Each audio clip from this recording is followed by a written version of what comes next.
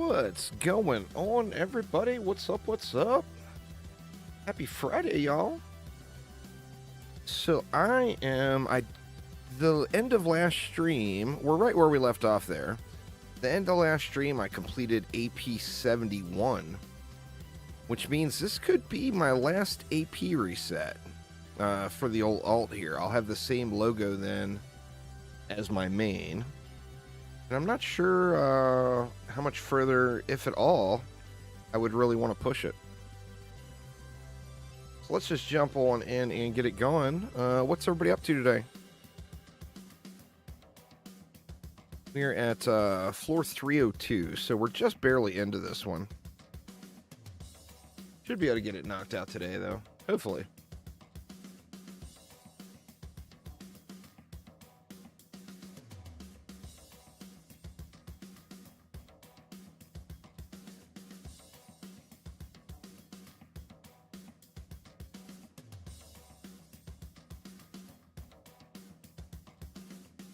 What's going on there, Ping Pang? How you doing? OP10, what up, what up? All right. Let's see, how do we do this one? What's going on there, Echo? What do we got? Anything wonky? I don't really have anything wonky. I got mixed emotions. Do I do a tree up top? I got the big boy range for the draining strikes. Or for the thick vines, pardon me. The Nimbus. The Nimbus is just really good. It does really good on AP resets.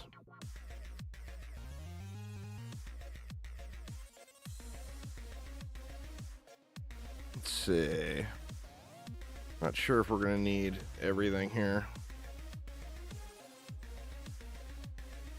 We'll do that for a destructive pylon and get a little protection there as well. But yeah, the Nimbus just makes for a real casual, smooth experience, you know? Let's see. If we went tree there, we would get some thick vines. And we can go with another tree like here for some thick vines. And then we got what? There's 800 left. What up, Toffeenator?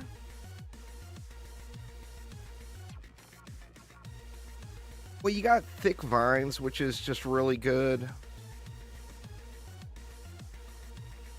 And then you got the Nimbus, which is just real powerful. So it's just a real nice smooth combo for sure. I think we got enough DU on this one to do all the things. Yeah, actually I got a ton left over. We can go quite a bit heavier here.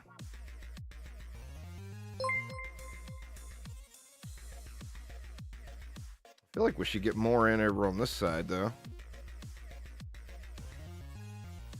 I mean, will 8 clear all 3 lanes? You would think. Let's throw a B in here too for good measure.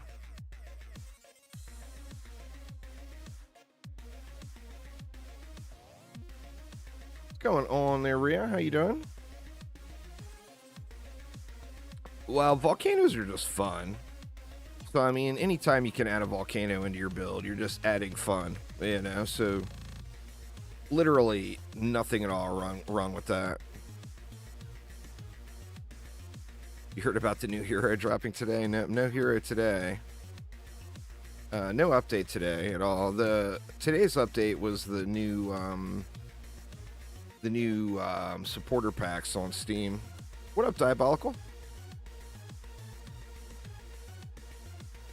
Oh, you're just the juicer? Yeah, I'm pretty sure that I mean, I would like to see a pet. That would be pretty awesome. But, I mean, I can't really ask for anything else in a Dungeon Defenders game. They've gone way above and beyond with that stuff. I mean, I've got representation in every Dungeon Defenders game. You know, I can't exactly complain about that. But if I was able to put together a wish list, it would be a pet in DD2.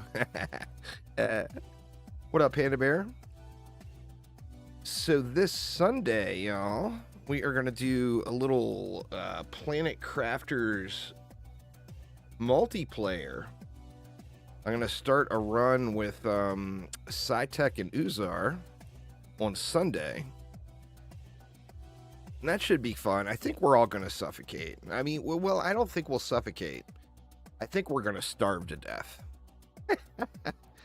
But I don't know how it works. If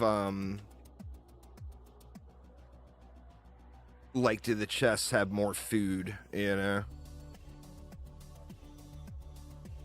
that would be pretty crazy, Toffee Nader. That would be absolutely awesome.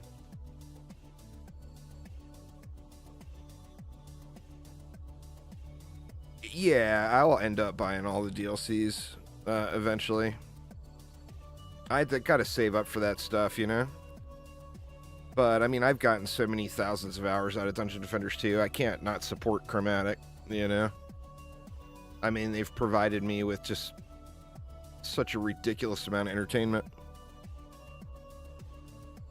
You know, you take the good and the bad and all together, and one thing that I think really everyone can say about DD2 or any Dungeon Defenders game for that matter is you get just a whole lot of hours of gameplay out of it, you know? More than any game I've ever played except World of Warcraft.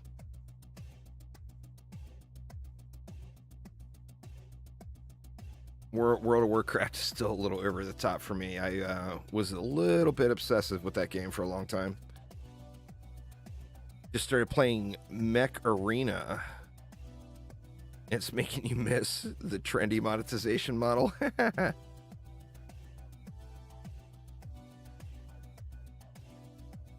I tell you, one monetization model that has some really crazy high price stuff, but on the same note, like the model themselves they use just seems pretty fair, really, is Path of Exile.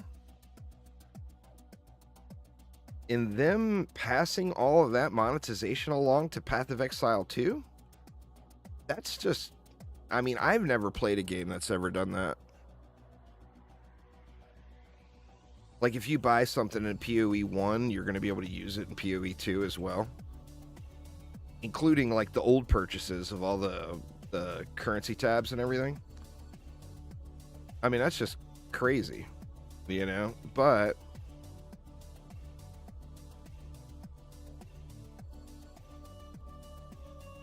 that's another one. You know, they've got stuff that's like, they got like $500 or $600 bundles or whatever, you know? Now, obviously, you would only buy something like that as if you're rolling in the dough. But they've also got real fair ones, and they constantly do like the stash tabs and all that stuff. So yeah, I mean, I'll definitely get all of the DD2 DLC, but it's just a matter of when.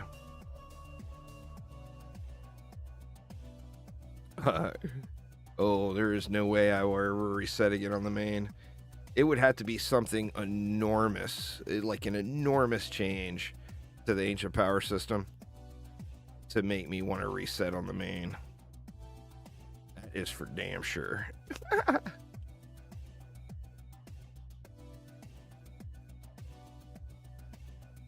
It would be some craziness.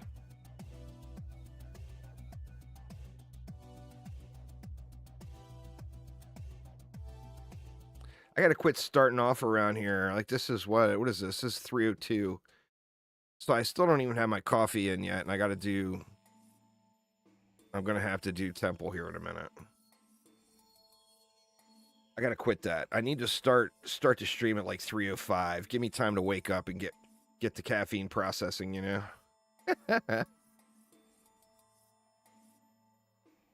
Oh man.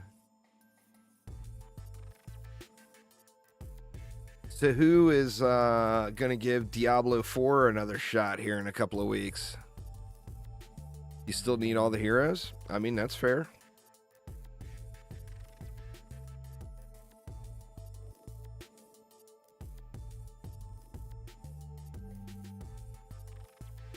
That's where that all heroes bundle, depending on how many you need, I guess.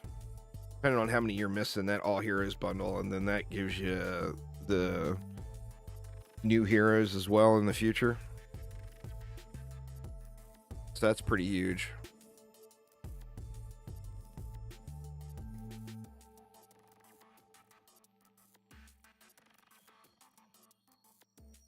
Let's play 200 hours to masterwork One Piece. Yeah, that would be pretty frustrating.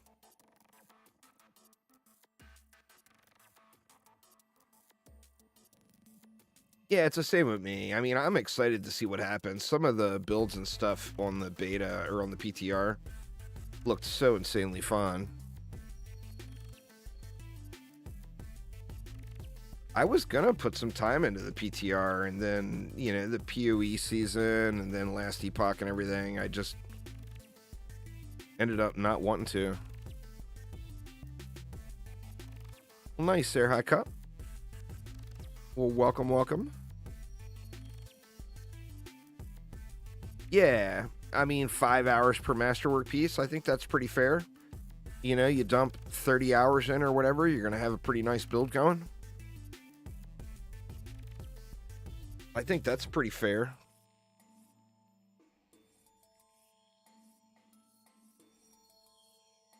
I mean, we'll have to see how it goes. And we'll have to see how heavy these builds got nerfed from the PTR. I mean, if all those crazy builds got completely nerfed into the ground, then it's definitely going to lose a lot of its fun factor appeal for people that are on the fence, like me. I mean, in an ARPG, I want to be blowing up the screen.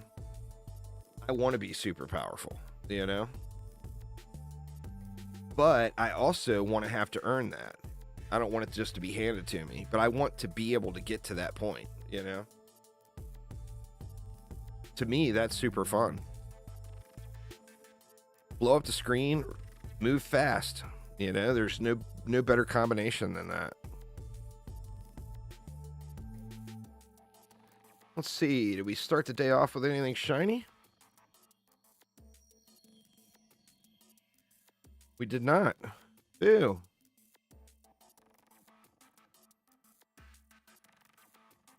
I don't think that there will necessarily be a sale with the update. The Steam summer sale is in the end of June. What's going on, Joe? That move fast part is always rough for D4. Absolutely. It's one of the things that makes it lose a little bit of its fun factor, you know?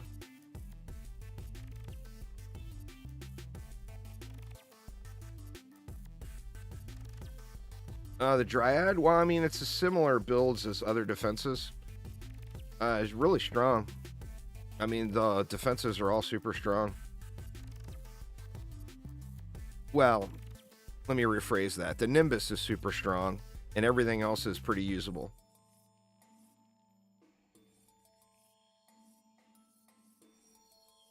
Let's see.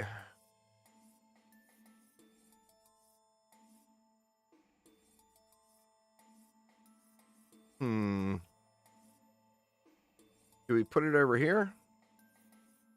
Or do we do it up top and kind of turtle it a little? That'll still reach down there.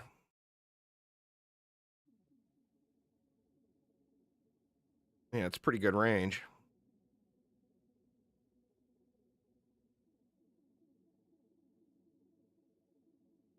Let's see what we want to do over here. Probably the same type of thing.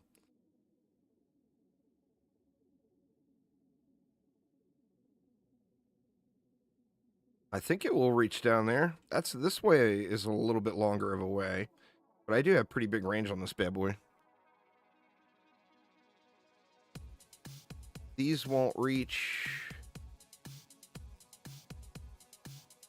And it sucks. They just won't quite reach all the way up there unless I moved it all down.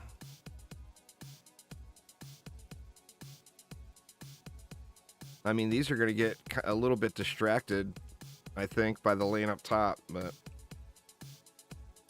let's see.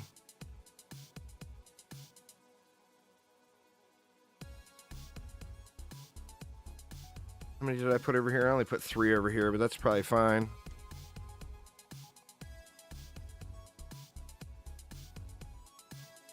It leaves me 320 for this side, which a lot of this side will be burned off already. Not getting a big value out of thick vines, so let's just throw it right there. And then we'll throw down whatever we can in the back here for the Nimbus.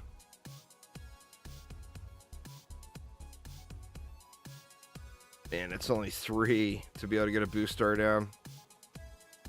I didn't put a boost here, did I? Let's get rid of... Oh, I got 3 up here still, derp. There we go. That's a little better.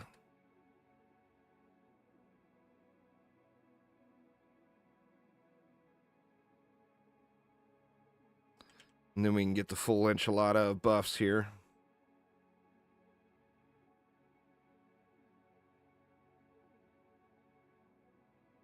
Yeah, that ain't gonna work. Hopefully. We'll find out.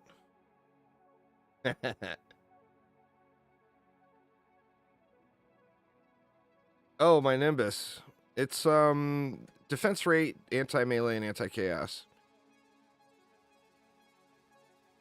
That's the damage at tier 1.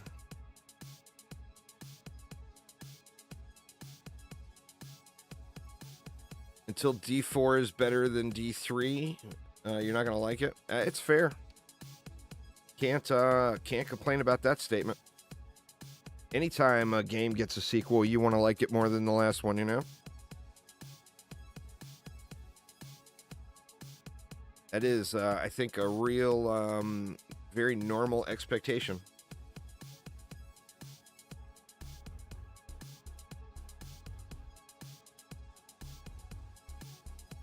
Augie keeps teasing that they're going to announce the new chromatic product. I wonder how far away they are from, you know, actually getting something like that going.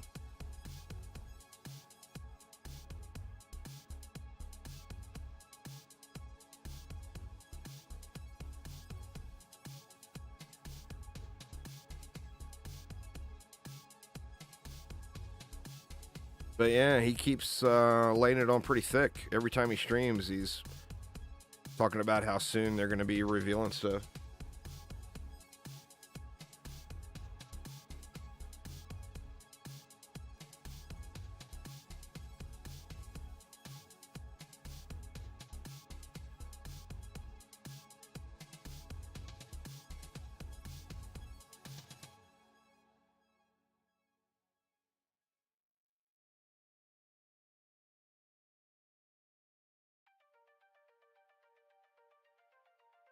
They should do a parody of Immortals and put something out for mobile. Uh-oh, what do we got going?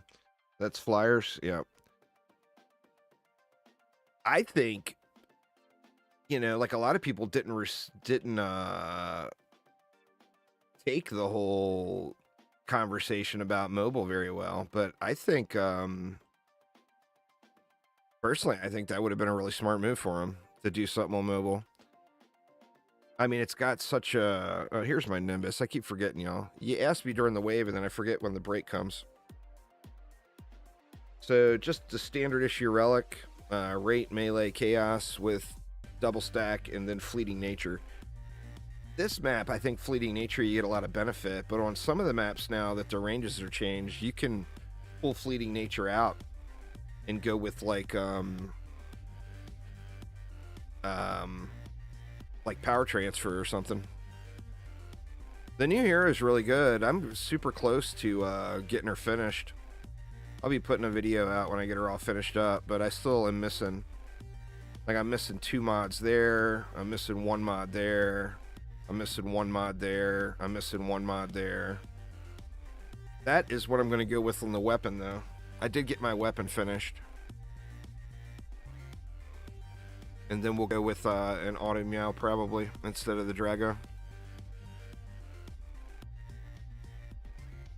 But yeah, I need to finish up a few more of those slots before I'm ready to show her off.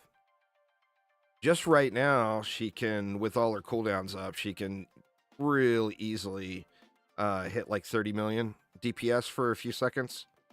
Then, of course, it drops off.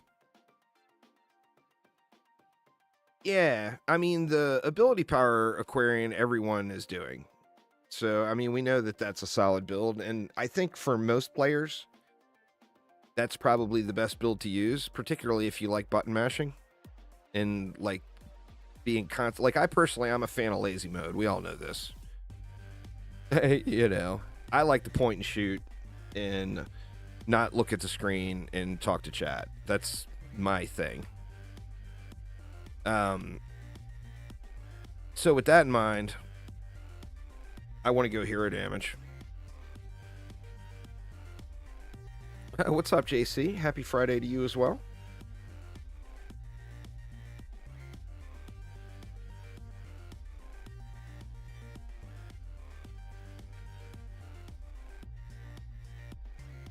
But yeah, I'm debating on making this my, you know, obviously I'm going to have to reset and then level the alt back up, but I'm pretty heavily debating on making this my last AP reset on the alt. I mean, I'll be at my mains ancient power level and I'll have the icon I like.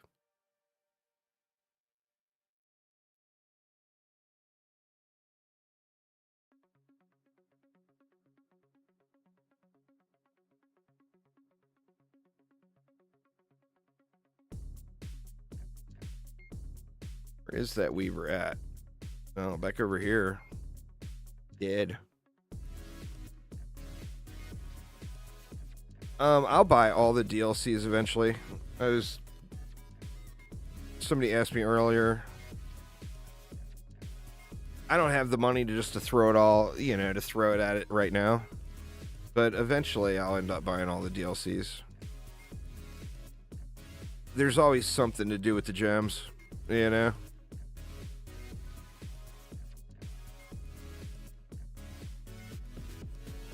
The Barbarian's really strong, but you gotta like that hack and slash life there, Samurai. But yeah, you can't go wrong with the Barbarian.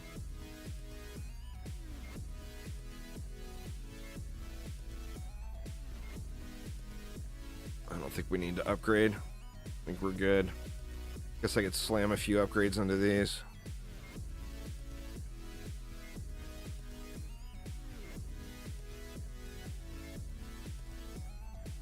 I don't like doing Onslaught, personally. I mean, I'm not gonna rule it out ever going through it, but it's not my favorite game mode.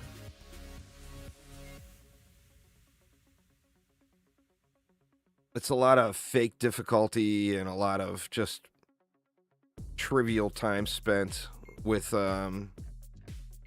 not really a tremendous reward other than all the extra crafting materials and stuff you get. But to be fair, the crafting materials and stuff you get are incredibly good. So there's basically 2 sets. If you can buff yourself or if you can't buff yourself for a hero damage build. Same applies for every hero. There's 2 sets. If you can buff yourself, then you'd want to use buff damage, swap damage, and then healthy power. If you can't buff yourself, then you want to use healthy power, swap damage, and then a third mod, which gives you a little room. Gives you a little room to play, you know?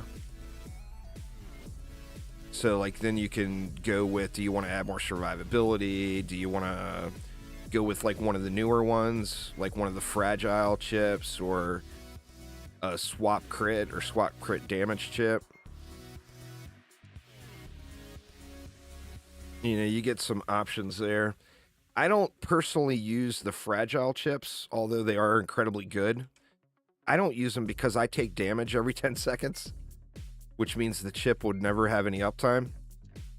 But it's all based on how you play. If you play so that you never take damage, then the fragile chips are incredible.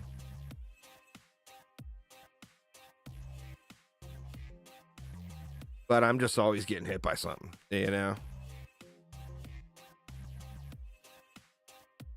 So I won't use the fragiles. I won't change the way I play to use a mod, basically, no matter what the mod is.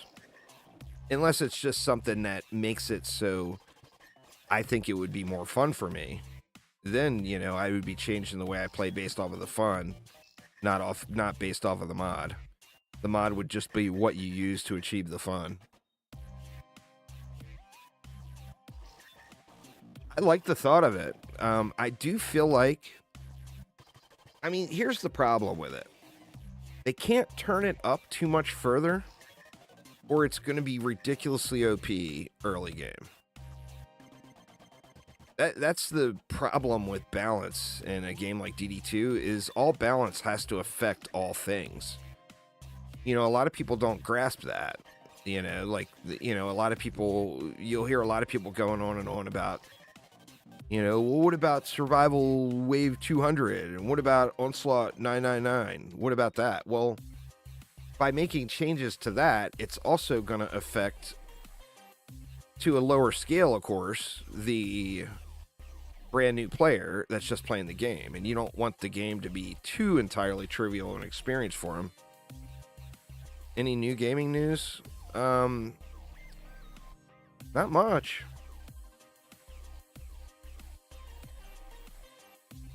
Nintendo getting all uppity on Gary's mod. That's about the only real notable news I have seen lately. Which, I mean, I think Nintendo has all the right to get uppity in that situation, but not 20 years later. They've been using that shit for 20 years. You can't get mad now. Now, if they would have got mad 20 years ago, I'd understand. But, you know.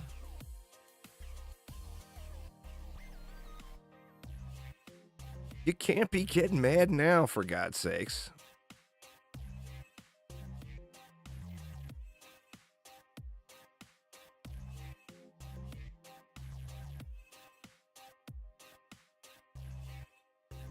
That is the Protobot. Not to be confused with the Protobud. The Protobot was given out to the creator of Protobot, and they were given extra copies to give out to contributors, and I was a contributor. No, they're not suing over Power World. I don't think they have any ground to stand on there. I mean, they didn't invent. Uh-oh. You know, they didn't invent that genre. They just heavily used it.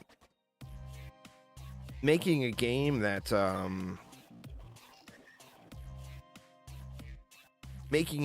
is inspired by another game, that's not really a copyright thing, you know?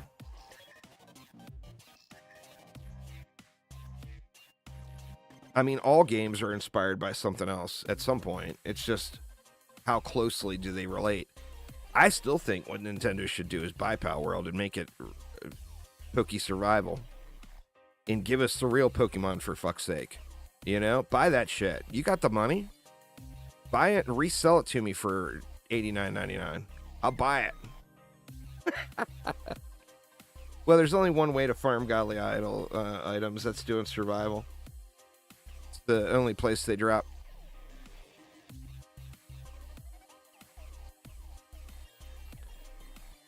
Well, I mean, what made Power World successful is they hit a huge need in the gaming world. It's something that was requested, something that was wanted, and something Nintendo never did. So they did it instead. But, I mean, if Nintendo bought it, or just made their own, obviously if they buy it now, it would look a little bit cheesy, but the reason I say buy it is because the code's all there. I mean, how hard would it be to... Obviously, it would be all artist work, but how hard would it be to create, plug in 3D models, all the Pokemon, into the various positions that are currently in the game? Wipe everybody's account, But, I mean, I loved it. I had a blast playing it. Their last updates, the stuff they've got coming doesn't really excite me as much. But I did really have a blast playing it.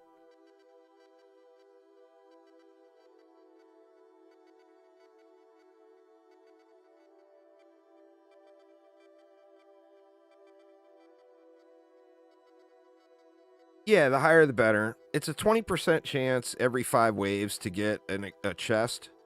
If you get a chest, there's going to be a godly item in it. And then godly drops on the ground are super, super rare. But they'll start at wave 31. And then it keeps the drop chance keeps going up to wave 151. And then that's where it caps out.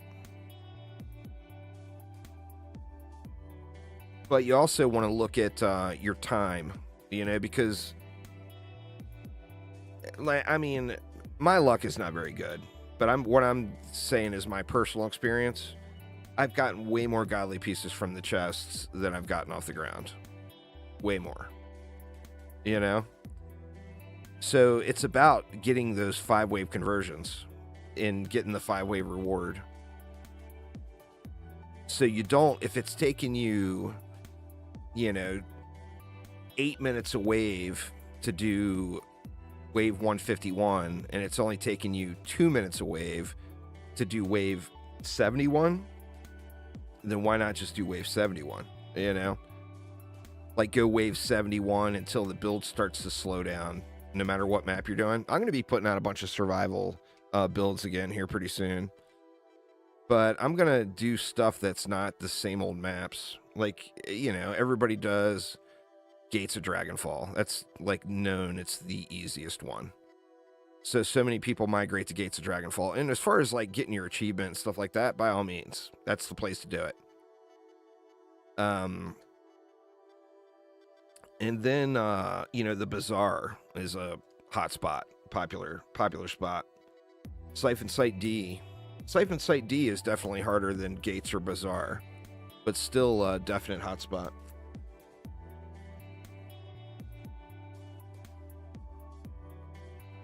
Temples on the survival would be cool, I think. Or survivals on the temple, that would be awesome. If it was a regular map. The temple's a beautiful map. It's an awesome map. By all means, open all the lanes up, but give me 4,000 DU or whatever, or whatever the DU equivalent would be for opening all the lanes up. I mean, I personally would be fine with that. I normally go to Plunderer's Paradise. I enjoy the map.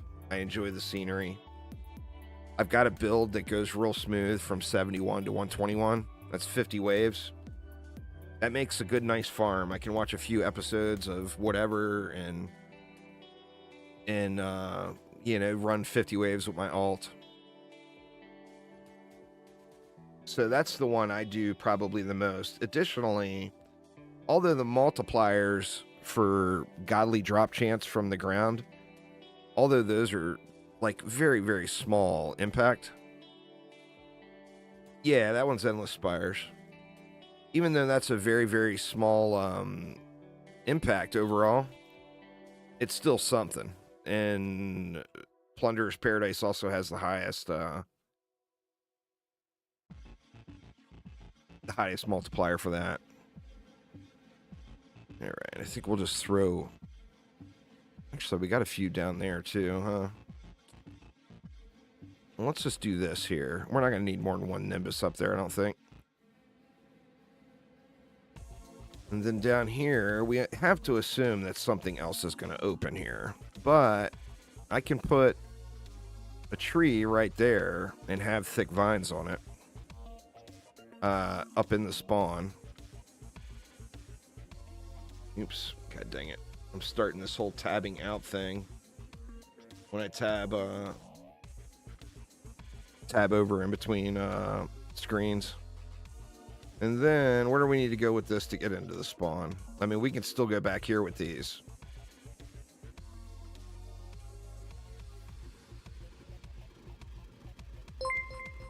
I'm not going to put a buff beam down yet. I'm going to see if more stuff opens up.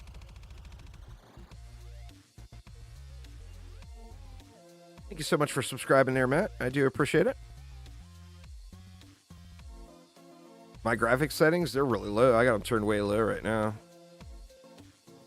I got post-processing and everything turned off. I'm running 2 instances on one screen, you know. So I've got stuff turned way, way down. When I record, I turn everything up. When I'm streaming, I turn everything down. Just to keep the system resources lower, you know.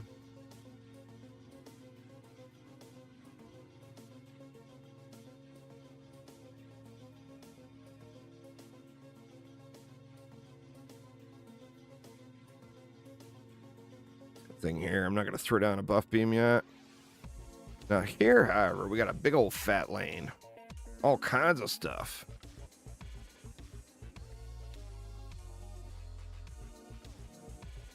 This might even be a 2-treer.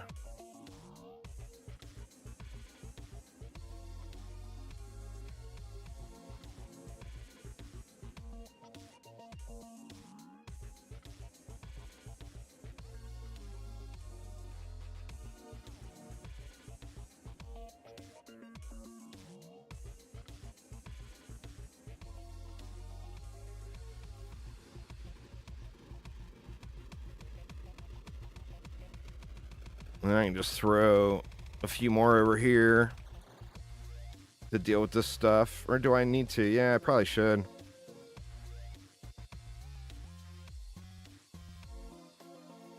We'll just do this, though.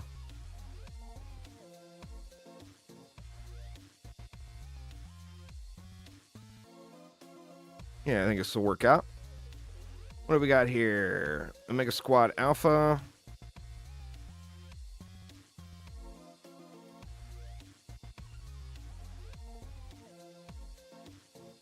And we can just do the same thing. Try to get a little double coverage in here. Little just in case coverage.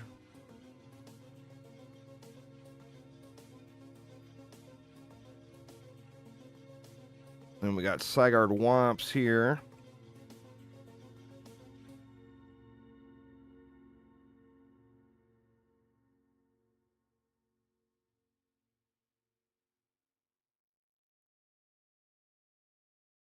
Not going to throw boost stars on this stuff until I think or know for sure I'm going to need it. We got 2 flyer lanes. Let's just go with this. We'll give it the pylons. And then we got high rollers. Well, high rollers. Well, let's just go ahead and do this because we're just starting the day. We might as well get it done. Let's get it gargoyle set up for roller lanes. So we're going to go anti-melee, anti-chaos defense rate, napalm gargoyles, mass destruction. We don't have anything else, right? Nope, this is it.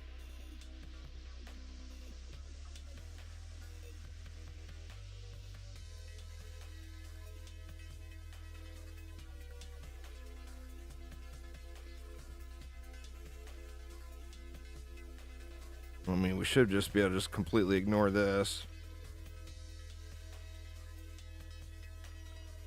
In fact, you know what? Let's just overkill it, and then I know I'll be able to ignore it. All right. Let's see how it goes. Hopefully I didn't miss nothing.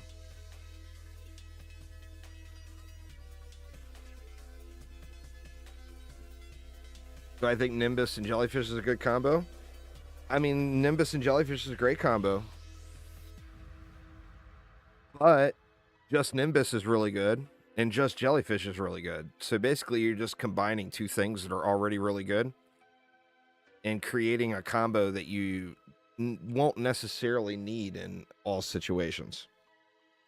So yeah, I mean, that's nothing wrong with that at all. I like the Jellyfish. They feel really strong to me. Even after the changes. You know, the Jellyfish, like everybody's mad about the dragons and the flame auras. And, you know, hey, I get you. You know, if you don't like it, you don't like it. And that's fair. But the nerf to the Jellyfish was enormous. It's way bigger than any other nerf that was in that nerf date. How am I probably have maybe I have a tower skin on him. Do I have the Hypno skin on him? No? I mean, that's just, it depends on your graphics settings, probably. I don't think I've got a skin on him. Let me see.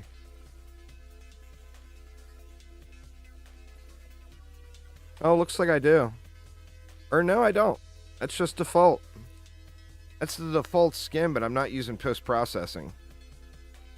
So maybe that's the difference.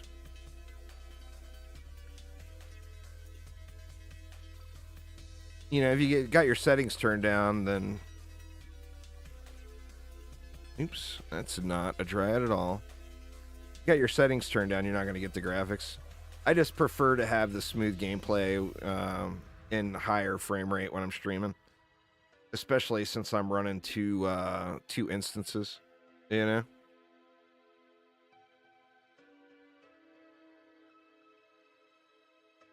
My settings? Well, like I said, it's going to be different for everybody.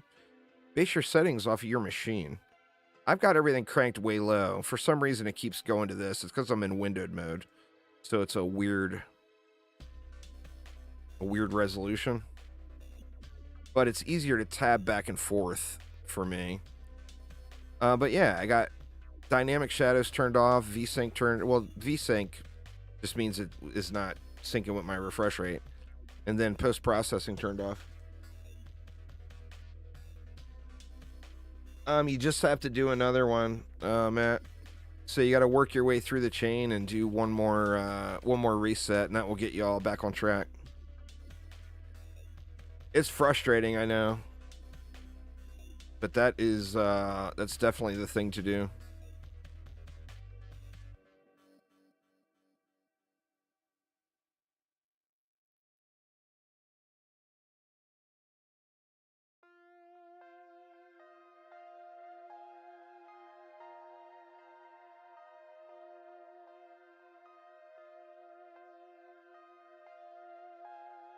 It's not a why they don't. It's they can't without spending an enormous amount of money. I mean, first thing is it's a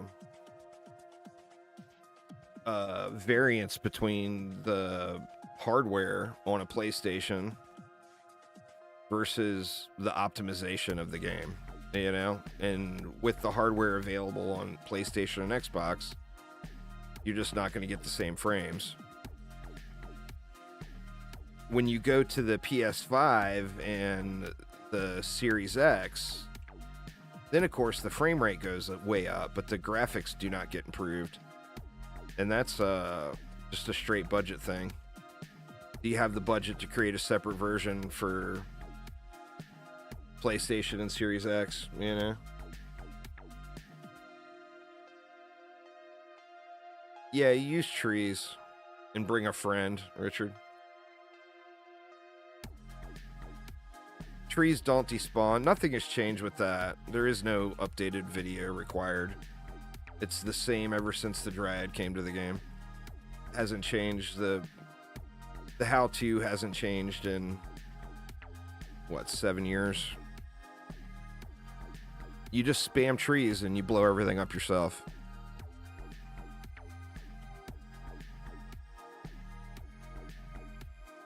Well, I mean, it's an old game. You're playing a super old game on, assuming, a PS4. I mean, the game didn't run great on PS4 10 years ago, or 7 years ago, or 8 years ago, whenever it came out. So, I mean, there's no reason to expect it would run any better today, you know? It's just, it's one of those things. I mean, it's why I quit the PS4. Oh, shit. I had a lane open up I never built for it. Derp. So smooth, I tell you, so smooth.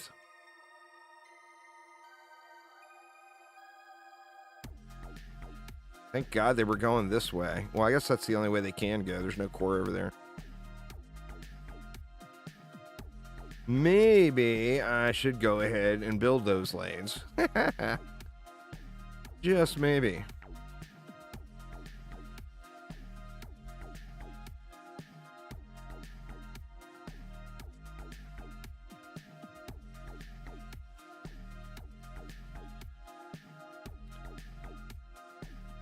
Got lucky on that one. If that would have been just about anywhere else on the map, that could have been a major problem.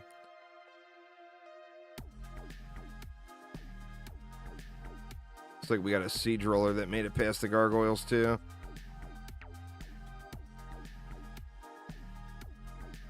Get a couple of upgrades in over here so we don't have to worry about this.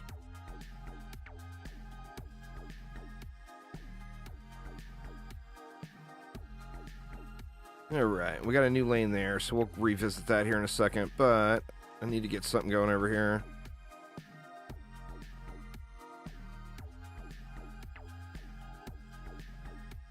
Oh, I hear you. I hear you, Salty Hero. I mean, you just got to make the choice. What are you going to do? Are you going to switch to PC? Are you going to stop playing? You know? You can't, I mean, I get it. I get it 100%, but just, you know, got to remember, if it's to a point where it's not enjoyable for you, then play something else. The jellyfish used to hit all enemies in the path of the bolt going. So they would hit 10 targets. So if you had 10 goblins in a line, that bolt that was going through and hitting the 10th target was hitting every other target in the line before it got to the 10th target. And they changed it and made it so it could only hit one. So, I mean, it was admittedly like broken tier powerful.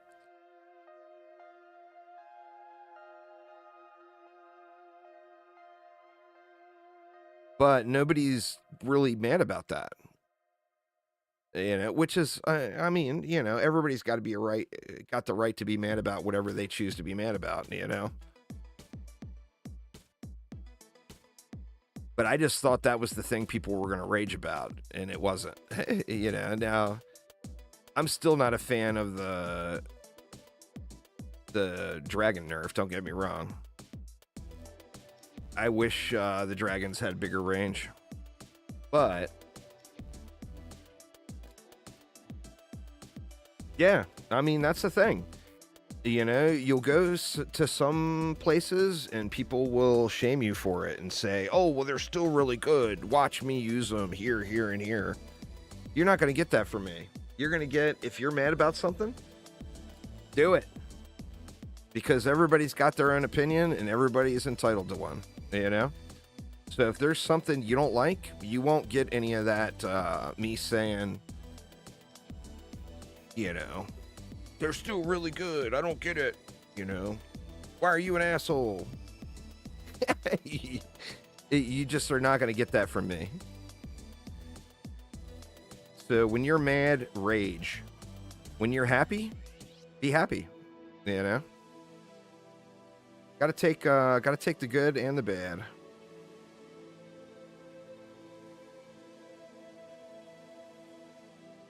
There's been lots of changes over the years in DD2 that I have not liked. But here I am, a decade later, still playing it. So Nimbus will get the hammer next. I mean, you never know. You never know. think I'll just DPS this lane. Yeah, actually, I could overbuild it. Thanks for subscribing there, Kieran. I do appreciate it.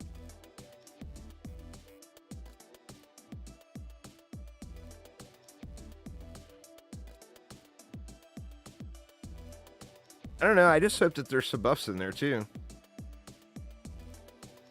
The Nimbus got the range nerf, too, but it wasn't as bad.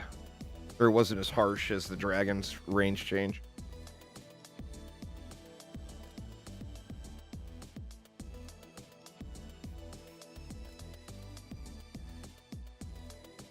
But yeah, I mean, you know, with every nerf should come a buff. So I'm hoping some things get buffed. I'd like to see the metas. I mean, a lot of people are very resistant to change, and they use this. This is what they want to use. They don't want to use anything else. And that's fine. But for me personally, I like doing different stuff. You know, I like to mix it up. So doing the same thing over and over and over again can just get incredibly grindy. I'm using the movement speed one, Tristan. I mean, no matter what they change, there's always going to be a super lazy spam build. Oh, everybody knows about the Sand Viper. They just haven't gotten a whole lot of publicity until right now. Pretty much every player that's been playing a while knows how powerful that is in the ramping and everything. I mean, I was doing Sand Viper stuff like crazy as soon as that update hit with the stat squish. It's just people weren't paying attention to it, you know. Now that a lot of people are using them publicly more often, you know, a lot of people will be paying attention to them.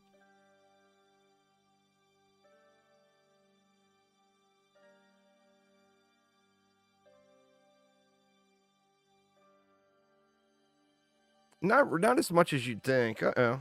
Shit, I did it again. Was I on? I don't even know what wave that was. Was that the Omega wave? Oh, it was. Good Lord. I didn't even realize I was on the Omega wave. I mean, in a game that has high visibility, like, say, you know, a Diablo game or Path of Exile, streamers definitely are meta breakers, without question. If somebody's doing something ridiculously OP where there's thousands of people watching, there's going to be an issue. But you see, the thing with Dungeon Defenders 2 is the vast majority of players don't watch streams. You know?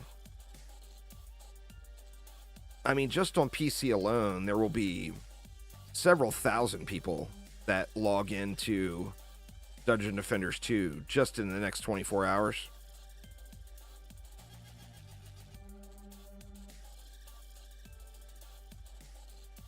All right, so that was up top.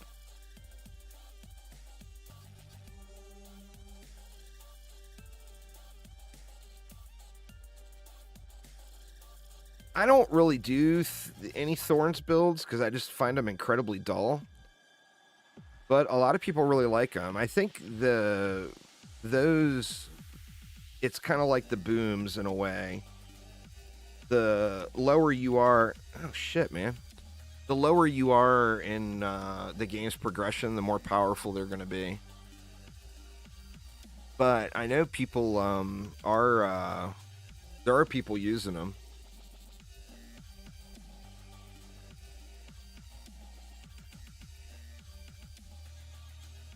About the only, same with any game.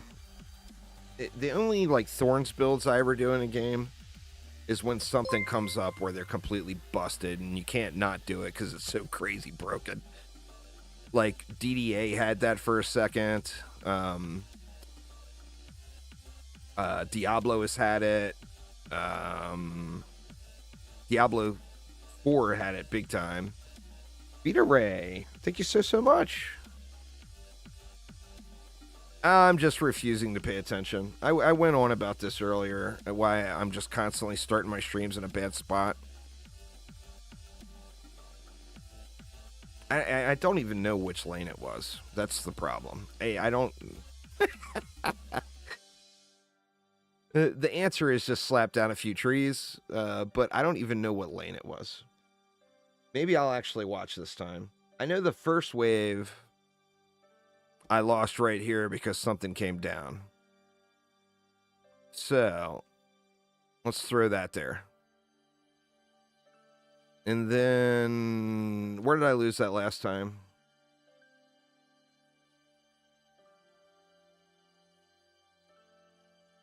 Gun Witch, DPS, or hero damage, or ability power? I mean, the Gun Witch you can play either way. Very effectively. The Hunter, I would go hero damage. The Aquarian, I would go ability power. If you prefer to shoot, play a hero damage Hunter. Or a hero damage Gun Witch. Alright. Now, where did I lose that last time, though? I just don't know. I don't know.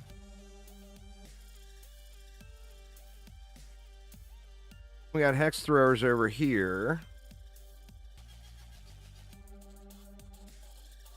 Were they throwing at this tree?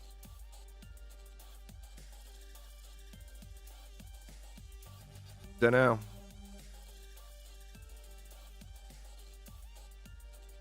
We got Tuskar there. Maybe a Tuskar was causing issues.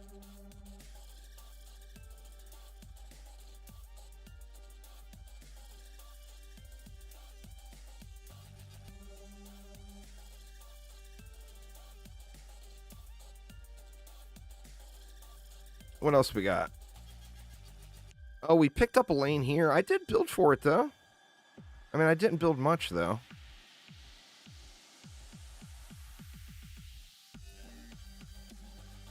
I don't know. I'll pay attention this time. Let's see. Let's look at the screen. Yeah, I did a video about it this morning. Look at the screen in front of us and see what's happening here.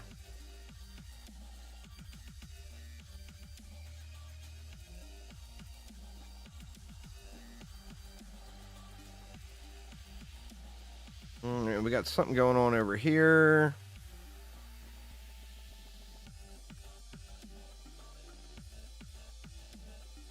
We got something going on way back, too. Yep, there it goes. Oh, shit. Or that died. Ooh, a Hex Thrower. This is the problem. There we go.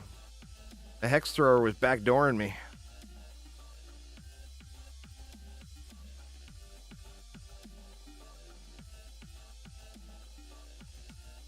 You know what? There was a game, I don't know if anybody played it, but there was a game several years ago called Tower Wars that was really fun. It was like a PvP game where you controlled the mobs that came out and you had your defenses to build. And then someone else was controlling the mobs that came out to you and had their own defenses to build, etc. It was super fun, but the trouble with those kind of games is they're just not really, really popular. So as soon as the player base dies out, then the game dies out because a new player that goes to try to play it and can't find anybody to play against. You know? The problem with Bloons TD battles is it's way too pay to win. It's like he who has the credit card in hand wins the match. You know? In Bloons TD2, I think was even worse.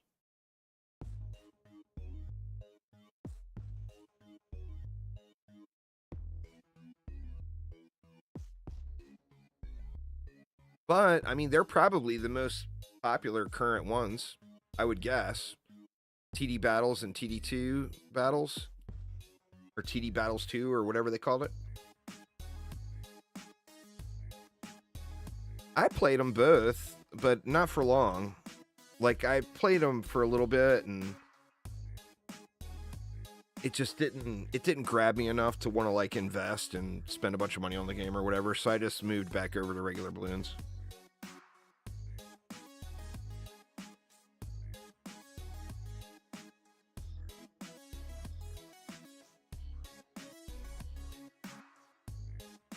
All right, where were we? Sorry, I missed a bunch of chat.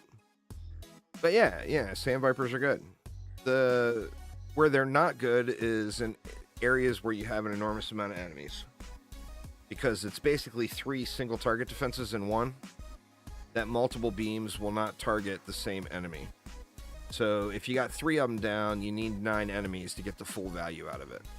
So on easier maps that have few amounts of enemies at a time, they're gonna be the most beneficial there. And then, you know, on maps with massive amount of enemies, it's just not gonna compare to a AoE defense.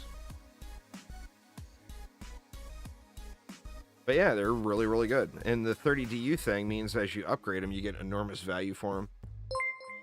Sinshark, thank you so much. I do appreciate it.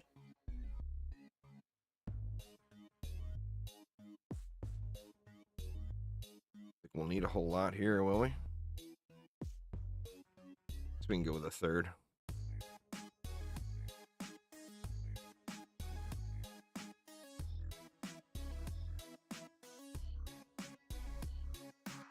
Try to semi-protect the tree and still get Destructive Pylon down. Well, thanks, Sinshark. Enjoy your day as well.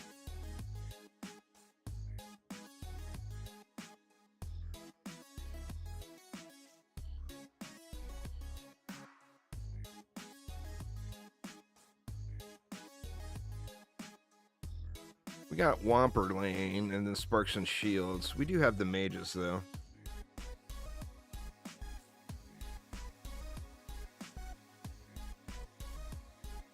This is one of those wonky-ass lanes where building in the middle is horrific. Nodes, anyway. I think the answer is spread these out. They don't need to be right on top of each other. And I think only this one will need to reflect.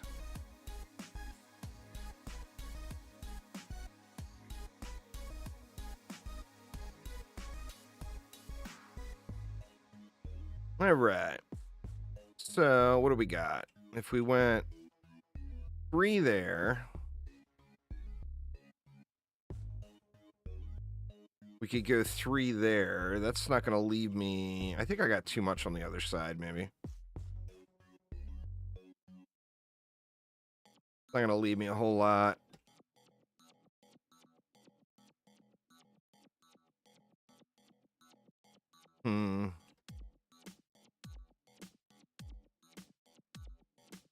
Get rid of one of those.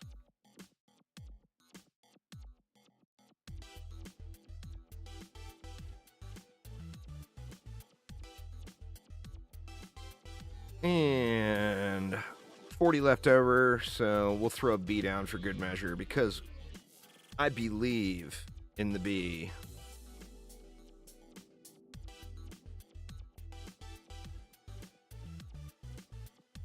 Bad puns all day.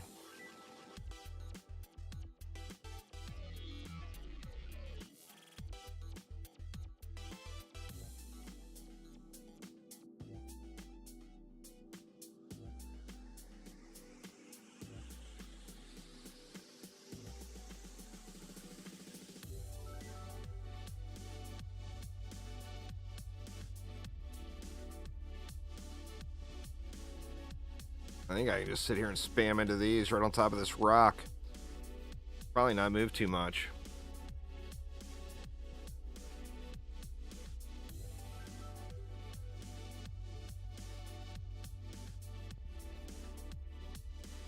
Yeah, skeleton archers are good.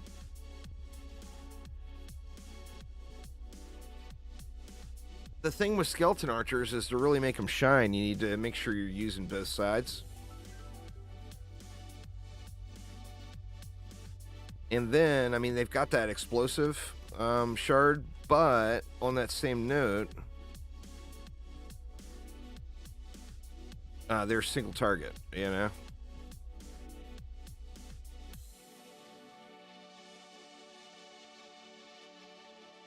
You know what, in fact, is double tap...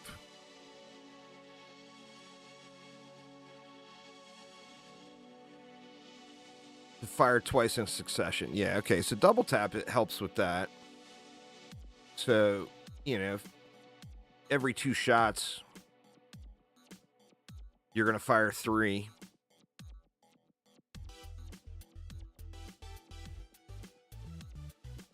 Yeah, and survival, everything is based off of your current...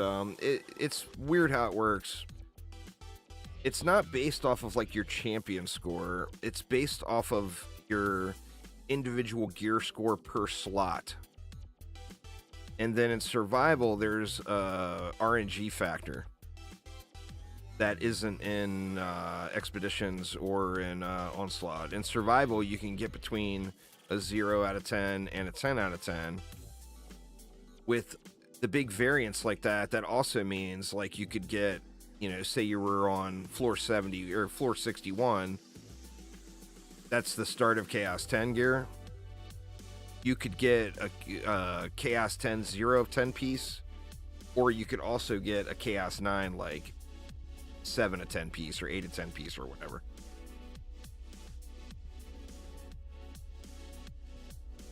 But there is a RNG roll, so it makes it's shorter overall. I mean, even at the start, it's really bad. Basically, how survival works is also, it's like you ramp up. Where if you started off at, like, right in Chaos 1 or whatever, or right out of the campaign into survival, and you had somebody carrying you, it would be super, super slow for you to go up to Chaos 1, Chaos 2, Chaos 3, etc. But then you get to the point where you're, like, in Chaos 8 here, you might hit Chaos 9, the Chaos 9 unlock on, like, the very next wave. I mean, it's super, super fast.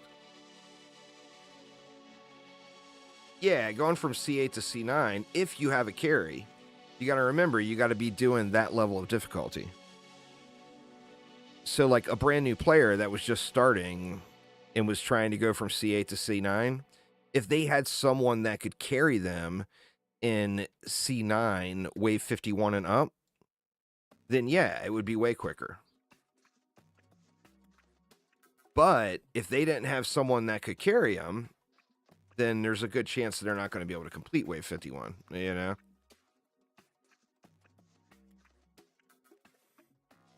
Or an alt carry or whatever. Alt carries are more popular for the easier content, because then you have to put less time setting your alt up.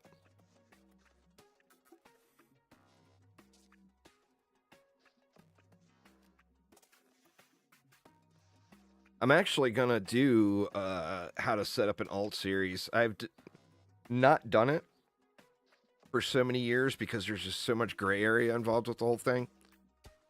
But I think it's to a point now where it's socially acceptable and Chromatic accepts it and everything else, that I could do how to set up to an alt series from the beginning.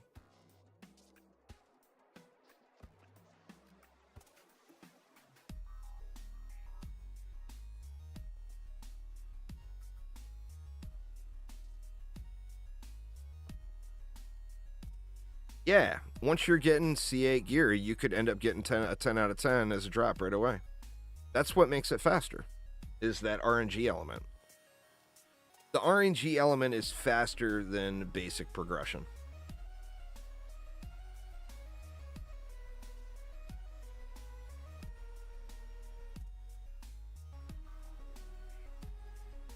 And then going from Chaos 9 to Chaos 10 is super, super fast. Like, when I do survival, and when I was doing the AP resets on this alt, that I was pushing gear score where survival was the way to go, like the first 32 resets, basically. Not even. Like 20 of the first 32 resets. probably survival is the way to go. But I was able to just do wave 71 starts, you know, so we're right at chaos, well into chaos 10 tier gear. And it's super, super slow at the beginning, and then just it speeds up really fast at the end. I had some where I had a couple of resets where you're at the stage where you've got Chaos 8 gear unlocked from your first Onslaught map, and you have to do Chaos 9. I did it in like one wave. You have to get a Chaos 9 unlocked.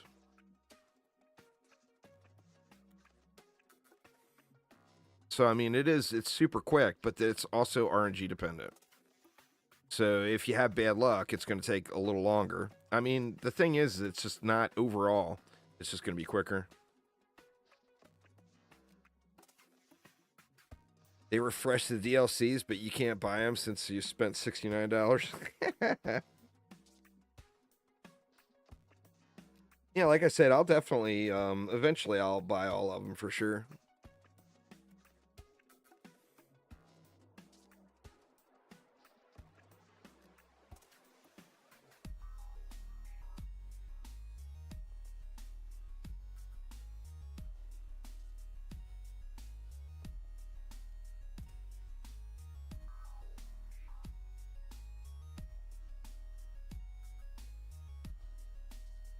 Bastille Mesta? Wrecked?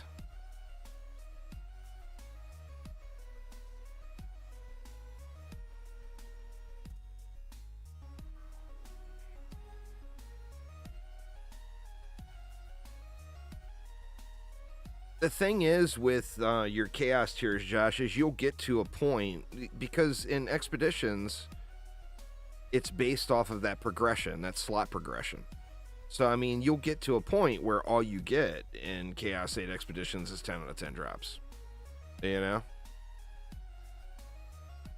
And then the RNG is more in your favor. It's over. The RNG is more in your favor just to do more Chaos 10s as far as, or Chaos 8s, or expeditions, pardon me, as far as loot goes. The caffeine will kick in at some point today. What's going on there, Mighty? How you doing?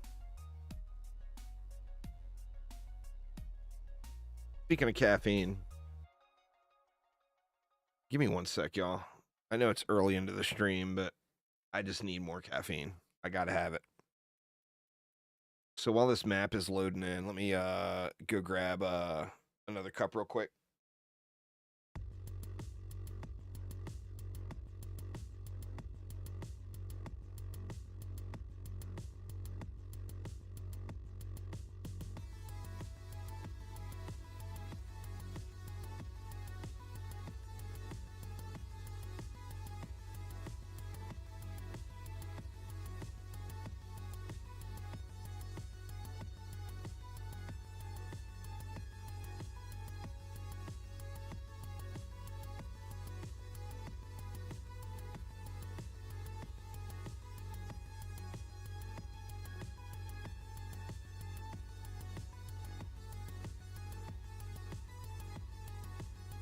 All right, sorry about that, y'all.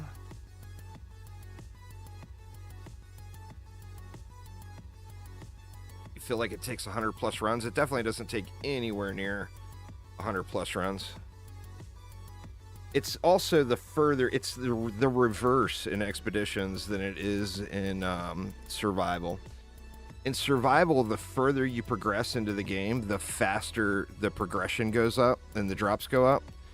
In expeditions, the further you progress, the lower the drops are, or the slower it is going up. It's nowhere near 100 runs, like not even close.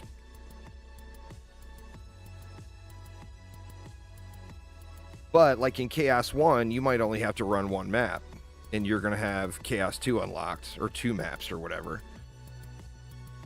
In Chaos 8, you're going to have to run considerably more than that. But, I mean, 10 is, like, nothing.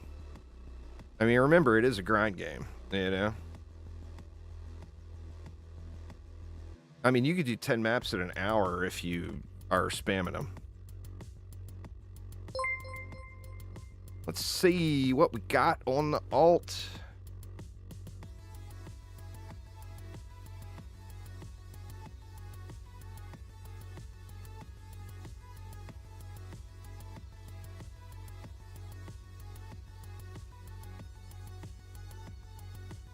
Cannabis with the gifts. Thank you so much. I do appreciate it. All right, let's see what we got over here. Anyway, if anyone's doing AP resets and they want to know the exact numbers, I did all that stuff right on stream and I condensed it all into a video. It's on YouTube. Just look up efficient AP resets, you know, and it'll be there. What's up, Corporal? Missed you there. Sorry about that. It will be there. All right, what do we got? We got another Whopper lane. Whoppers. What do we got there? Whoppers and Zerker healers. I mean, I can give them a reflect beam just for the pylon, since I'm kind of squishy tree here. What does that leave me? 720 or 780?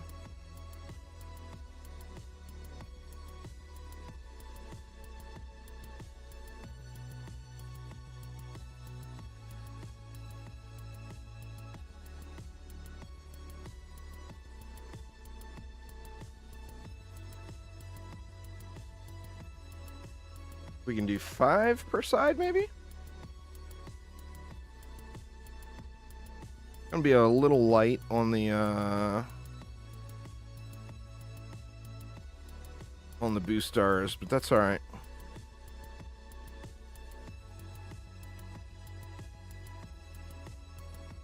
We can get one of them in. Put a boost star over here.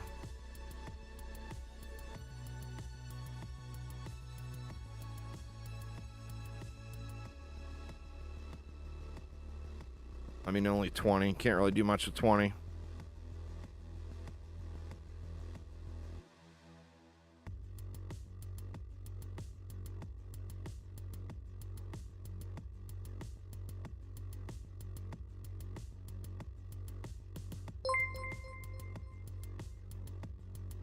I wish I mentioned it before. It would be against Steam and Dungeon Defenders 2 TOS, so there's no way I could do it.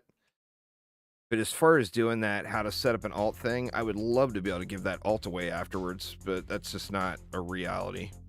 No game is going to allow that, and Steam is not going to allow it either.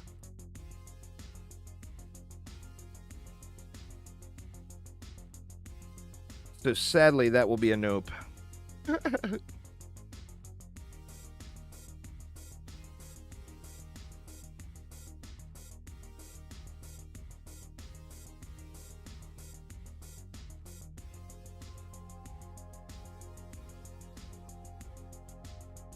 I gotta make some decisions on this guy too. This alt.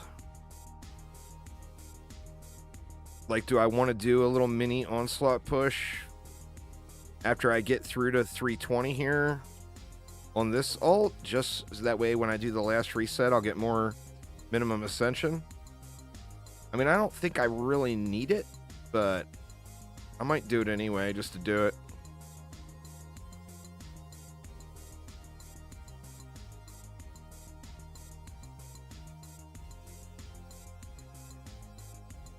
Where are we even at? We're at 306. So I got 14 more floors to go here before I have to think about that.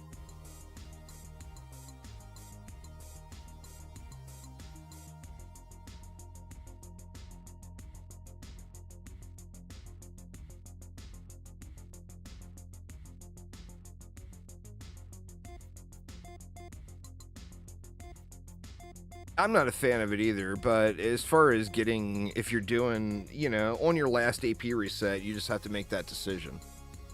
If you know, this is the last one I'm going to do, you know, you just got to decide, do you want that free those free ascension levels.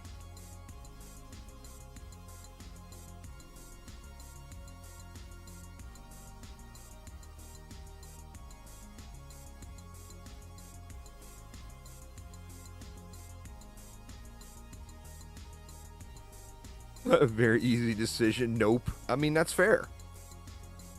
Once again, it comes around to there's no wrong answer there. Everyone has to make that decision for themselves, you know? Some people only want to do one AP reset and be done, you know?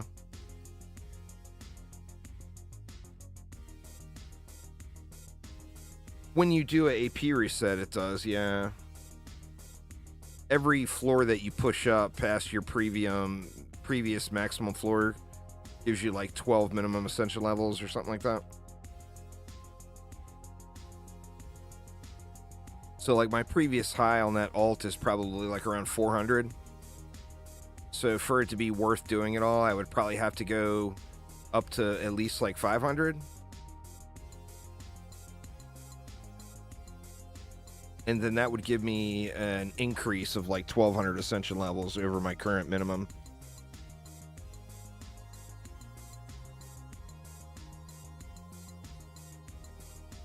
Stupid assassins.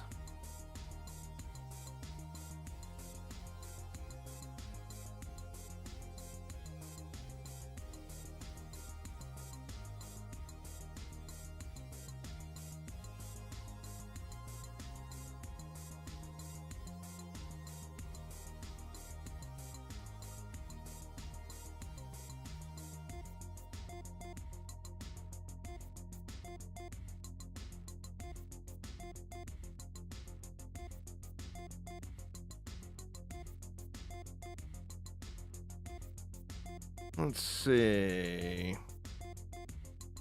I don't think we have to worry about what's coming. We'll figure it out on the fly here.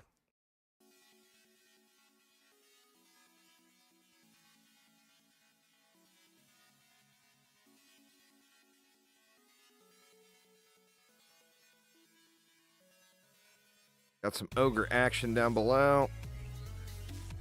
Is that a game ogre lane? It's way forward. I'm just now seeing that there was a game ogre lane down below. Nice to notice. Nice to notice.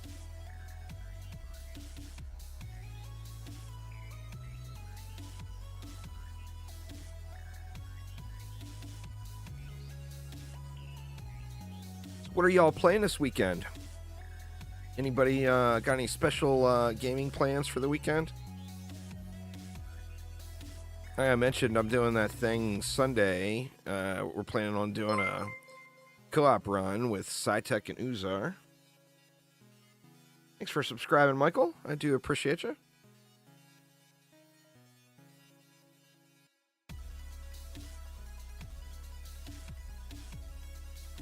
Scarnash is hiding. Of Planet Crafters. Playing some Manor Lords. I looked at that the other day. Last night I was looking at that. Does it look good?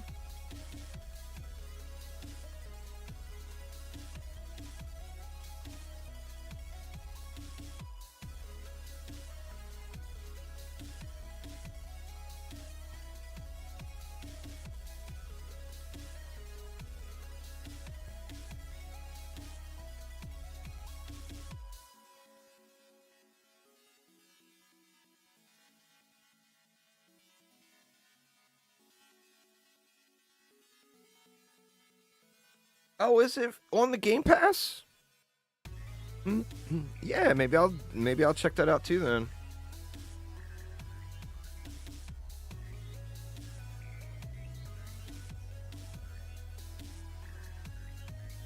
Well, that's the thing is, you know, unless you have an enormous amount of mats, I personally wouldn't drop down so it was cheaper to reroll. You're gonna save money, but you're going to have to spend all that gold to re-upgrade. And definitely not for anything that you're wanting to, like, get your base item in Chaos 10. You know? And then you only have to re-upgrade the things to Chaos 8 and move the mods over. But then you end up spending a bunch of Defender medals moving the mods over too. Grinding it out on Fallout 76. Nice, nice. Doesn't Manor Lords launch like today or tomorrow or something?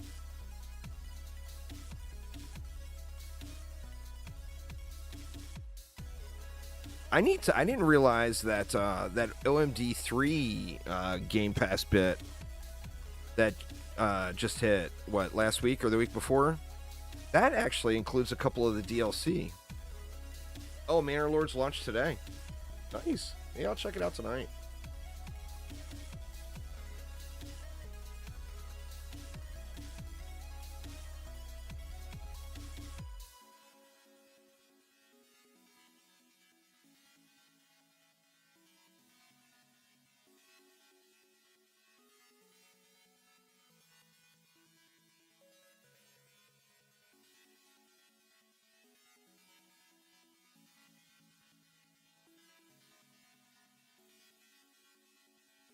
Well, that's the thing, though, is you got to come up with the plain motes and the reroll tokens, too.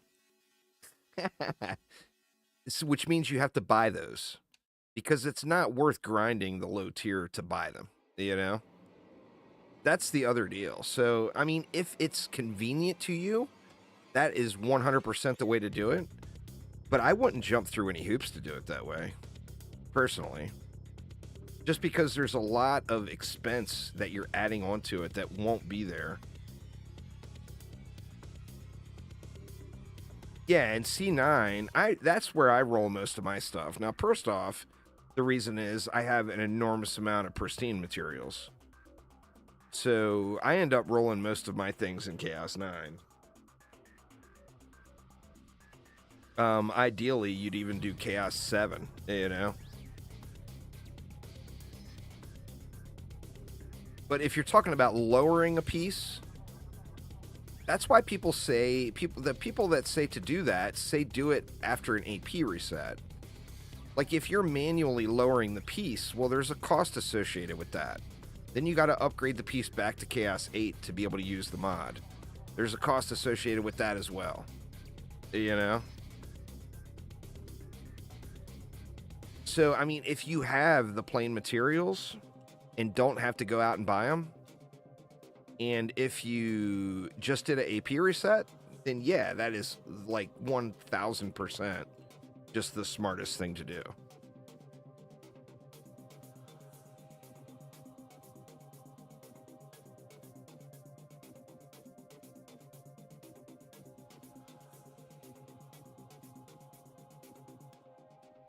This is a thick vine setup here. This isn't what I would normally be using.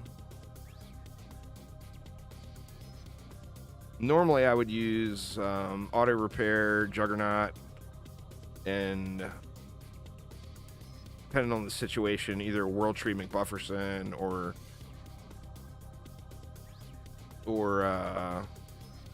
you know, more range. Here I'm double stacking range and using thick vines, so I got no survivability at all.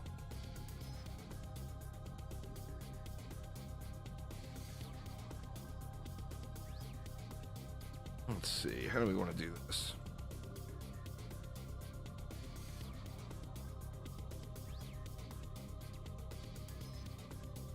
I think that will be fine.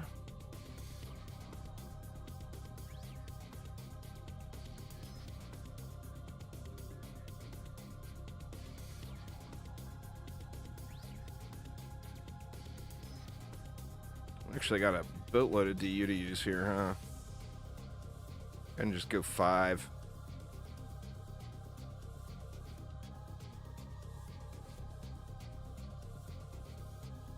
You can even do 6 there.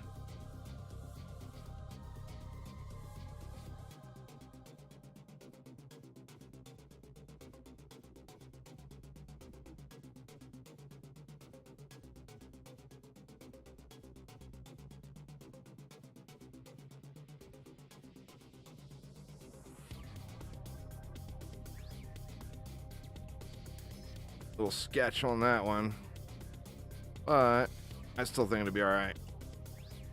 Let it fly here and see how it goes. I've never played Fallout 76. It had mixed reviews right at launch, so I ended up never playing it.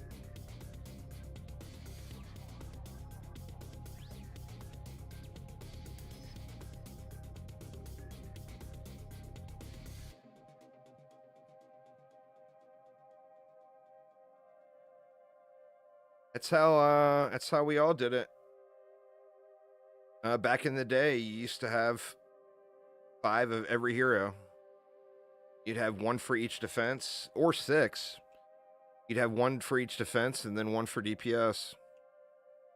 That was always the thing up until the Ascension caps.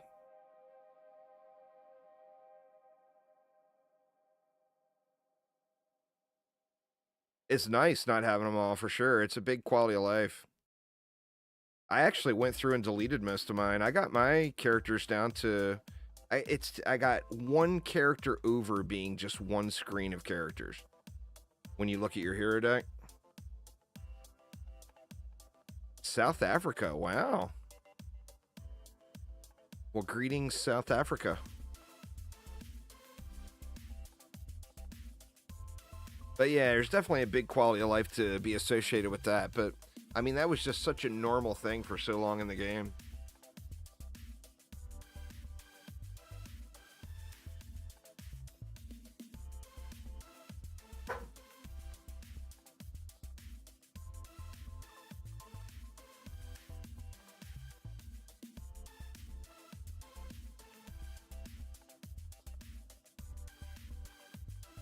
Well, I mean, the resetting process has already been, like, seriously condensed. There's no way that we'll make it any easier than it is now.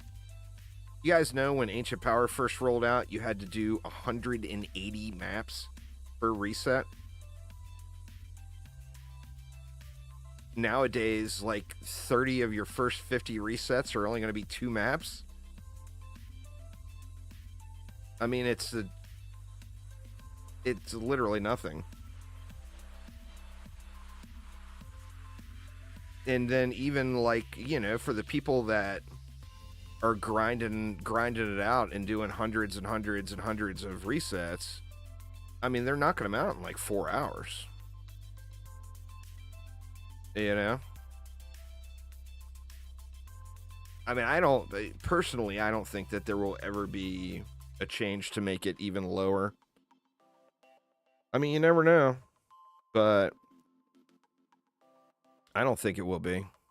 I wonder why the alert command isn't working. You guys said you wanted me to put alert command in, so I did. Let me look real quick. Maybe I put it on the YouTube bot instead of the Twitch bot by accident. Let me see.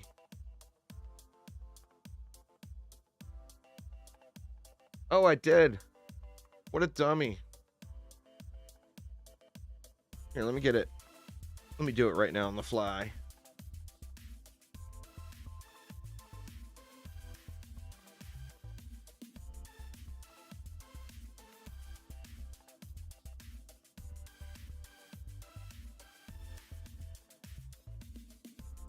There we go. The alert command is there.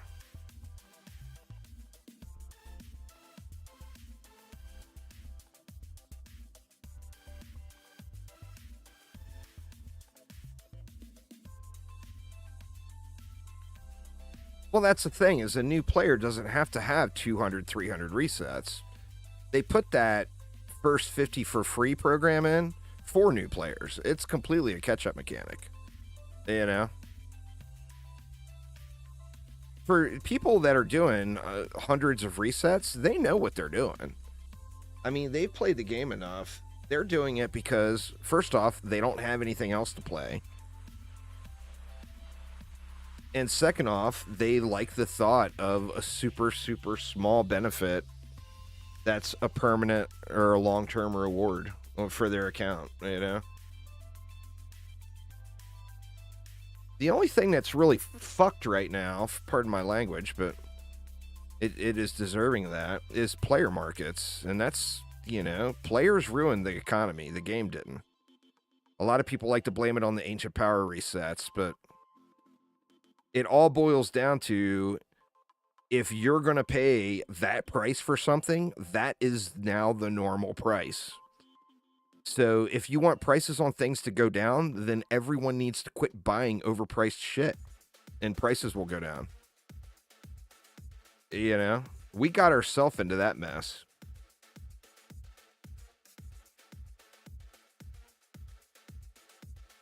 It's easy. Just don't buy it.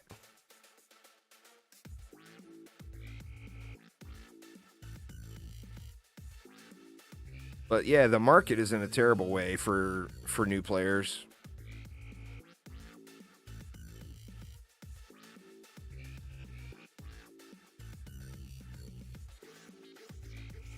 It's weird too that those orb and mark giveaways I did over Christmas, I posted up on Steam and on Twitter, and Chromatic retweeted it and everything, explaining the state of the explaining the state of the market in DD2, and asking if any old players that no longer play the game would give up some of their marks and orbs and stuff, and I would give them away to new players. You guys know, after posting it in Steam, getting it posting it on YouTube, having Chromatic retweeted on Twitter, only one person contacted me, and that's why there was only 3 relic giveaways. And it was like, I was hoping it was going to be hundreds, you know. But then at the same note, you see the market hounds pestering the shit out of old players that used to play the game that stopped, getting all of their stuff from them, and the old players are giving them that stuff, and then they're turning around and selling it for 100 million gold or 200 million gold or a billion gold or whatever. So I mean, all of this is all created by the community. It's not one person, Brando. In fact, the person that gets shamed the most for it is probably the person that's had the least impact on it overall.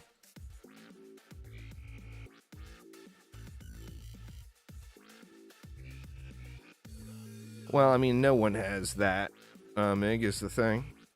There is no one that's that high.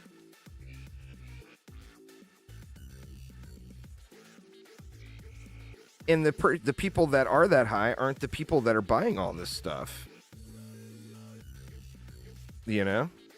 The people that are sitting on 2 billion gold, they're not buying all these overpriced things. They've got everything. They've grinded so much. They've got all the stuff. They're not paying, 100 mil for a 10 out of 10 mod or whatever. What's up, Extensi? How you doing?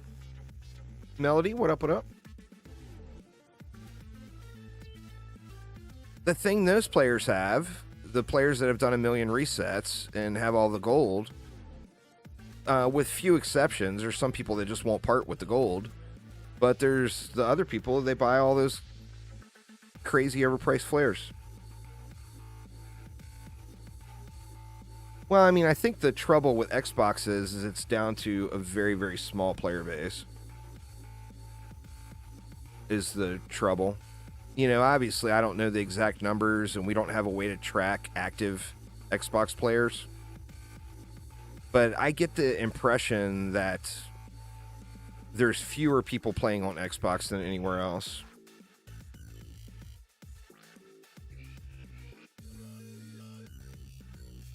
You've been focusing on DDA? It's a good time for that. I debated on doing another speed run to Massacre run in DDA for 2024. We know that something's in the works with DDA. They just haven't given us info yet. I think it's a great time to be grinding that one out.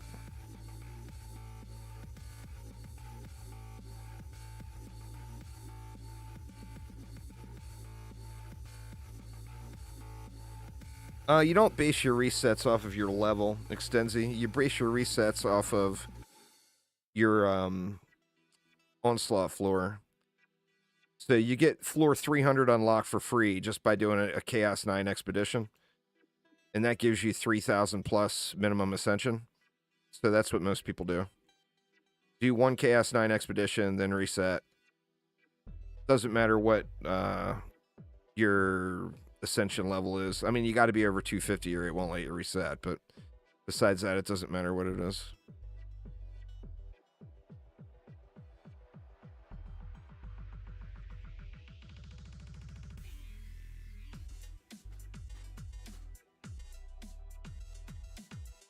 Been doing the entire campaign with owls and reflect walls.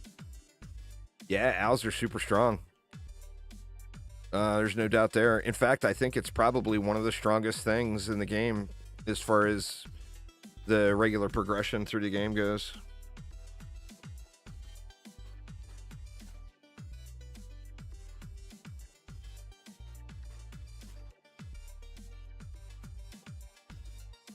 It doesn't matter what actual floor you did in Onslaught, unless you want to push higher than the 3,000 plus minimum ascension you get.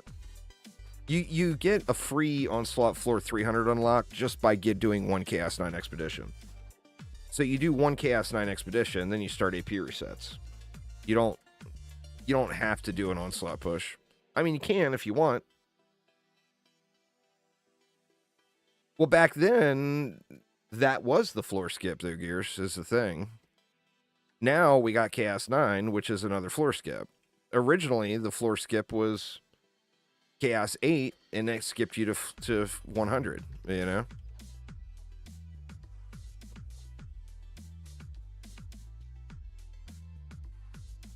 Lots of people did that. I mean, that was basically the exact same strategy as now. The only difference is now we got a higher unlock.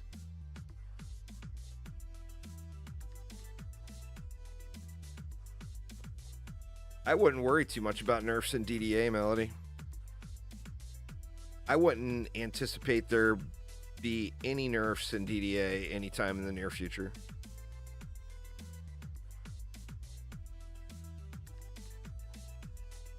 Nah, crit chance does not work on buff beams or boost stars. You can look on the tooltip and see exactly what they pass along. Where you see you get defense power, that's the DP bonus, and you get defense crit damage, which is the DCD bonus. Crit chance does not get passed along. You get golden pets from doing mastery mode, Josh, or buying them from other players.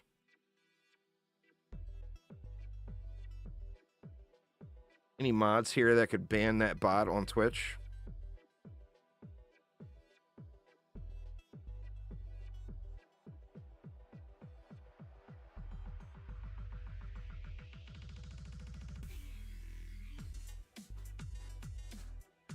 Well, you're going to get 3,000 plus. There's no right answer, Extenza. You have to make that decision for yourself. Don't let anyone, myself included, tell you what to do with that. Because the ancient power system ruins a lot of people's experience in Dungeon Defenders 2 because they listen to what other people say. So don't listen to what anyone else says. Make the decision for yourself. Get the information and make that decision for yourself. Because I can't make it for you. You know? If I make that decision for you, then you're going to be going off my opinion. If somebody else makes that decision for you, you're going to be going off their opinion. Yeah, the golden dino is a POS, though. Golden pets in general is a mastery reward. Used to be an onslaught reward, now it's a mastery reward. The golden dino is not worth the goblin scammer. So true. So true. The old goblin scammer. They go down the campaign.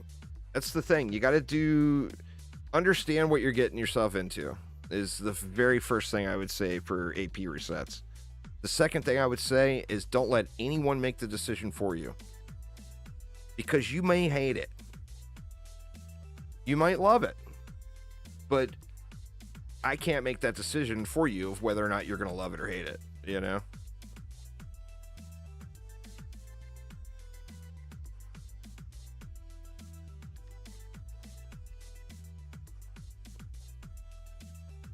Nothing on the... Oh, yeah, no 10 out of 10s yet today.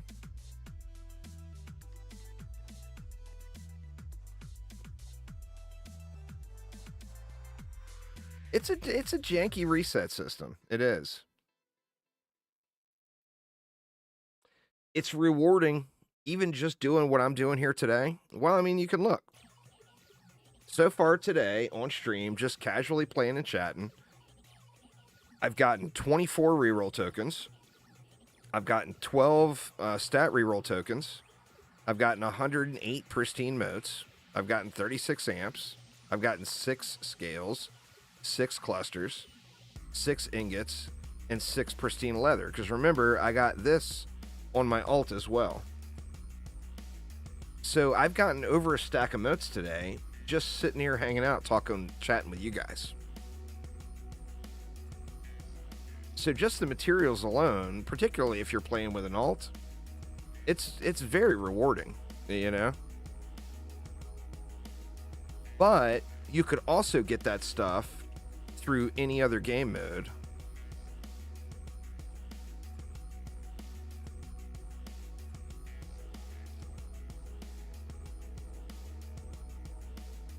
Let's see. How do we want to do the mid?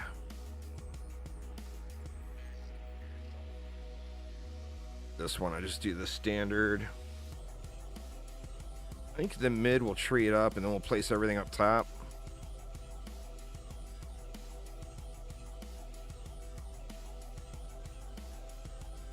We'll give them a lot of trees since we got an enormous amount of DU on this map.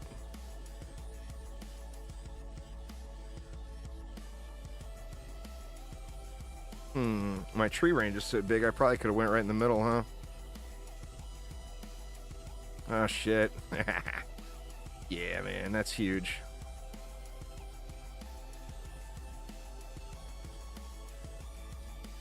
We can get the double whammy here and just go in an ass load of trees here.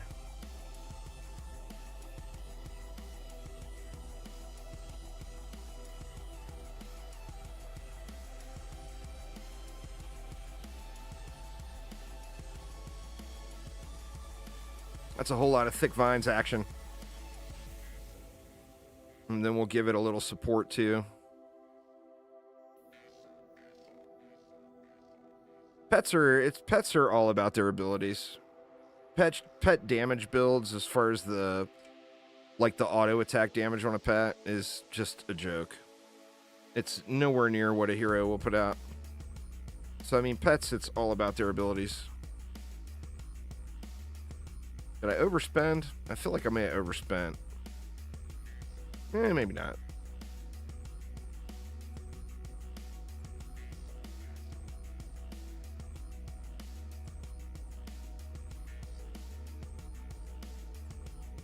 Maybe I did overspend.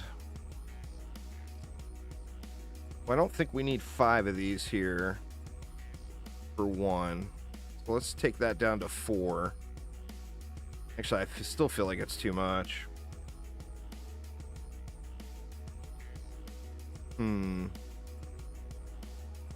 Yeah, let's take it to 3.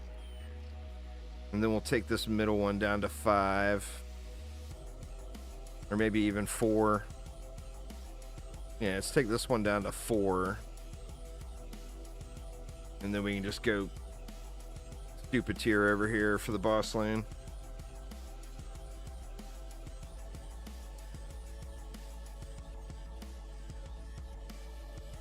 That's too much. We can do that though.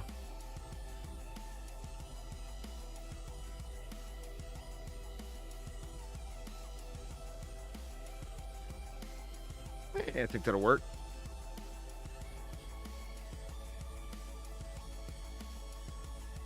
Yeah, you get the reroll tokens every map.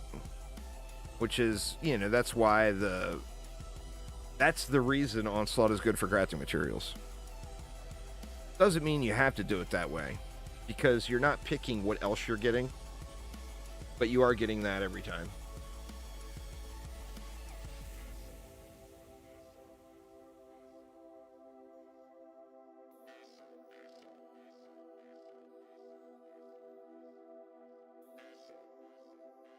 They going after the alt. We got eyeballs on the alt.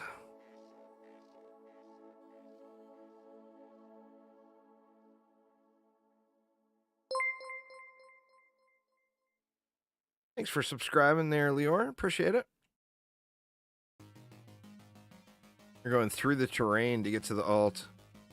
That poor little guy. They're not actually even hitting him. A few of them got some shots off. Bring the alt over here. It'll be safe.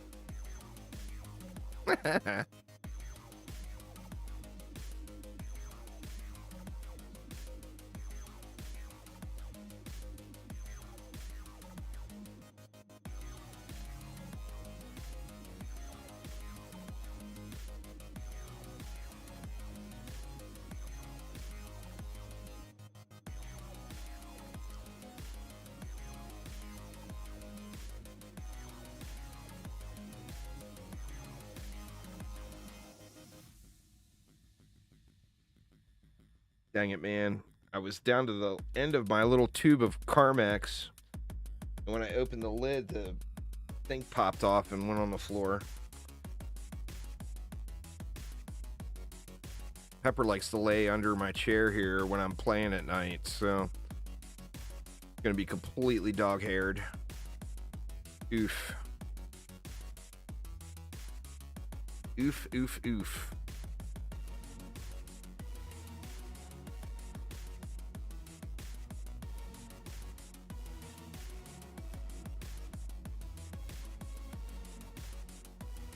Should you make the new character ability or hero damage? It depends on how you want to play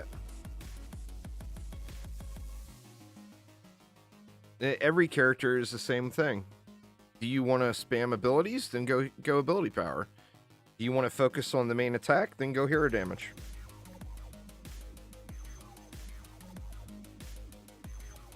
Let's see if these thick vines are wrecking this in here, if the Nimbus is doing all the work.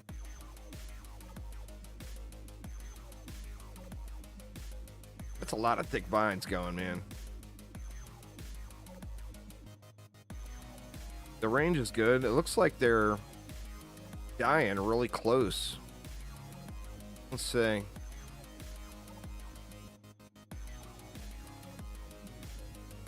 I mean, the Nimbus are getting in there for sure. But I feel like the thick vines are putting in a lot of work.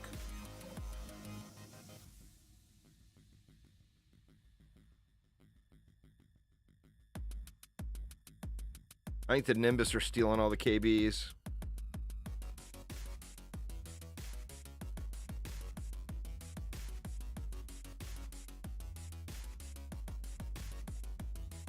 Ain't nothing wrong with asking questions. I never have a problem with anybody asking questions. By all means, ask away.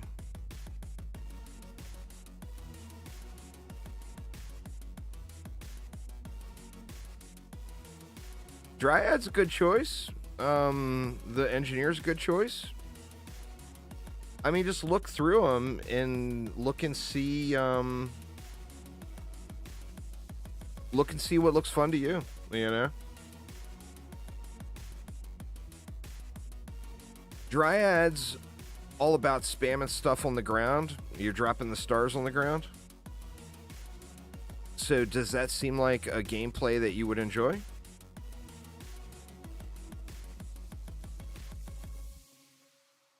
I mean, that's another one of those things. Don't let anybody else make that decision for you. It's your hard-earned medals or your hard-earned cash that you're spending. So you make that choice, you know?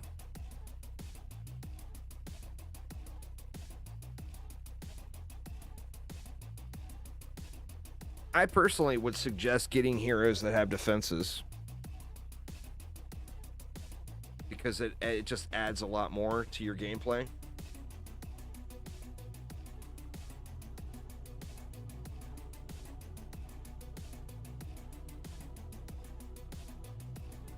Does the portal show all of the heroes now, or is it still limited? I think it's limited, isn't it?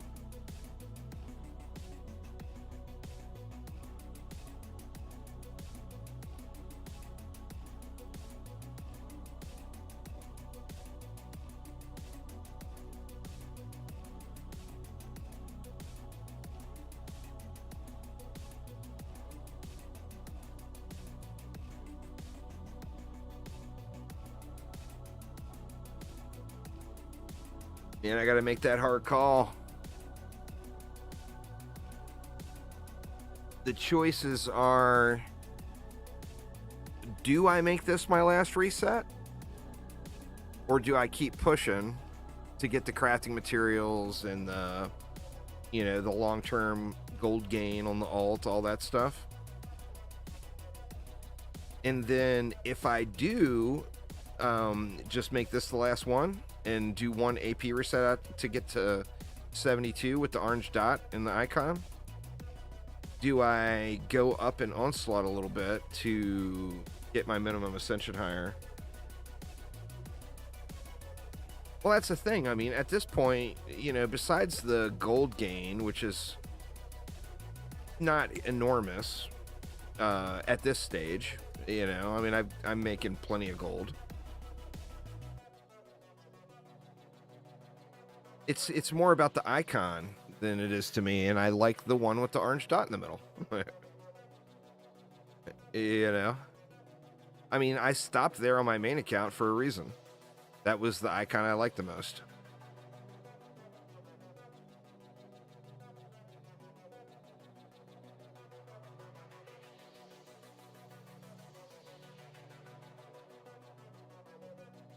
You want the green one? I mean, that's fair. You know? I mean, I want the orange one for obvious reasons, you know?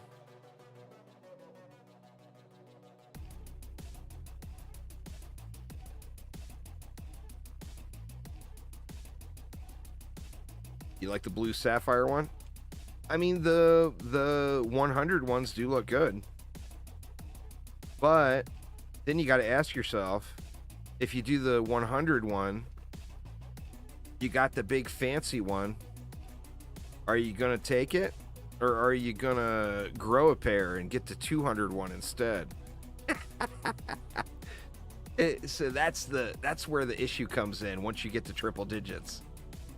Because if you're going to go all the way to 100, why not go 200, you know? Why not?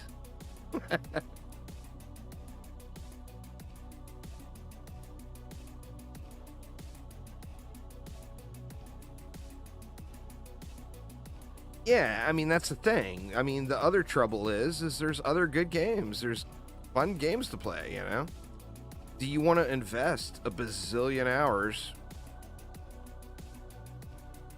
into just playing Dungeon Defenders 2? Because if you go hard like that in DD2, shy of you stopping for a while and taking some breaks, it is going to consume all your gaming time.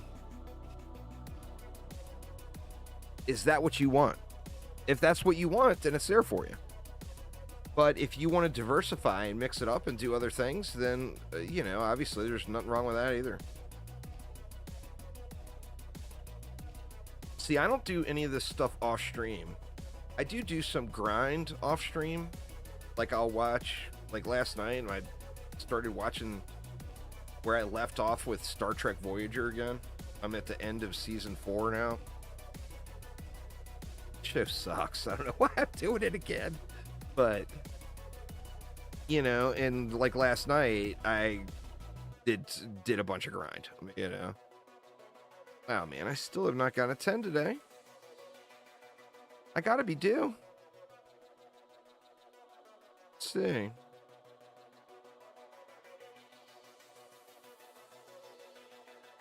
Gotta.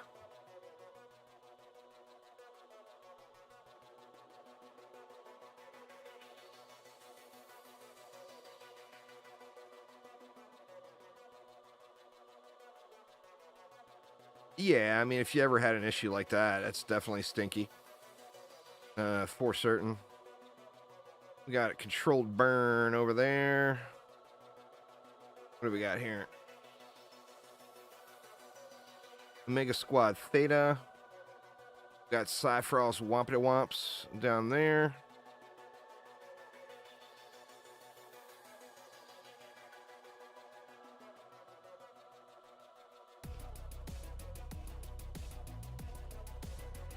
The range on these things are pretty good still. We'll just go like this to cover it all, and then we'll throw something in front of this core maybe. What do we got there? Omega Squad Theta. We are going to have some Berserks. We can throw a tree here just to try to aggro the Berserkers if need be.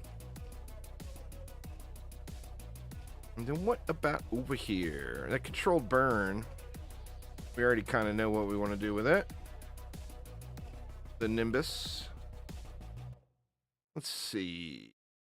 Let's just go with a tree right there.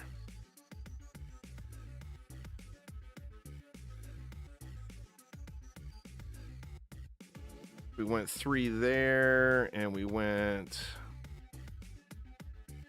stuck on something. There we go. Well, we went 3 there. Gives me 160.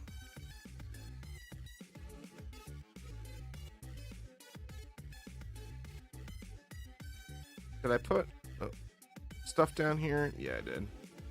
I feel like this area will give the boost star or 2.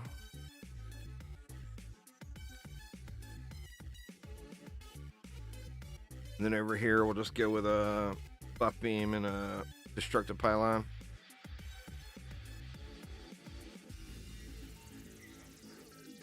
Something like that, maybe?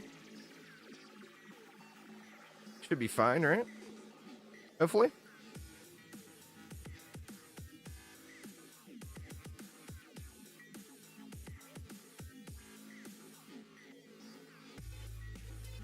Your old Xbox account was permanently banned for something you sent someone in a message?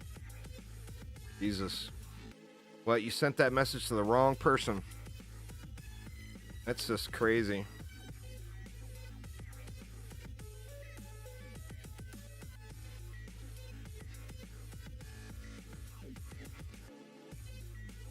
Hopefully you don't play with that person anymore or have anything to do with them. They ratted you out.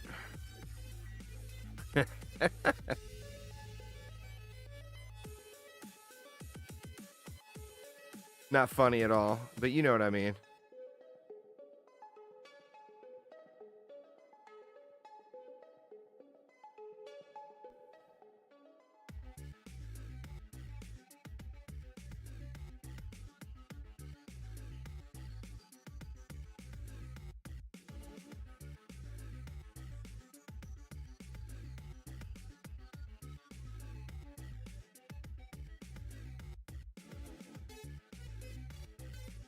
It follows the general rule of everything in life. Don't get caught. That same rule applies to all things.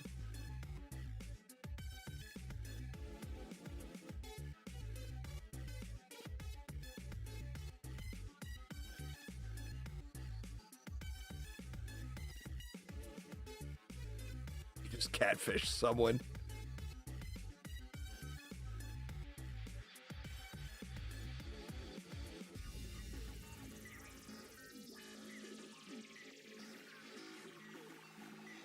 Watch out for the Karens.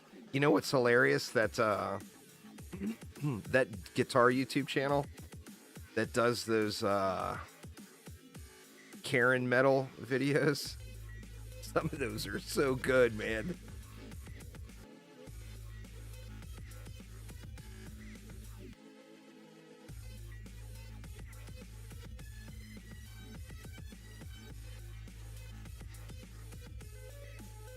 Oh, you gotta check them out.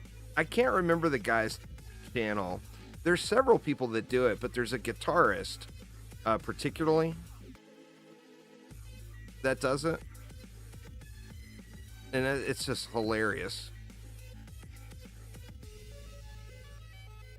Yeah, that's it. Andre Antunes. That sounds very familiar.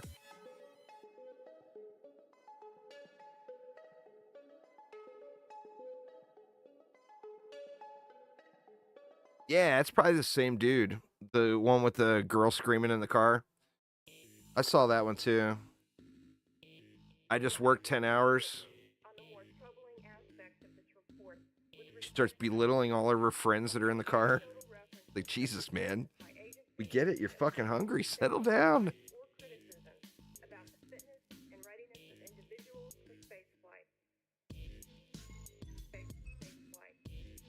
Yeah, he does all kinds of sync metal. He does some good stuff with all kinds of things. And it's a very entertaining, particularly if you like music, it's a very entertaining YouTube channel for sure.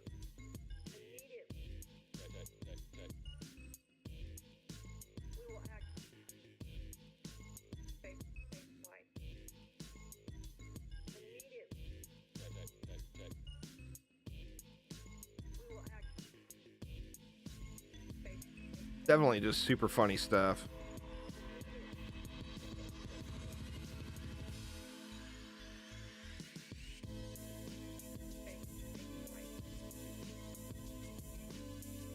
I watch a lot of those music channels that do rando things. That There I Ruined It or whatever channel that does the mashups of random things. The Snoop mashup was hilarious.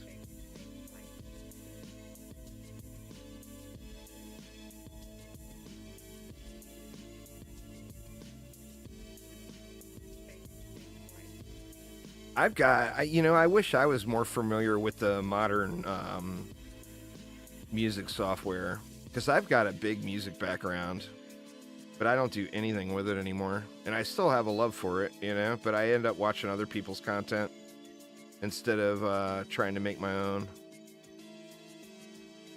But I'm not up to speed with today's software.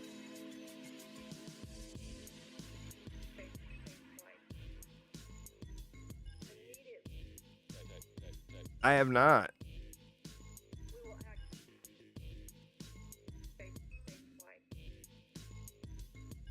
Let me see. Let me put it in a web browser that way I don't forget. Be good to get your feet wet. Let's see.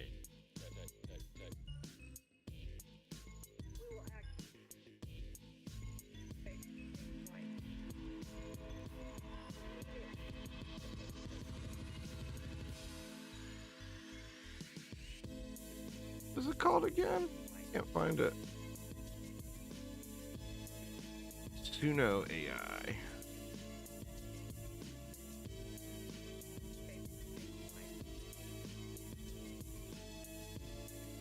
Alright. I'll have to check that out later.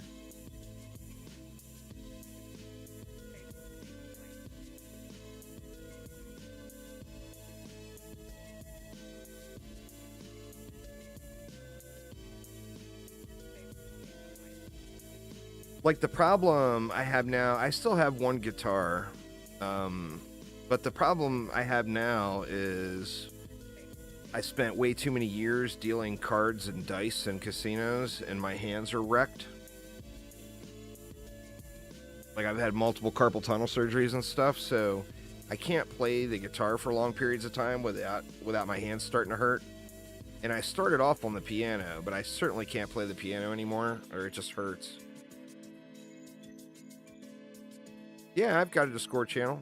Exclamation Discord in chat. We'll give you a link. Or it should be in the description of the video too.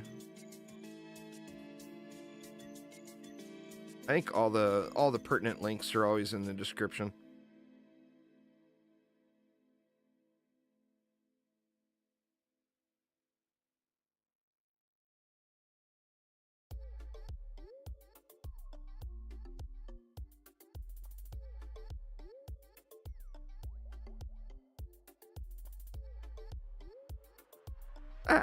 Well, nah, you're not blind. It's just it's buried in a bunch of copy paste mumbo jumbo that's in the bottom of the description of everyone's YouTube videos.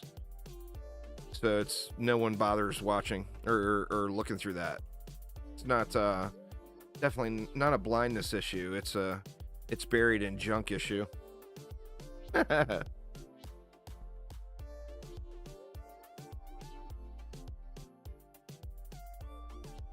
I did stuff with Fruity Loops before. That one's real basic. I'm not sure. It's been a long time since I played around with Fruity Loops. They call it FL Studio now, and it's like a mobile app or something now. The FL, for those that don't know, stands for Fruity Loops. That's what it used to be called.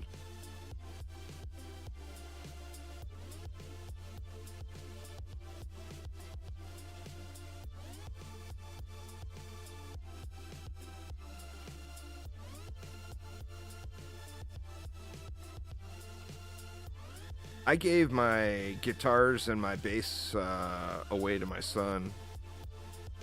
So he's got a Roadstar 2 that has seen some serious days, let me tell you. From back in my punk rock era, playing in DC, in bands in DC when I was a kid. If he could only see what that guitar has seen.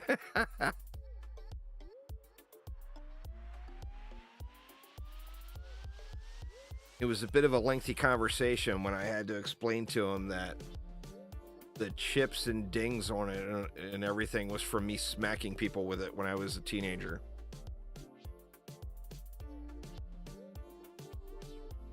It took him a minute to get over.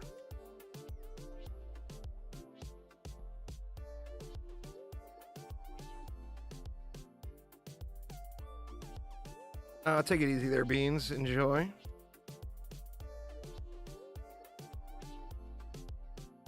Well, I mean, I kept it in the family. You know, the son, he's self-taught. He learned off of YouTube. He plays fairly well.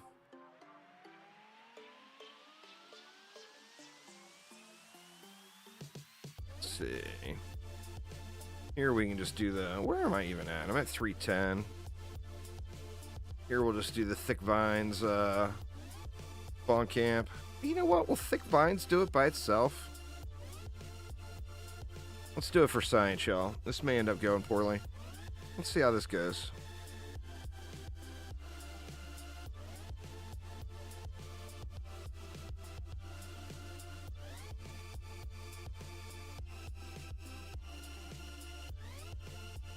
Give it a bunch of crit damage. We'll thin it out just a little. We'll make it 3 wide. Give it a reflect beam here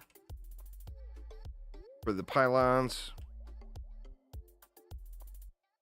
Give it a bunch of crit damage. I wonder if that will hold. It might. It might not, but it might.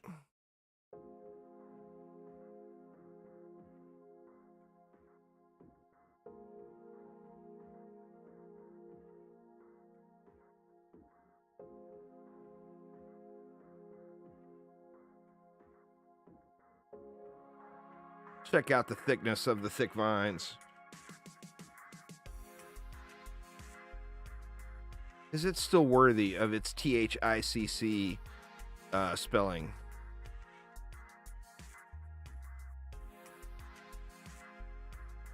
I was in the era I was there was like the old DC hardcore punk scene, Minor Threat.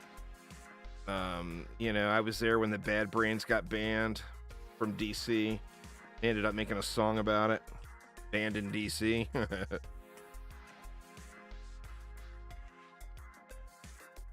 But Minor Threat, I definitely kind of grew up alongside of those guys. All right. Will it work? Or am I just wasting time? I mean, I guess we got a bunch of mana.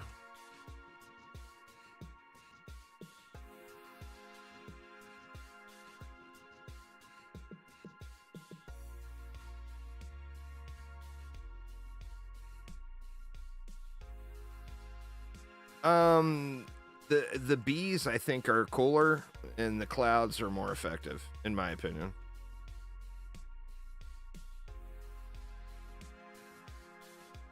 Using EV's defenses? I mean, early game EV's defenses are great.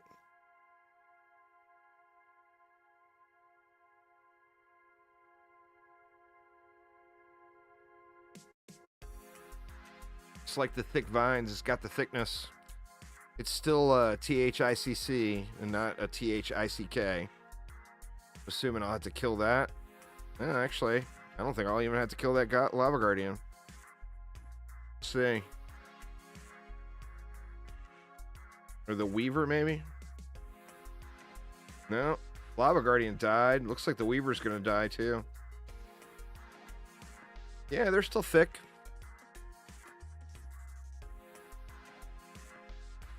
They are indeed still the thickness.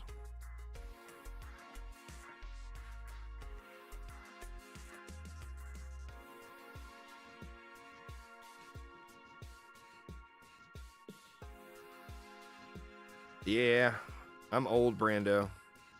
I turned 51 like another week or 2 weeks or something. Actually, it's 2 weeks from Sunday. 51, you believe that?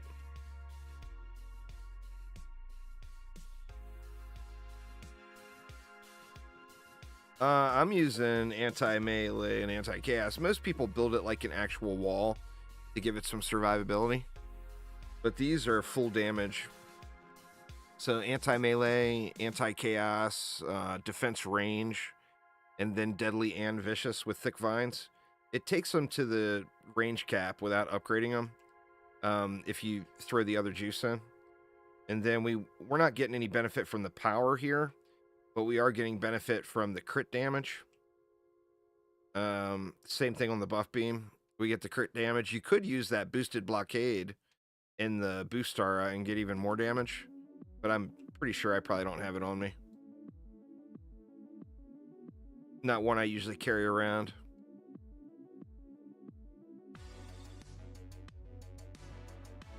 But you see, 720, 833.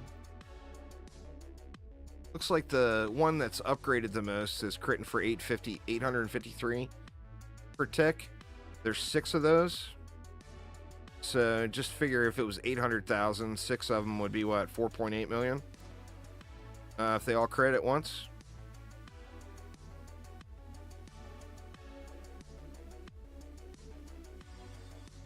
The Ember Mount Relic is so perfect for farming Chaos 9. If you ever do any Chaos 9 farming, that Ember Mount Relic is just payday, man. The builds go so fast. And the lanes just melt.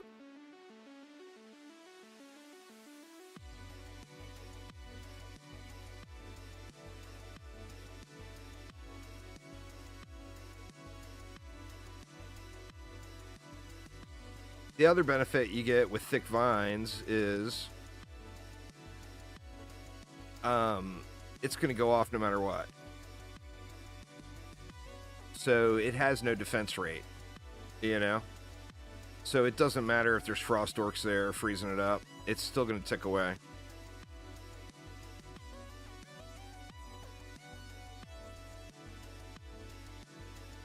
It's kind of memey, though. I mean, you definitely don't need it at any point. I just figured it'd be fun to try it out on this one.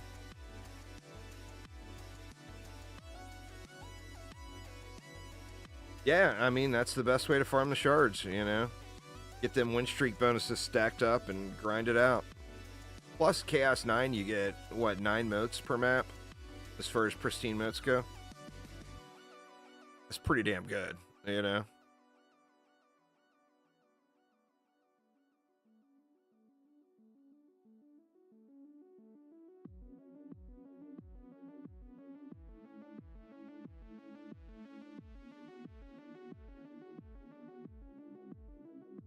See if Nash. Oh, Nash is getting chewed up. Wow. Didn't really expect that.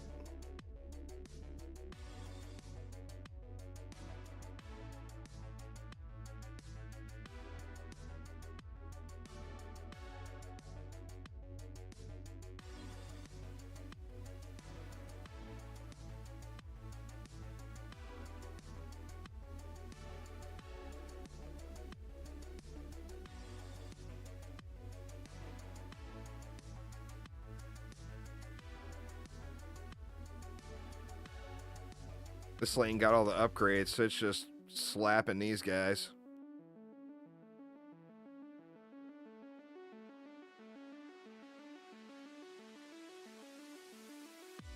I played at CBGB's multiple times. I was the opening act for the opening act of... So I was the, basically I was the opening act of 3 bands of the very first Megadeth tour at CBGB's. I also opened for Agnostic Front. I don't know if you're familiar with them. Opened for Agnostic Front at CBGB's as well. I don't know if you're how familiar you are with the Baltimore, D.C. area. We didn't get up to New York very often, but if you're familiar with Hammerjacks at all, we played at Hammerjacks often. That was the good old days, man.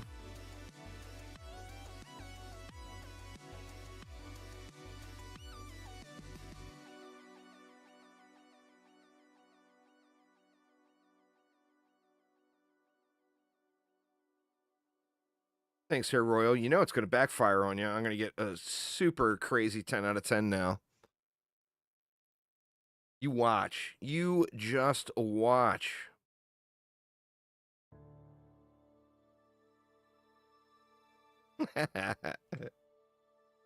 It'll be a good one, too, like a defense raid or something.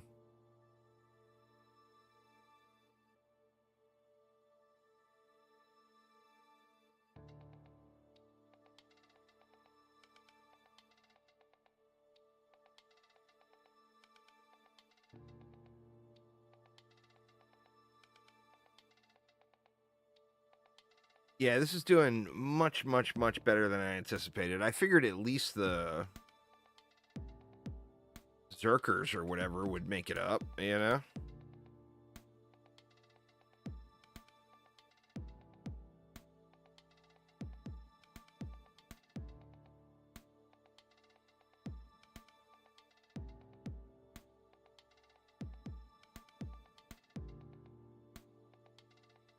Calling it now, and it's a range boom. I got an anti-skelly last night. Maybe I'll get a skelly boom to go at my anti-skelly last night. Actually, I think I just trashed it. I can't imagine I kept it.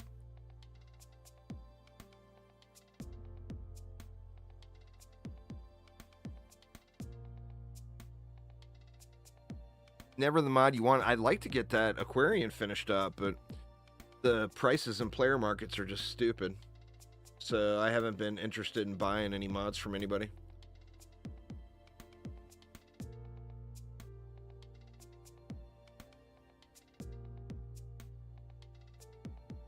Dang it, man. I went and brewed that coffee a while ago, and I left it sitting out there in the espresso machine. It's gonna be gonna be iced coffee now. But give me just one sec, y'all. I'll be right back here with the old iced coffee in hand.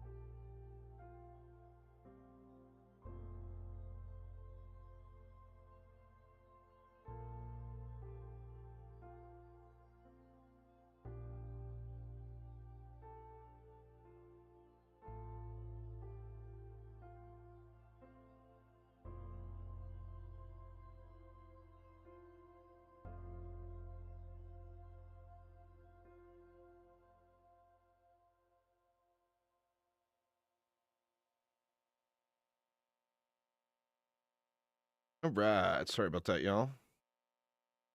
Boy, I got a good one too. I got that foo-foo for French vanilla creamer. What's going on? My character's stuck.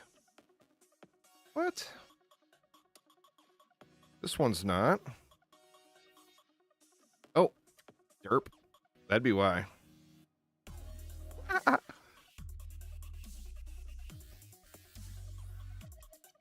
All right. What about over here? What do we got? Winners here.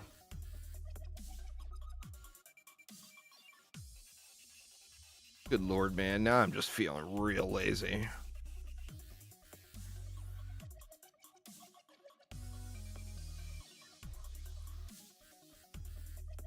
I mean, is 4 of them enough?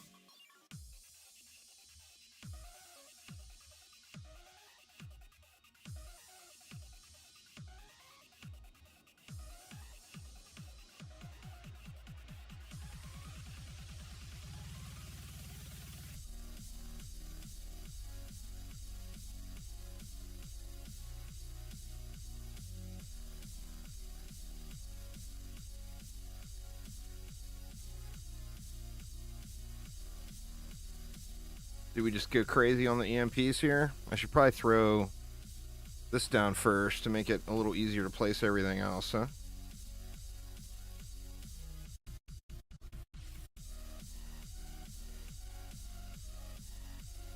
Oh, you know what? I'll squeak it in.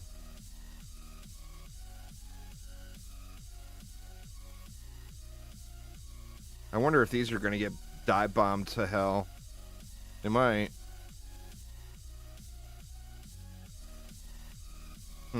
That's not going to hit all of them, I don't think. Get one over here, too. I think I can get a boost star to hit it all, though. Let's see. Oh, shit. Look at me with my all for one. Smooth. Getting no value out of a shard slot on my boost star all day.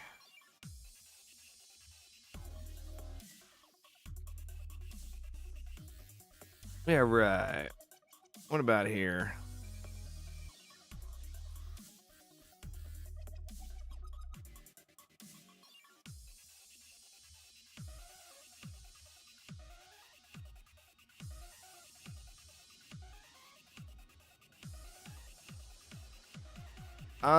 I personally would run... Well, C2, you want to focus on tower-type defenses.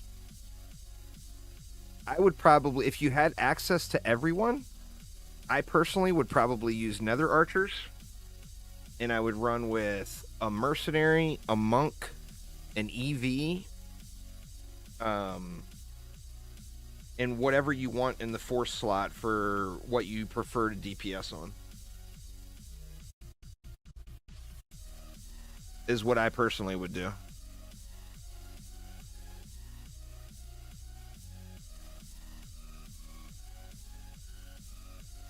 What do we got here? Make a squad. Delta.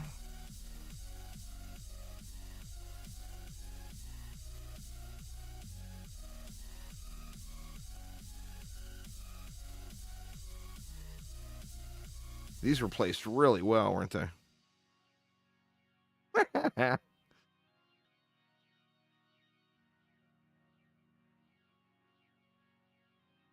Yeah, nothing wrong with that. A squire for a training dummy is a fine choice. Remember, this training dummy sucks until you have automation, though. So you're only in C2. I would probably go, personally, if you weren't using reflect beams, I would use the apprentice wall. The arcane blockade. The training dummy is not going to be super valuable until you get the automation shard. Once you get automation, then the training dummy is going to be crazy for you. Auto repair is nowhere near automation. I mean, automation is ridiculous on that particular defense. My favorite one defense? That's a tough one there, Josh. It's a hyper shard. You have to earn it. You can't buy it. You can't do any endgame setups out of the store. You can come close.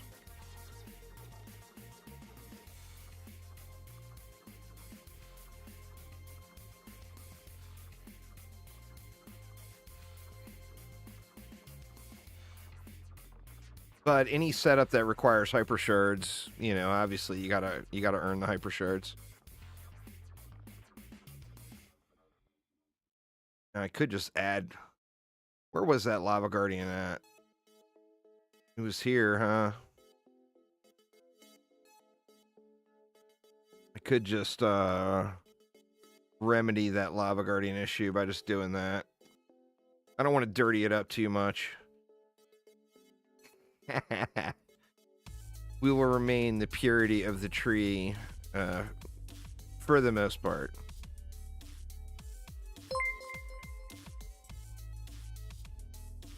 Snotty Alien, thank you so much. I do appreciate it a ton.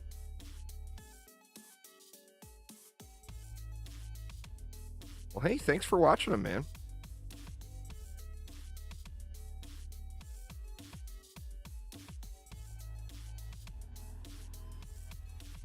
The carbon dioxide trees to poison the mobs. Well, I mean, aren't all trees carbon dioxide trees?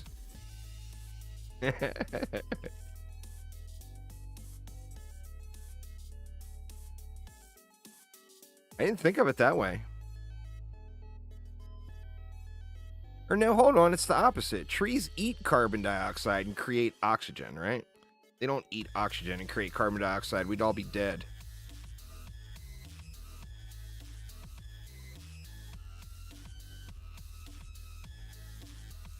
That would be bad. Could you imagine? Chop down your trees. Everyone chop down your trees.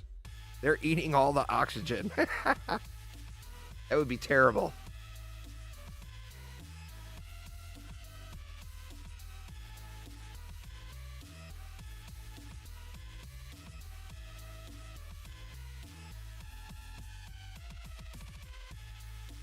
Oh, it's all good, man. I appreciate it. Every amount, no matter how big or how small, is extremely helpful. So thank you so much.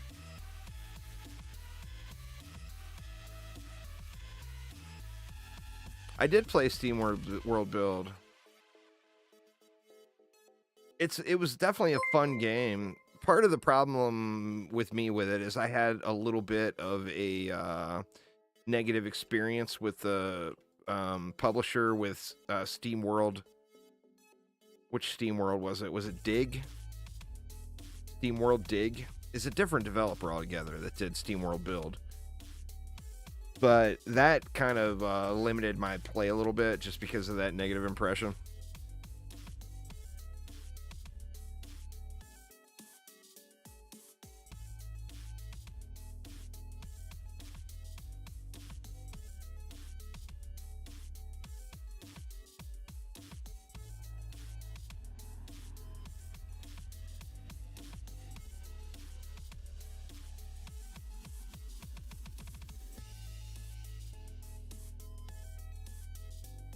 But yeah, it was fun. I know a lot of people that really enjoyed it. Played through all the possible setups, the possible towns and starts and everything.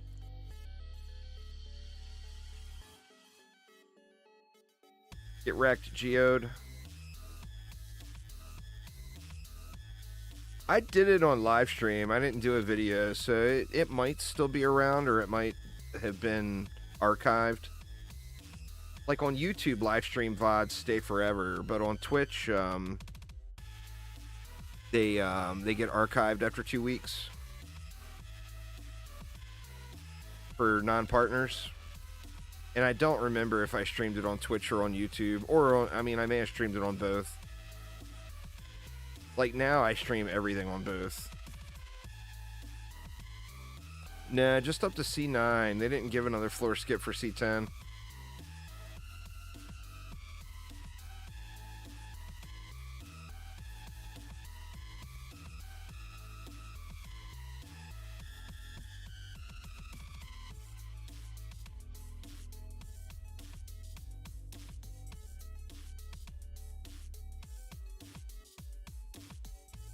That one's a mixed bag.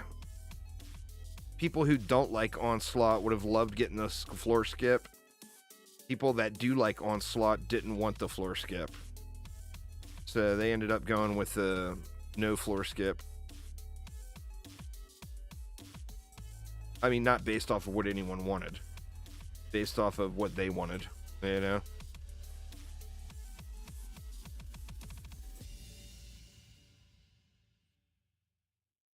If they would have given a floor skip, I probably would have done a 999 push, though. Just saying.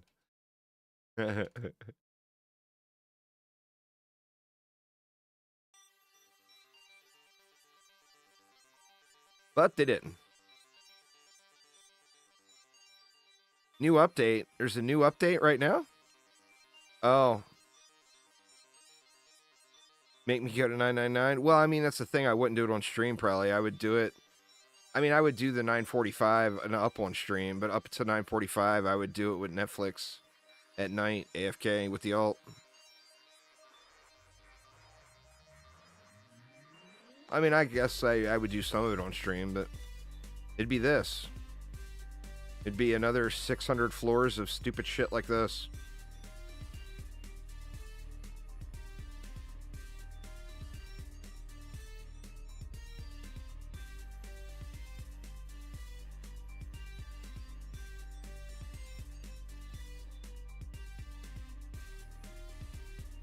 I'm just not a fan of re-rolling, is the thing. It's the same thing with, like, this system was themed from Diablo 3 Greater Rifts. They straight up said that. Like, they got the idea for Onslaught and the Ancient Power system from Diablo 3. And it's the same thing there. Like, I hate doing GR 150 pushes because I can't stand re-rolling maps. I want to load into a map and play the game. You know? I don't want to sit there and have to worry about, do I have the right mobs or not, etc. That's the biggest turnoff for me, I think. I mean, like I was mentioning earlier, the reward you get from the crafting materials and all that is plenty good enough for it to be worth the time.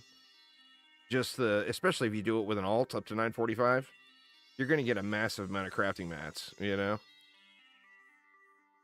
But it's the whole what comes after thing.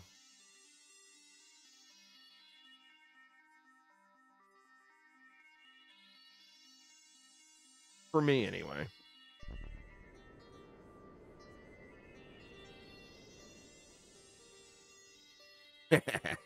It's not worth. Well, I mean, if you did it with an alt, you'd have an enormous amount of crafting materials. Oh, yeah. I'm aware after 945 is not worth. You're full on in EPing mode at that point. And do you have a group? Now, I could get together a group without a problem. But a lot of people can't say that, you know? Uh-oh. What happened? We didn't get the end of screen pop up. We're going to get booted out to town. This happened to me last night, too.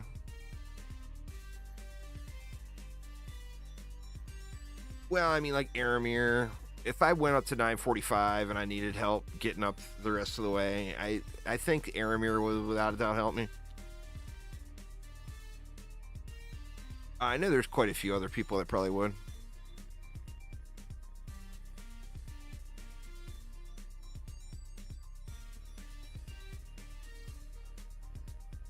I would ask them first, though. Because I wouldn't bother pushing up there if they weren't into it.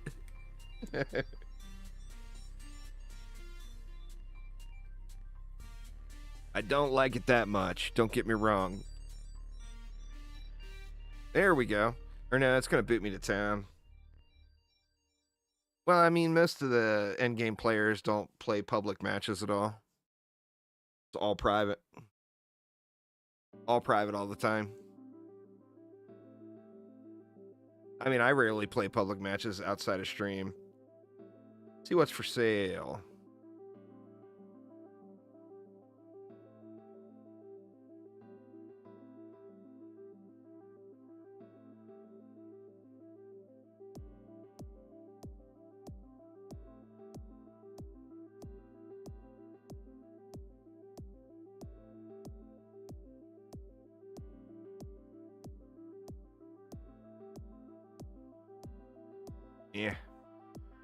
Nothing I want. All right, where were we? That just is recent. I never really had a problem with that before, with getting booted out the town.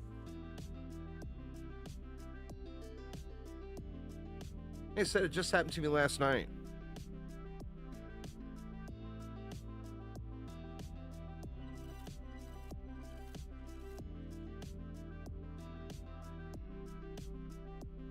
Yeah, probably, or one of the back end changes or something.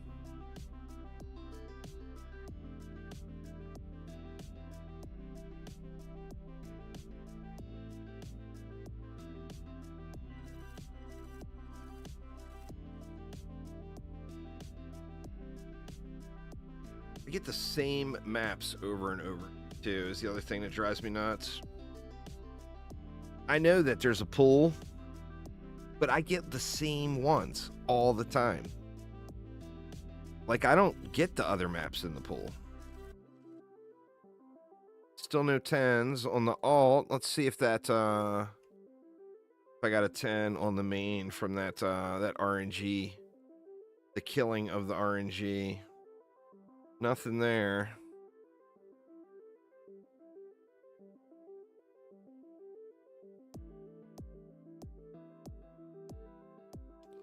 Nope, no 10s. It must have worked.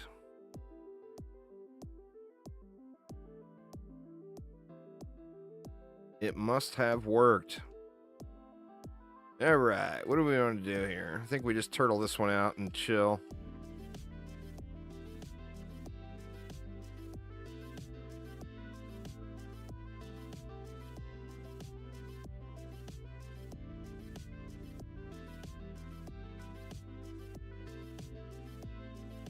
Get a tree in here first. We can't put the tree inside, can we? Not really.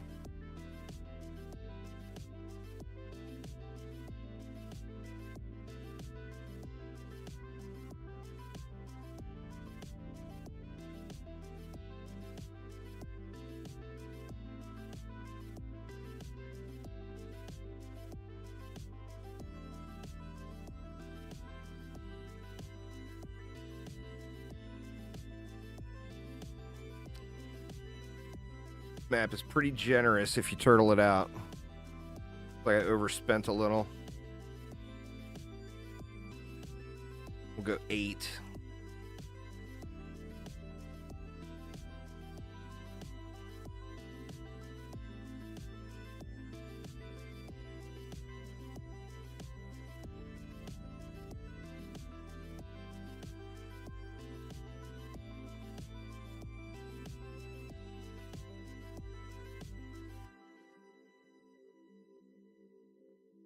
Not gonna have flyer protection on the backside, but hopefully we won't need it.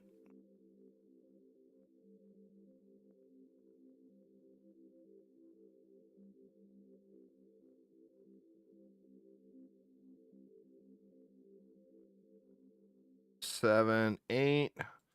Actually leaves me 100.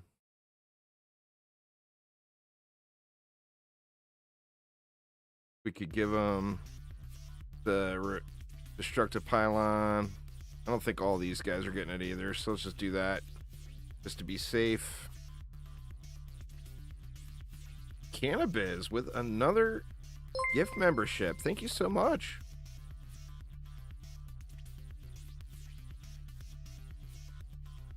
Does Boost Star cause damage buff mod to work? Yes.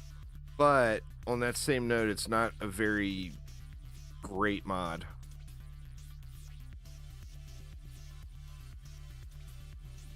Yeah, like you'll get more overall value out of using something else just because of all the diminishing returns.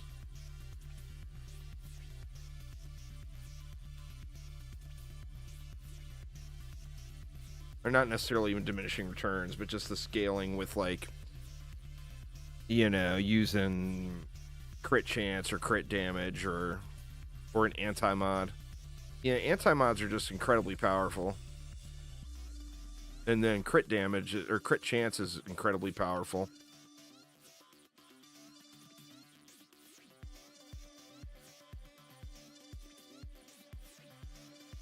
Are you just swapping out rando stuff while climbing? Yep, that'll do it.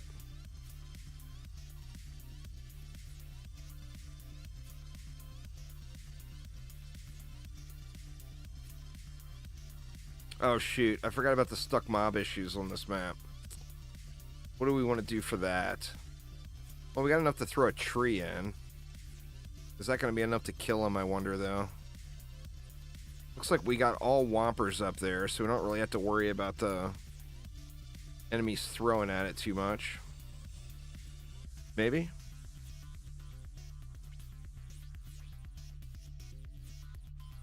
There we go. I always forget about that.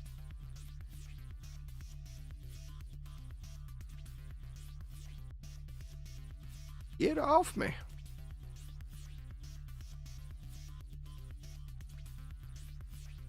Another upgrade. You know, it's probably at max range already. I don't think we'll get another upgrade, another range boost.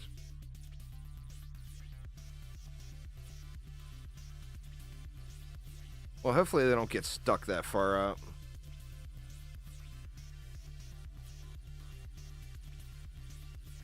Every third-person defense game ever made has got mob pathing issues.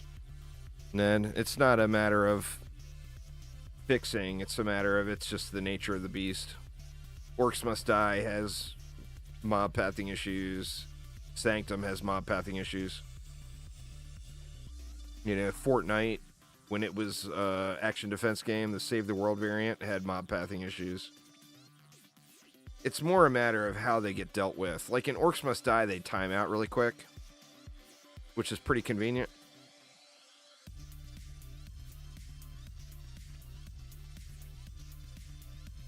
I think I might need to move a Nimbus up there. We'll see here.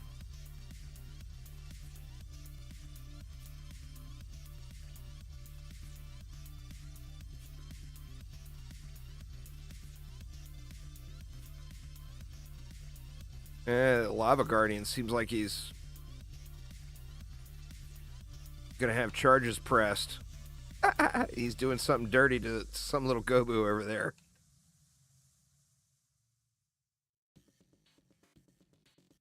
Well, it's like I said, it's not if they're gonna get stuck, it's how they're dealt with. And in DD2, they take a long time to time out.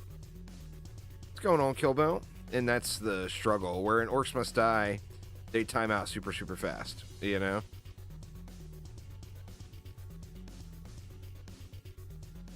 Yeah, we're gonna have to move Nimbus up.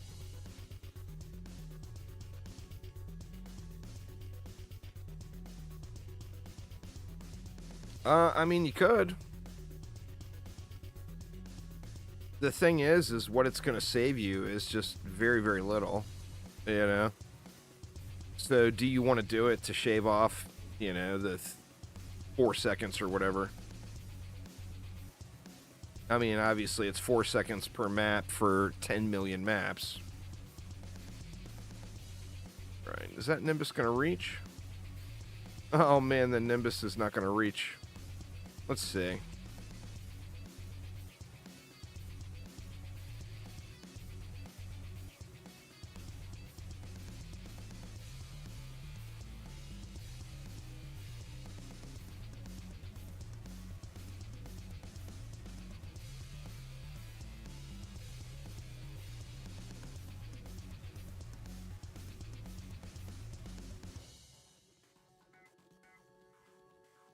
I'm not going to move anything now. It's not a big enough of a deal for me to really care.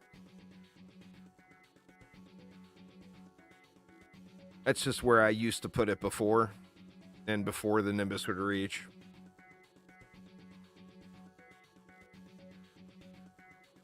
Recently started playing DD2 again. You having trouble with Chaos 8? I would say use towers or defenses that have a lot of range. That way you're killing those spiders away from everything. Don't try to, like, slap auras down in the spawn or whatever.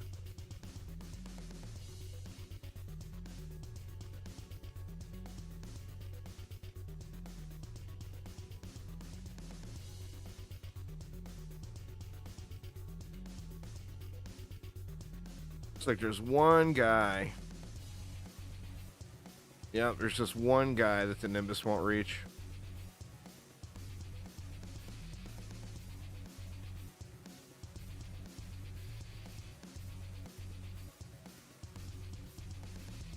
Miss the days of nodes and R spam and C7.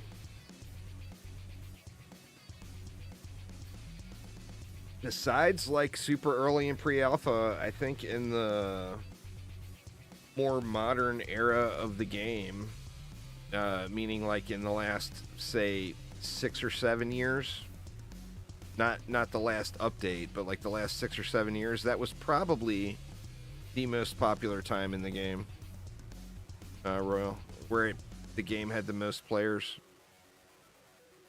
Obviously, pre-alpha,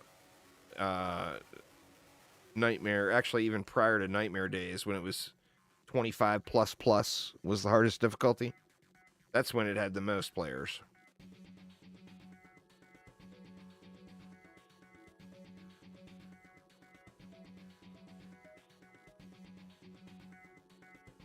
But yeah, man, people love that.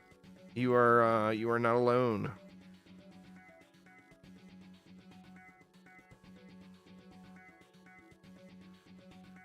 No, 25 plus plus was, I think it was inspired by DD1's loot system, where it's ultimate and ultimate plus and ultimate plus plus. Or you got the other ultimates in the mix too, the 93s and etc. But the max level back then was level 25, and the difficulties were based off of your level. So like your first goal was to get to the 25 maps, and then you could do the 25 plus maps, and then you could do the 25 plus plus maps, and plus plus was the hardest difficulty. And the game was incredibly hard back then. That was before all the power creep and all that stuff. Like, I can remember probably the first dozen wins anybody had on the Betsy map, which was the big boss map at that time. Everyone used the exact same build. Oh no! Shit, I didn't even see that roller rolling down. Everybody used that exact same build because it was the only thing anyone could get to work. And that was lightning auras back before they were single target. You know, when they were AoE defense like a flame aura. And geyser traps. And people used the electrocute combo, and that's how everyone was able to, or not everyone, but that's how the first players were able to beat Betsy when it first rolled out. It was a fun time in the game. Things were hard, you know? It was super challenging. And then the problem then is the game was being developed by venture capital company. So it was, you know, they would limit the devs and wouldn't let them, like the designers that were designing the game, they wouldn't let them do things like, oh, the game's not going to make any money for you to spend in your time doing this, so you can't do that. And that's how some of the bugs ended up stacking up and everything else. And Chromatic has managed to get a lot of that stuff fixed, but it's just the nature of the beast. It's a game that was made by Bank, you know?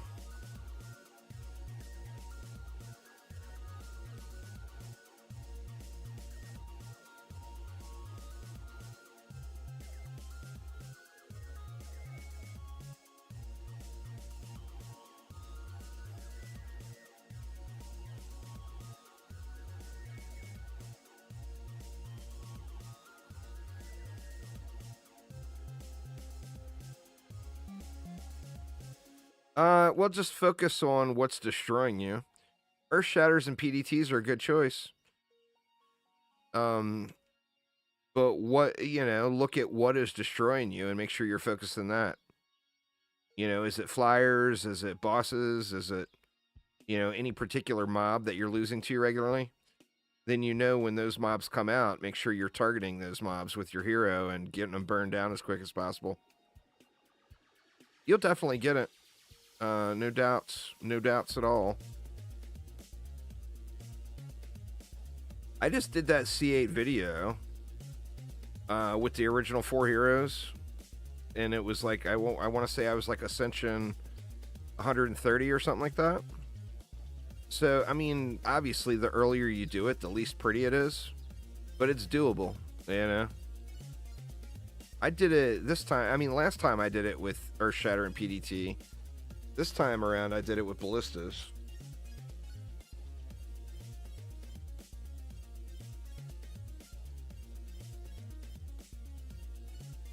Well, the thing with C8 is it's the first gear check in the game that's enough of a gear check that it makes it very rewarding for you to have additional heroes, is the big deal. Like, if you go into C8 with the Mercenary as a new player and say you paid real money and bought the Mercenary, you're going to wreck it. You know, same thing can be said about C9. You go into C9 and you have the Lavamancer, you're going to wreck it.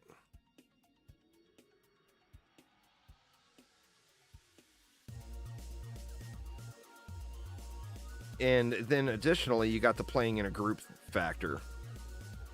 Everything in the game, from the highest difficulty in the game to any sort of struggle, if you're playing in a proper group, and I don't mean a group of someone standing AFK on the core hitting G, I mean someone who's actually playing the game with you and like providing active DPS, there's no substitute for having another player, you know? So having a 2-person group or a 3-person group of all people that are trying to progress and are breaking into a new tier, you're gonna get the wins on your first try because the hero damage is just so powerful, you know, or the damage output from heroes, I should say, since hero damage is a stat. Just great benefit to be had by having a homie on every lane, spraying it down, you know?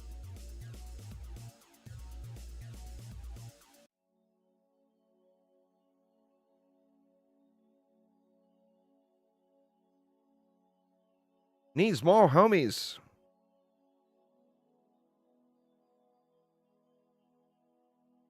We got the inventory spam map. Oh, joy.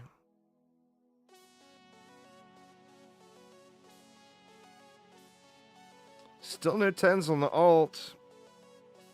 See the main. I gotta be overdue. I gotta be so due.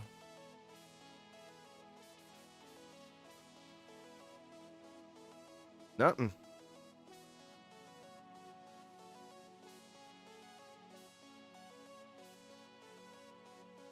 All right. How we want to do this one? Oh, shit. Mistakes were made.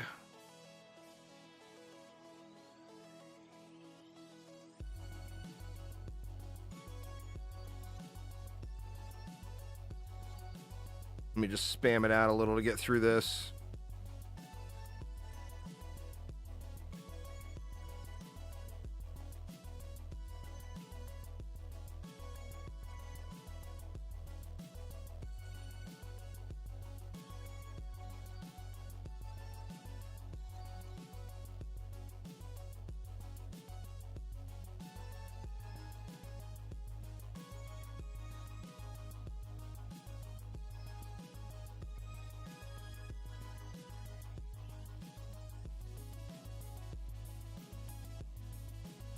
Oh, hell.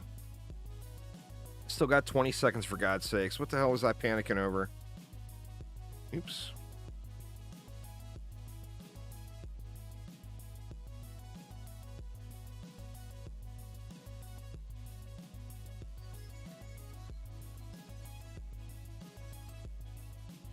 Yeah, I was going to try to share the destructive pylon here, but not going to make it.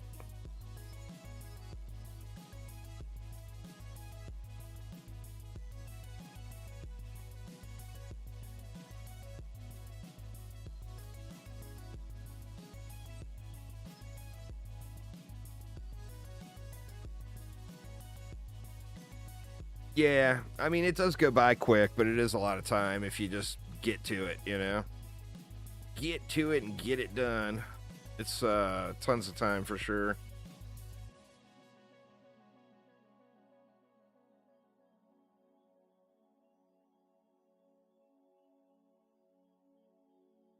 World tree down. Ooh. There we go.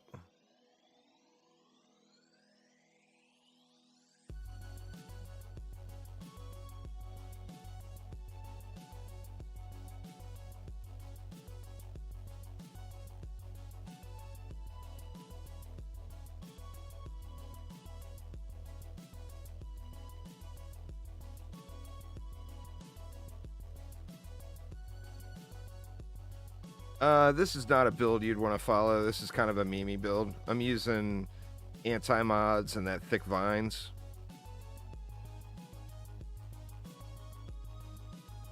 If you were just setting it up, I would set it up as a tanky setup, and then you can also use the relic on other things. So, like, I would go with... I'll show you. Let's see. Do I have one sitting? I would go with something like that. Accumulator, protective downgrade, and hardened. And then use, Juggernaut, automation. You could still use thick vines if you wanted. But you'd give it a lot more survivability. Okay, we got 50 more. What can I do with 50? Well, we can get a destructive pylon here.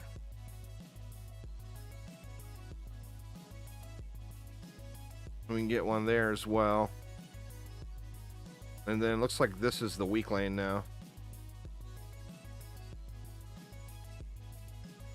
What's going on there, VMP? How you doing?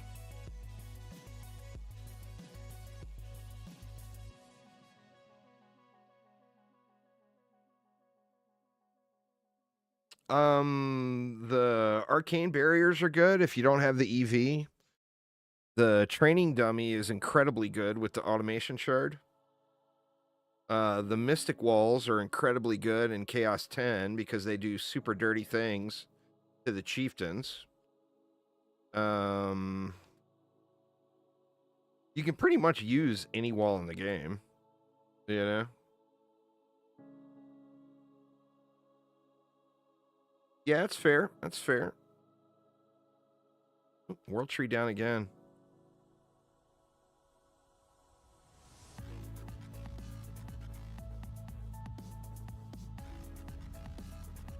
Luckily, I don't need it to keep those bees functioning, or those Nimbus functioning.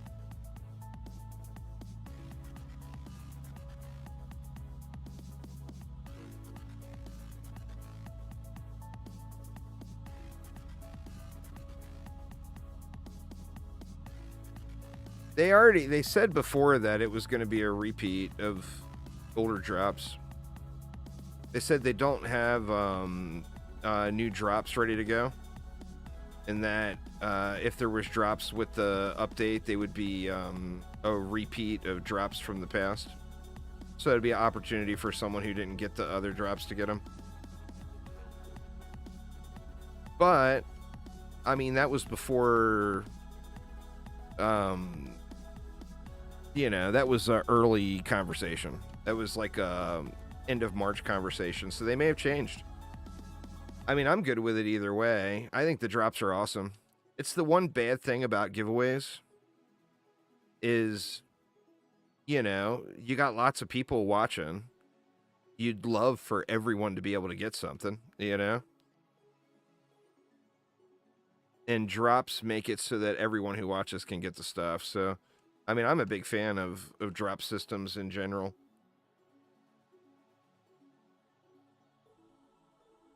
Scavenger getting spammed with them grays. Guess I should go over here and shoot this guy, huh? He's been doing my tree dirty here.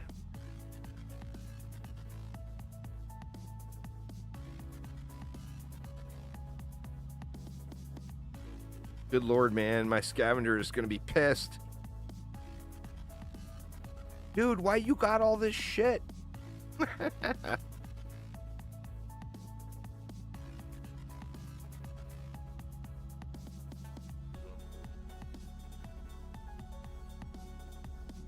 What up, Panda Bear?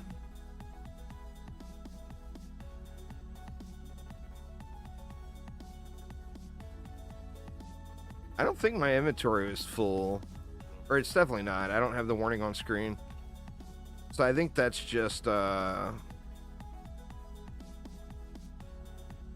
a few flyers that died outside or whatever.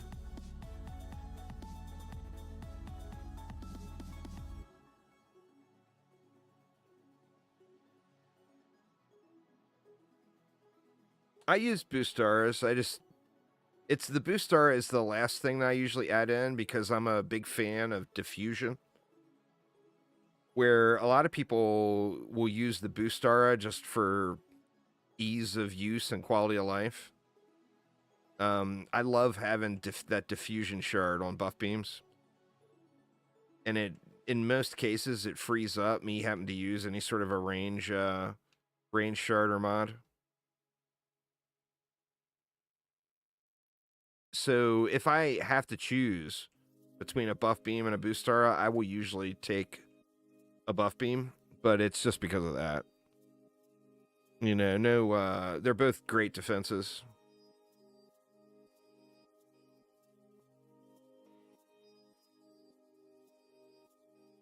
It was the complaint, you know? I mean, our complaint, or most of the players' complaints about the boosts and the buffs are that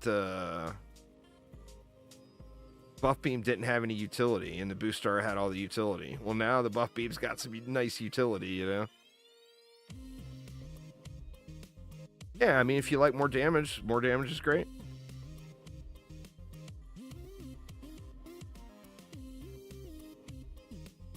All hyper shards come from the same place. You get one of every hyper shard from doing mastery mode. You get another one of every hyper shard from doing prime incursions. So, like Unreal mentioned, the easiest way to get that one is probably to do Chaos 8 Prime 5. I mean, you're long term, you want to do it all anyway, because you want two, right? What's better than one hyper shard? Two hyper shards. So, I mean, you're going to want to do mastery anyway, but as far as getting it quick, the quickest would definitely be to go to incursions for that one. The quickest mass destruction is from mastery, without a doubt. But the quickest automation would definitely be from incursions.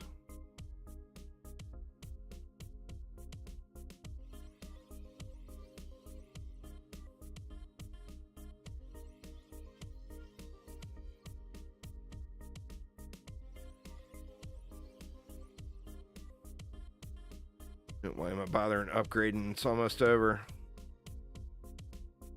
We get the temple next again.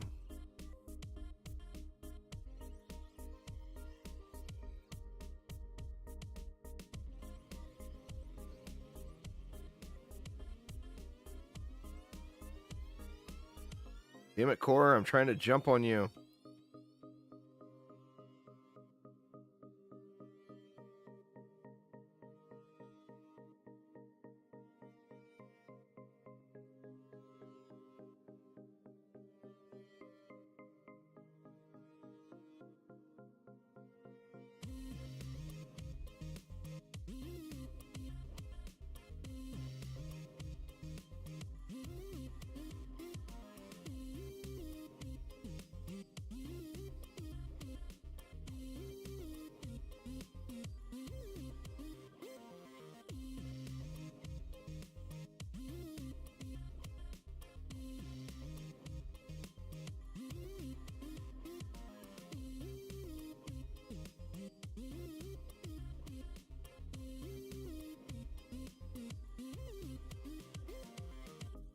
See how big of a mess the inventory is. 3 bags. 3 bags of grays. Oh boy.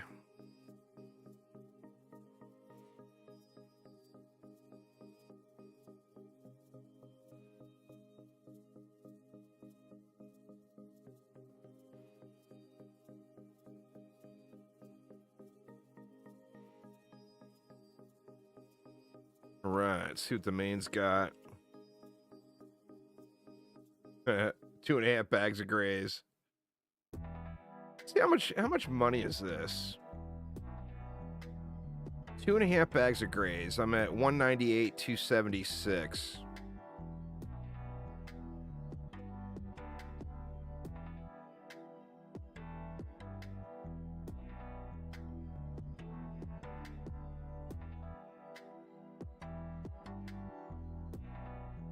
Not as much as I thought it would be. Tender Raven. 276. That's what? Like 150,000? That's not bad for sold items, you know?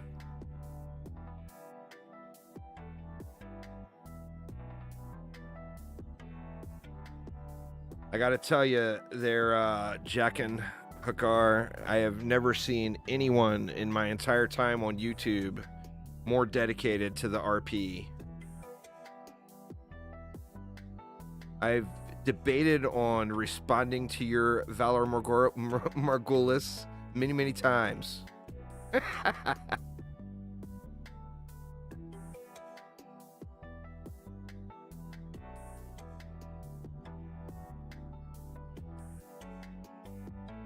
Let's see. The Game Ogre's over there.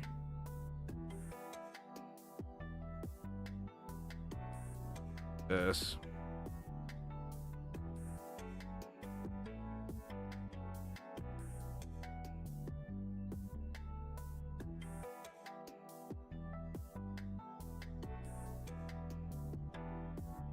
It's probably a little overkill for wave 1, but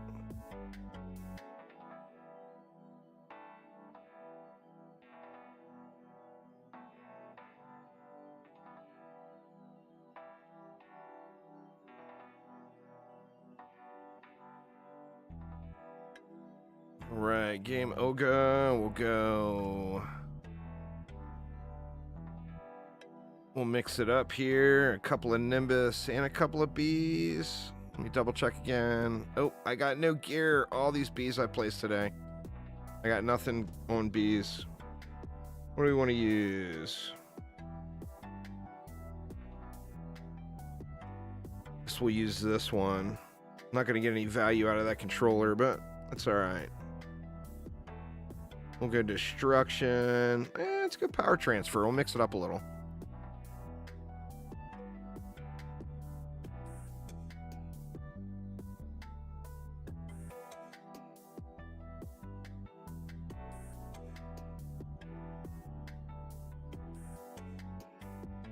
All right, we got a double here with some throwers and then some sparks and shields.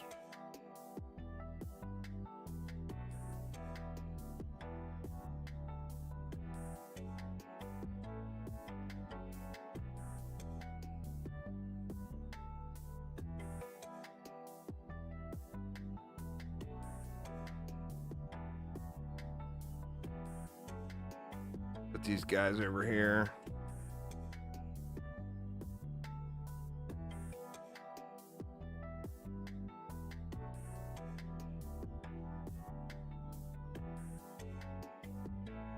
Build it long on the one side to prepare for what's to come. We got the roller lane.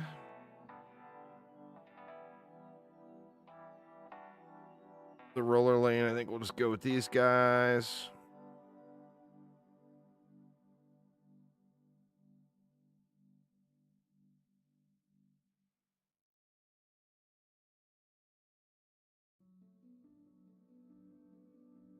And then, what, we got a Mega Squad lane here.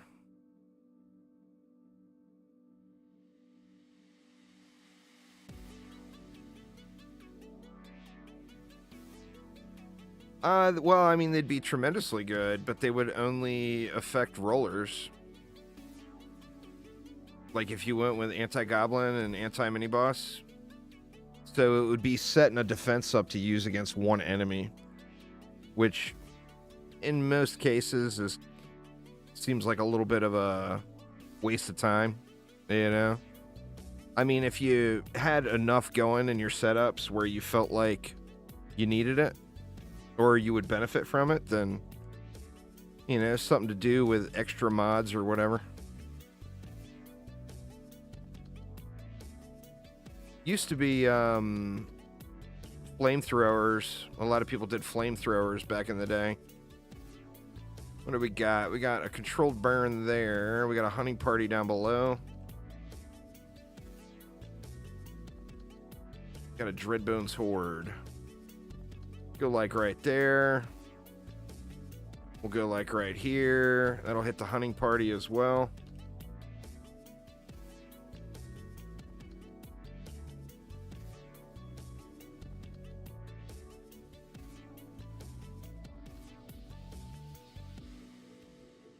Spam a bunch of Nimbus in the middle. What do we got left? Yeah, we got enough for a little Nimbus spam. Where do we want them, though?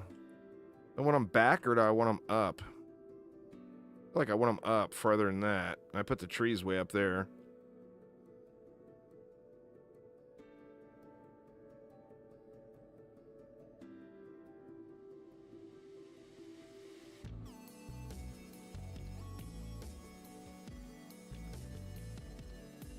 And then we have blown all of our DU. So what do we do? Well, we're going to have to tone down some of the overkill somewhere.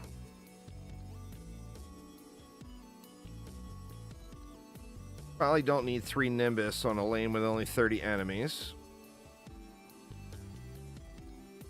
And that one I feel good about. Do we need 5 of these? I feel like we can get rid of Nimbus over here too. Get 1 Nimbus and 2 Bs. What does that leave me? 140.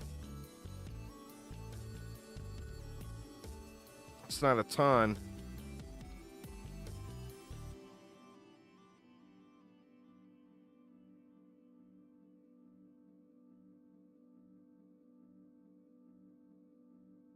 Oops. Man, rare. I spend all the mana or all the DU that early. Nah, the golden dino eggs are worthless. I usually don't even bother trying to sell them. I usually just throw them away. Personally. You'll see people selling them. But the thing is, as is the case with all things, just because you see somebody selling it doesn't mean there's going to be anybody buying it, you know? And I think that's probably the case with the golden dino. Just not going to be a whole lot of buyers. An enormous amount there, the myth. I did a video on Shard Pack RNG back several weeks ago that you definitely don't want to watch.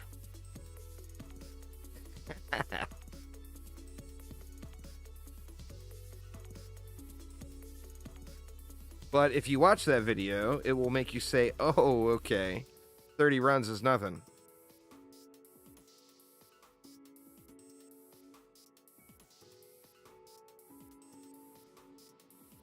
The question is, do you really want to know the answer to that question? If you do, I'll tell you. But do you really want to know? Because it's bad. Shoot. I done spent everything here.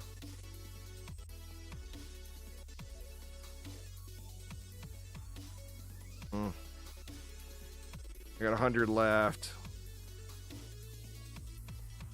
You play old school RuneScape? Yeah, you're fine then. You'll be fine then. I don't know the exact math for Deadly Strikes. Like, I don't remember how many are in the tier.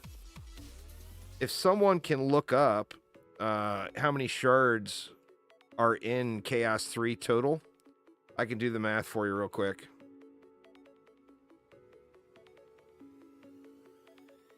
Not enough mana. Alright, let's just kill these guys then.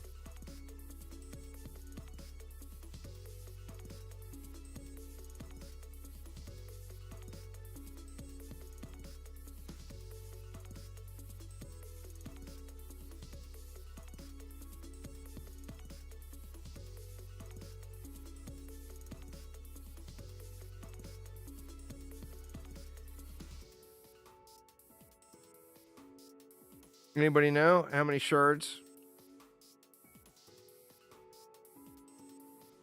50% for 31 openings, 90% for 101. Sounds about right. So basically, where you're at right now, mathematically, would only give you about a 50% chance of getting one.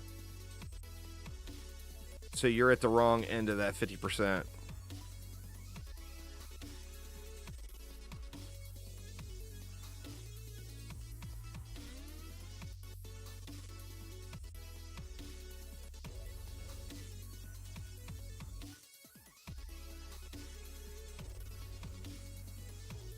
Definitely gonna have to do something here.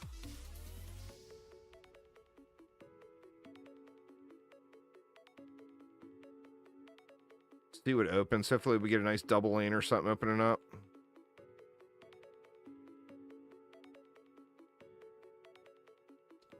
There we go. That will help this lane out because I won't have to do really anything on that one. Could maybe add one more Nimbus in. Let me grab some mana from the alt here real quick.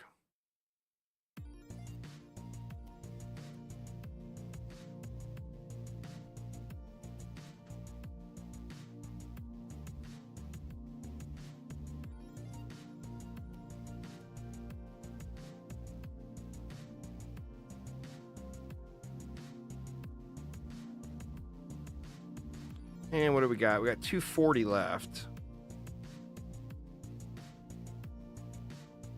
It actually works out.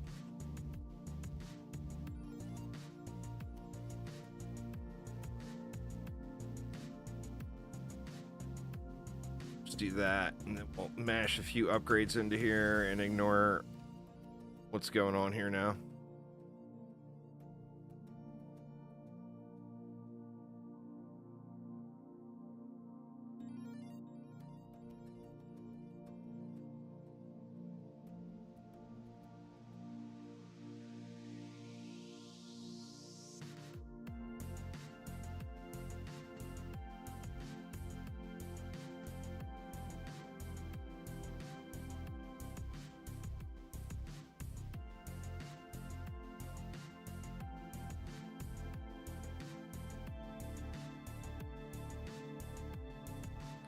That is not even remotely true or anywhere near true in any case whatsoever, Josh. First off, as far as probability, you never ever have a 100% chance. So it is mathematically possible for you to open 50 million shards and never get the shard you want. It doesn't work that way. It has no pity system. There is no additive math. So if there's 25 shards in the tier, every time you open one, 25 defender medals. Oh, yeah, I get you.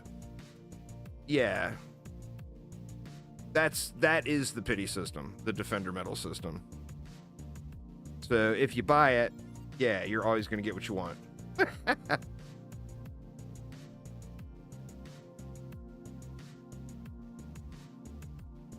But that's not the question. I guess that is the question. The question was, how many runs does it take? Yeah, you do 40 runs. It's yours.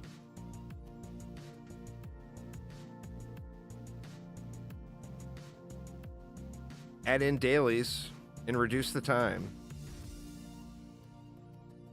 All right, what do we got there? Omega Squad Zeta.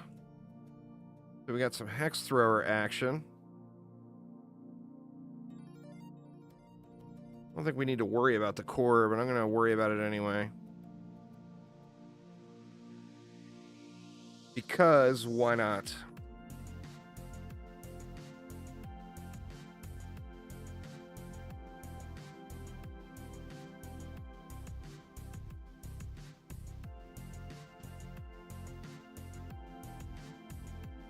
But yeah, as far as finding shards you want legit, there is no guarantee.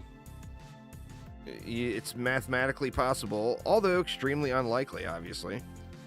It is mathematically possible for you to open 1,000,000 shards and never get the one you want. Best is pretty relative term. Are you referring to highest DPS? Highest DPS doesn't necessarily mean best, but is that what you're referring to? You have to give me more qualifiers than just throwing the B word out, basically. The highest DPS would probably be the Mercenary or the Barbarian. Probably the Mercenary. Where was that at? It was over here.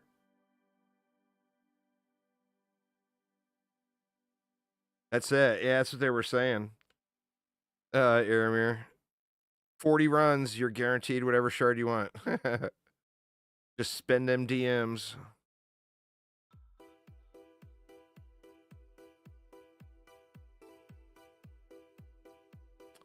I can see, I mean, as a new player, it's hard to do. You know, I can see that. You want to save your DMs for something fun, not for something that you feel like you should be able to just farm.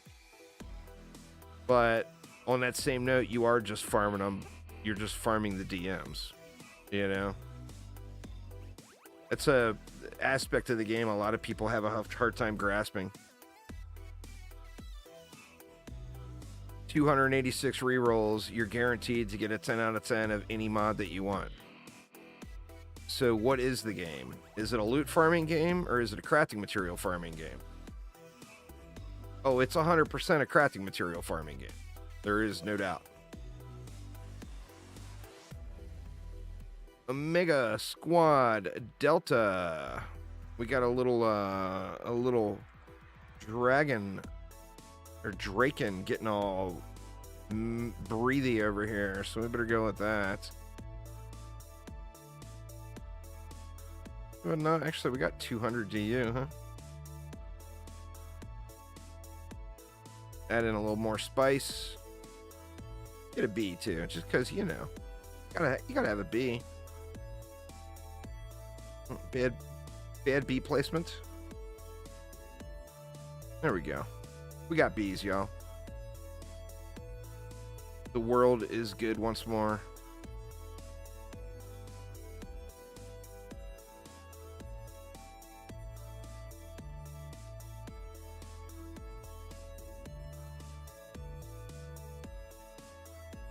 Your auto G script breaks. Oof. I use my keyboard if I wanted to do something like that. Like if I'm wanting to get up and walk away or whatever. So I luckily don't have to use a script.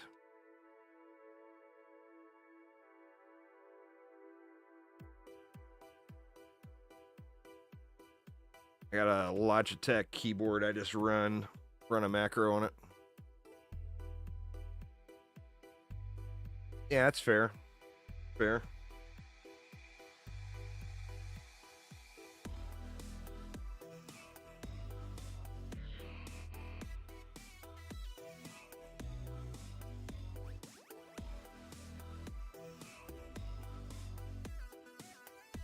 Rolla. Looks like we got a Cannon Ogre over there too. Get the Cannon Ogre first. What's he doing? Is he stuck? Yeah, he's stuck.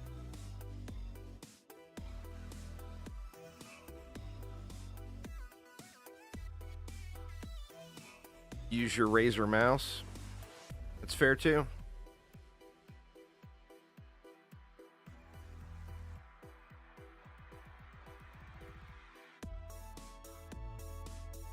Console players use a rubber band.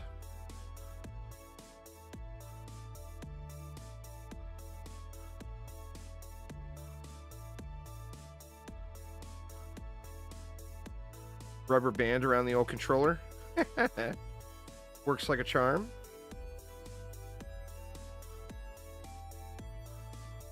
World Tree down.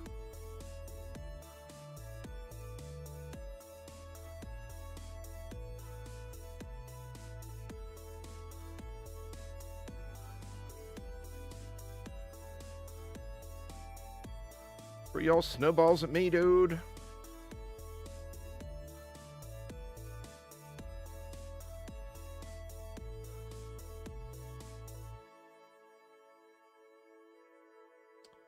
Nah, I run it on the same system. I just use Sandboxy. I think Sandboxy is what most people use. It's free and it works. There's lots of choices, but that's what I personally use.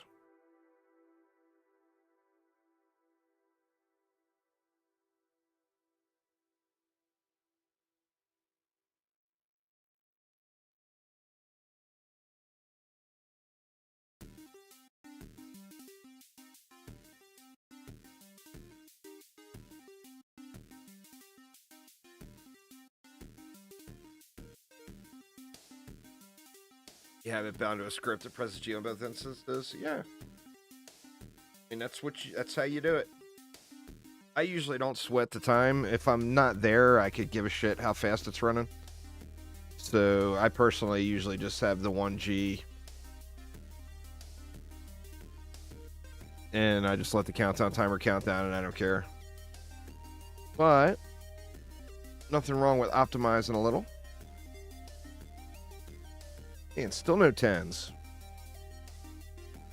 Can't get over the hump into 200 mil either.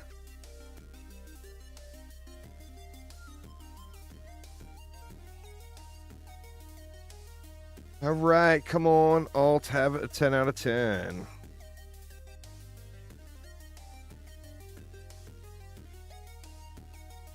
No dice. Boo.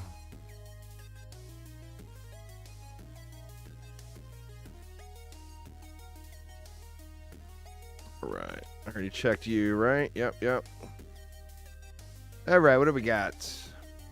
Sparks and shields, lava zerker womps, stuff and more stuff, and stuff. Stuff, and stuff. Gotta see. Yeah, we got throwers on this one.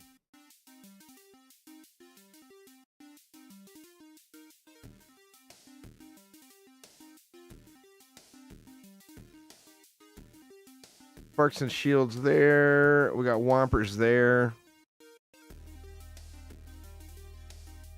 This one, we can just do this. Still going to give them reflects just for the pylons.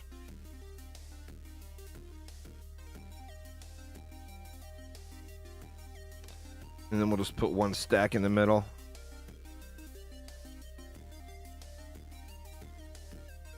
Something like that, maybe? That leaves me... That's going to leave me 300 for the middle.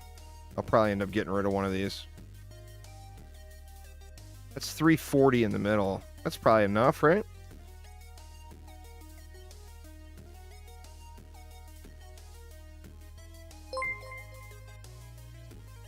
Thanks for subscribing there, David. That's too much. Always get who looks like the most fun to you, Multi. If you enjoy melee, the mercenary is a great choice. If you enjoy ranged, the hunter is a great choice. But play what looks like it's the most fun to you. Is always the right answer.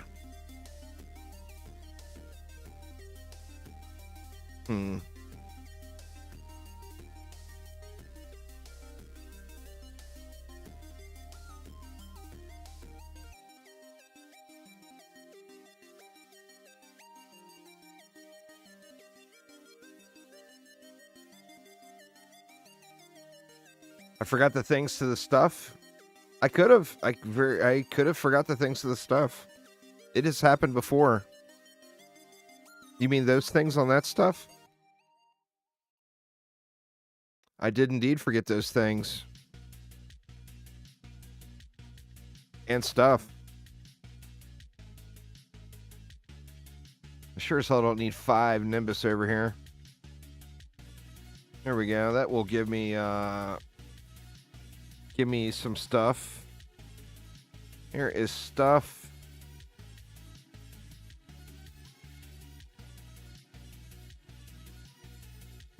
And there is things.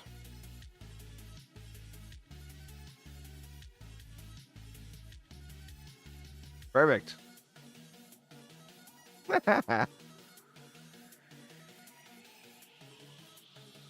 We got any real fiery lane that would benefit from some fire? Army of the Dead would benefit from fire. So let's give it fire. I'll put it up here by the destructive pylon. Joe with the raid. Welcome, y'all. Welcome. Appreciate it there, Show.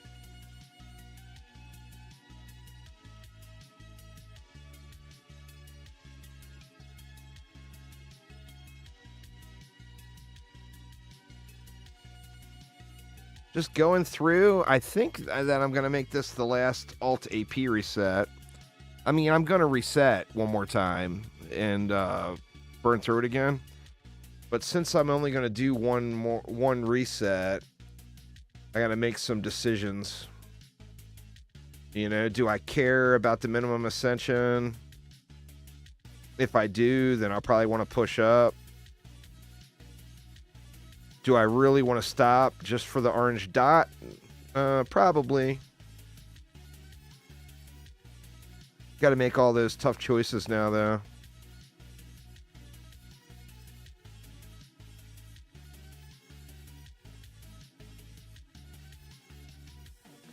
You know, do I stop now or do I go to 100? And then if you go to 100, why don't you just go to 200? You know? You hit 670 today. Nice, nice.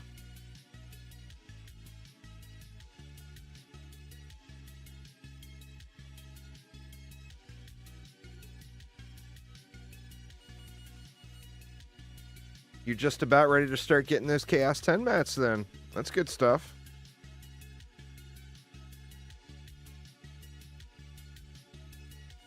I don't care what anybody else does. It is ancient power, and your number is always something that should be all about your decision. I'm a firm believer in that. So I don't care at all what anybody else does. It doesn't affect me in any way. If I want to compete, I will play a game with competition. DD2 is not that game.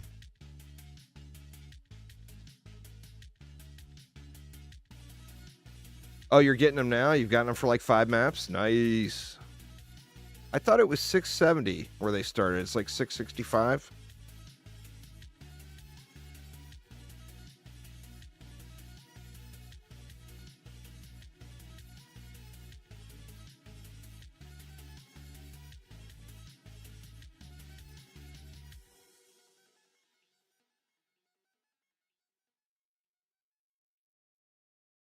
Like 665, 668, somewhere in there. I mean, that's good. It's all money from there then.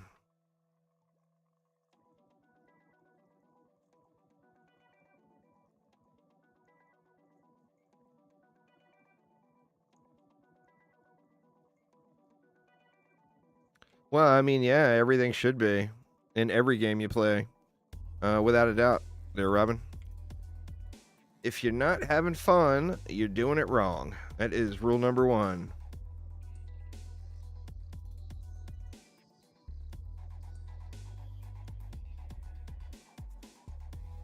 Increase biomass, insects, animal, and rocket multipliers.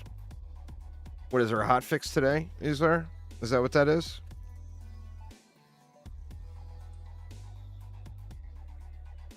I'm surprised they haven't put the nerf bat on those multipliers on the other things.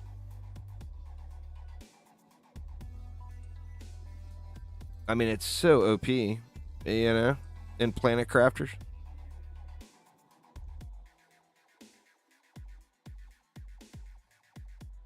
I don't know what that means. Reduce multiplayer factor default value.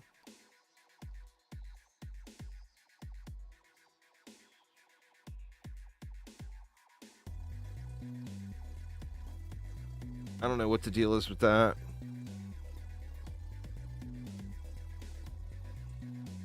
What are we on? 315. That's what I'm curious about, though, is if there's more food in the boxes for multiplayer play. Maybe there's a loot multiplier or something like that. We'll find out on Sunday. Majestic with the sub. Thank you so much. I had melee boom on the before. It won't kill C10 mobs, but prior to that it destroys. I mean, it will still kill them. It will add damage. But yeah, that's what I was using originally. Shadow Shot. What up, Shadow Shot? 52 months. Thank you so much.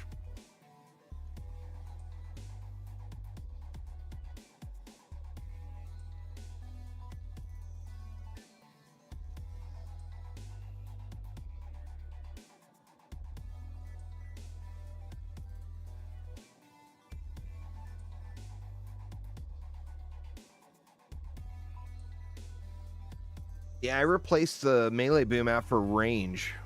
I was using anti-melee, anti-chaos, and melee boom. And I yoinked melee boom and threw range on it.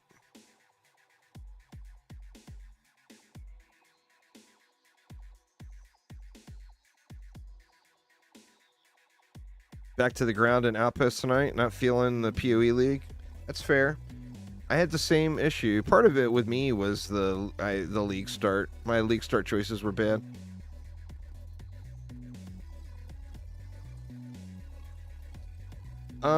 As far as I know, it is the same drop rate, David, but I'm not 100% sure on that.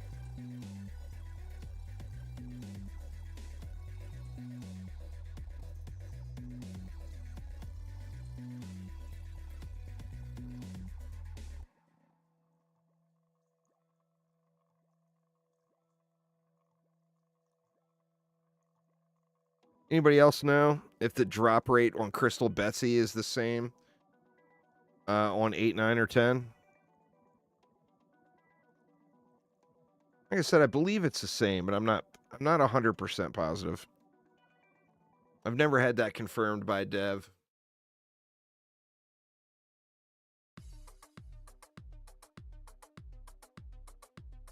Well, if not, you'd have 1,000 Crystal Betsies. I've gotten 2 in all the Betsy runs I've done. I kept one and I sold one. I should have kept that other one and sold it now, because now it's worth like 100 times more than it was then.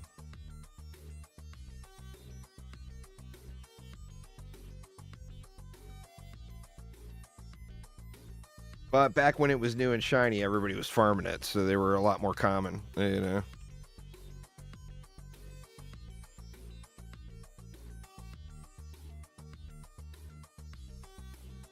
Did you spend a good bit of time farming that one, Show? I remember you farming it like a week or 2 ago.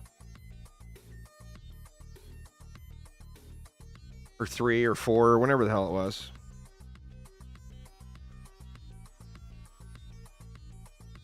All right, what do we want to do here? We got the front line. We got Wompity Womps. We got Skellies. We got Timmy's Revenge. Do we do another spammer build?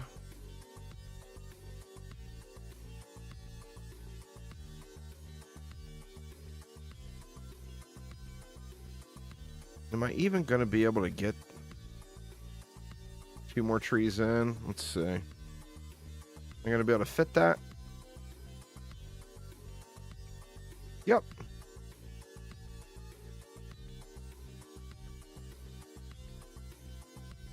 Give him a little boost. Give him a little crit damage too, maybe. Maybe. That'll work.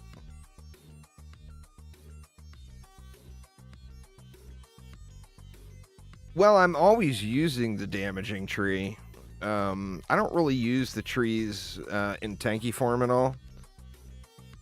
It's just I usually am not focused on them as main DPS, which for some reason today I decided to play around a little bit with. I can't remember what.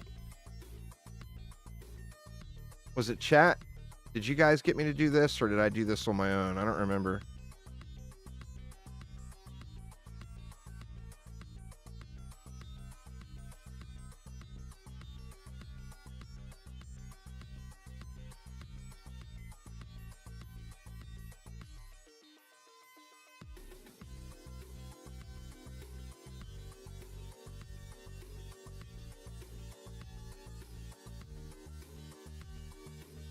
Let's see.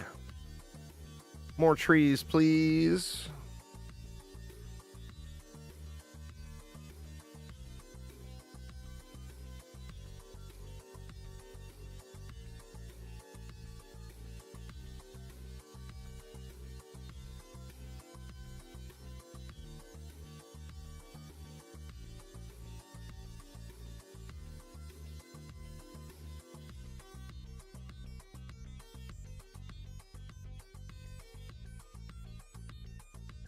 Now the question, will it hold? We're gonna find out. It might. It might not. Looking pretty good so far.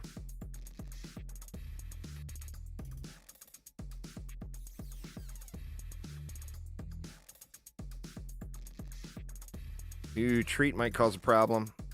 Or no, treat's getting shat on.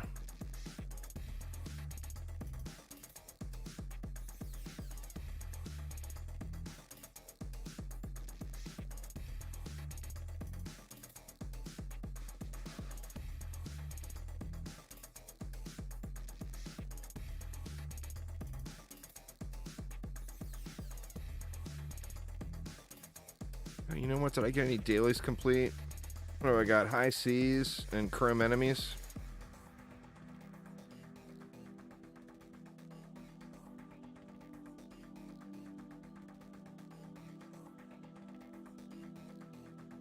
You could, David. You'll find that it'll be a much smoother experience if you unlock another hero. But you could, you could do that.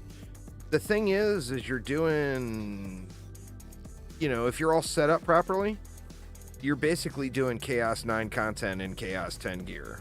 So it just opens up where you can pretty much do, like, literally anything you want, because you're going to be big time overpowering the content.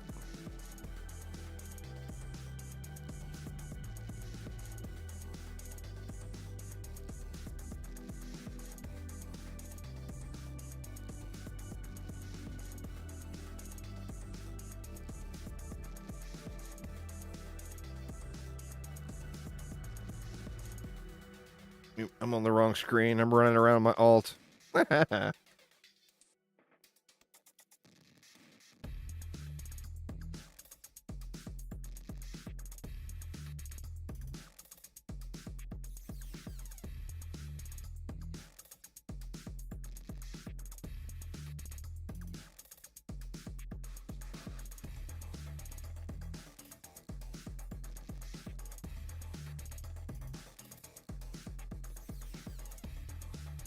Both of those are very good choices. I think the most popular is the Dryad, but if you like the Hunter or Mercenary more, that's a great choice, You could spam Nether Archers and burn through these. You could spam the Spectral Knights and burn through these.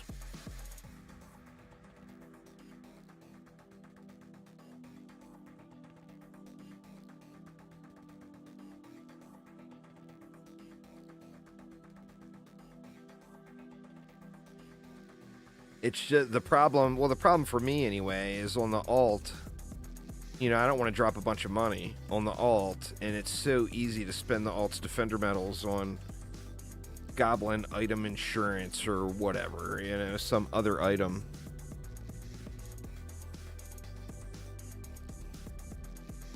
Most of my alts, well, 100% of my alts defender medals right now go to goblin item insurance. Like the second I hit 1200, I spend it. But I should save up and get another unlock on mine.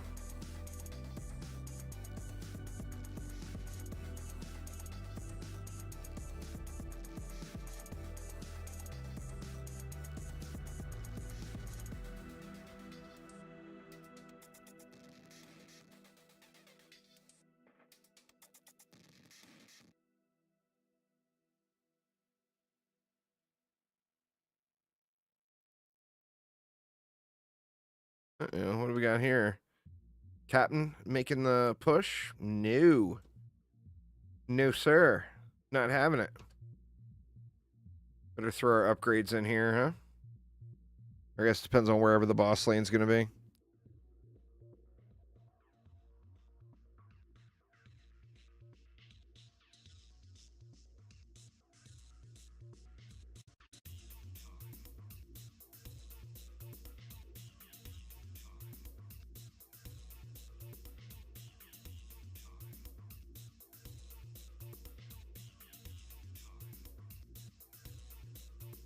Just hanging out in this tree over here.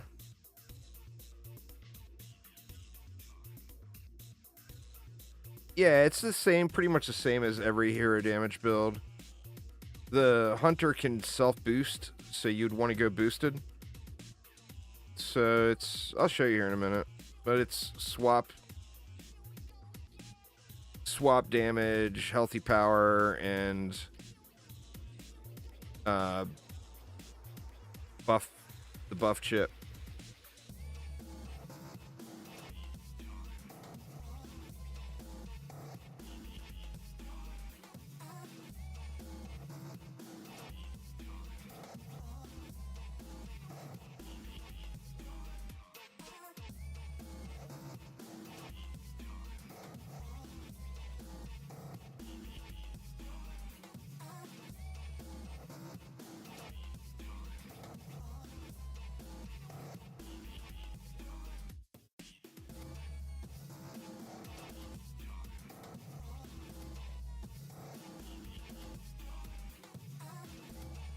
Alright. So yeah, basically you want those on every piece. Healthy power, swap damage, and damage buff. And then you got two optionals. This one I would, without a doubt, use snakeskin armor. And then you would actually want swap damage there instead of one of those two. To extend your swap timer. And then the same thing here. Pest repellent is completely optional. But you would want swap damage instead of one of those. See, what happens now is because the swap time stacks. So I get 34 seconds there, I get 34 seconds there. So my swap damage buff lasts for 68 seconds. So if you look up top under my nameplate, when I swap, it says 2 minutes, but it's actually 68 seconds. But if you put that swap damage on every piece, they all stack up. So, you know, you look like here, I've got swap, swap, swap, swap. This would be properly set up in that regard. But it's the exact same set of gear. You know? Swap damage, damage buff, healthy power. And then you could also go with another one of the swaps, like swap crit. You could go with fragile. I never use the fragile mods because I take too much damage. So they would be turned off all the time.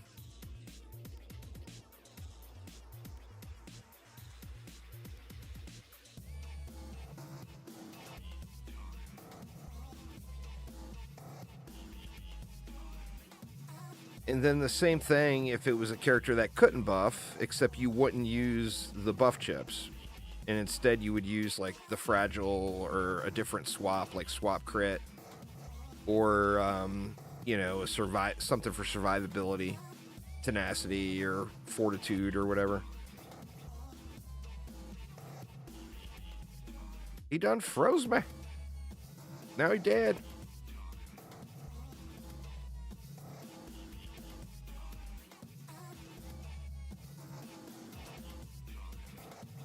For a hero damage build, that is, of course.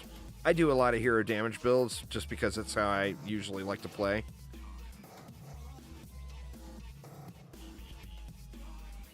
But for ability power builds, it would be the same thing. It's just you would go swap AP instead of swap damage, etc.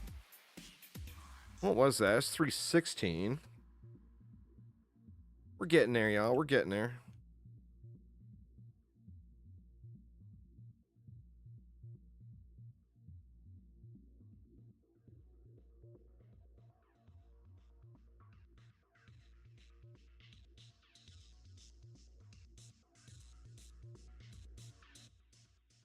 Oh, the weapon, there's a bunch of choices for bows. I would go with the shot type you like the most because they're all really close to each other.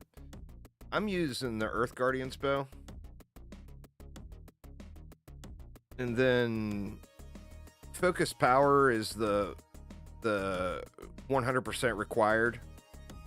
Lucky Strikes is really good, but you could use Bouncing Phoenix if you wanted. Or Lucky Strikes and Bouncing Phoenix. You could both put other things on and not have... I mean, Lucky Strikes is better than Bouncing Phoenix. But Focused Power is completely required. But the Earth Guardian's bow...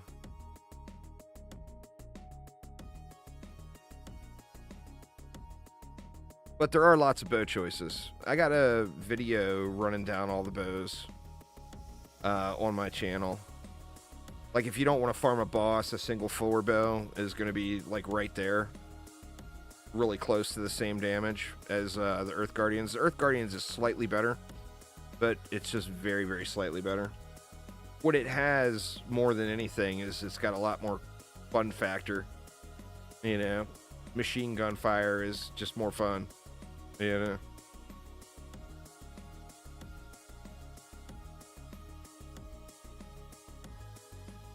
All right. What do we want to do? We want to do the same thing? Turtle it out?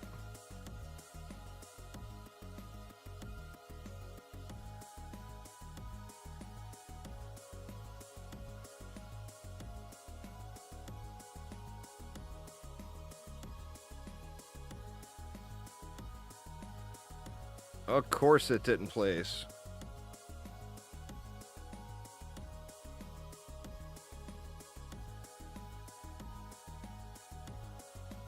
Something like that.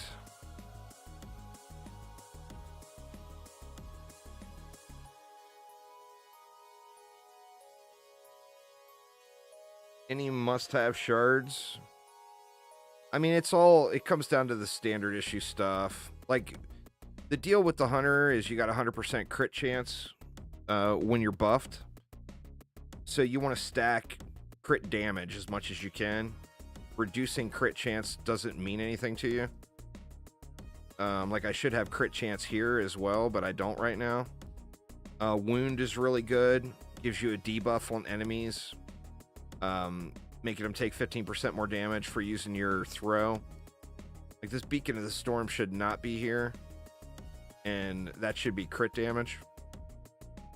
And then the biggest one is Extended Cloak. You want to get this gilded, which, as you see, I do not have it gilded. When you have it gilded, it gives you 100% uptime on your buff. Without having it gilded, it's really, really close to 100%, but it's not 100%.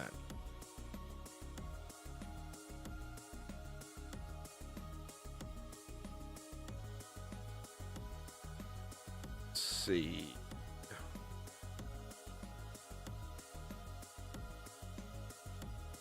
I feel like I didn't spend enough.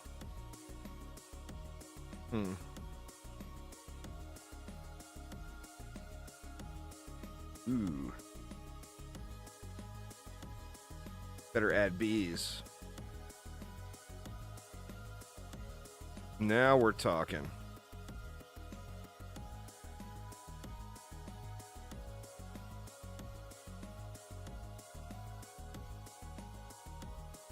Still didn't spend enough.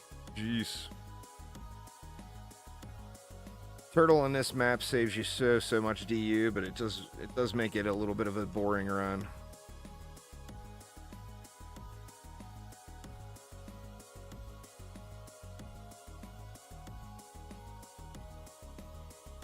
Oh, not at all. This is all good. What's going on there, Raven? How you doing? Dude, we got enough to do the same thing. If we went 3 Nimbus and 3 Bs, I believe.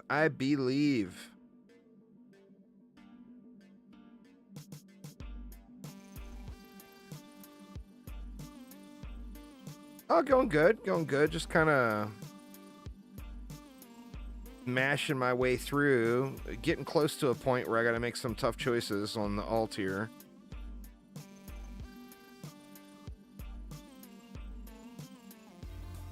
Let's see.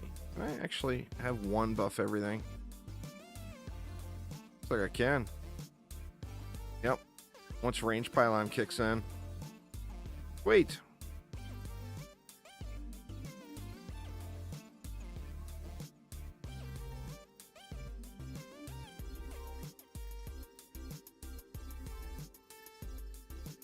But yeah, just chillaxing it out.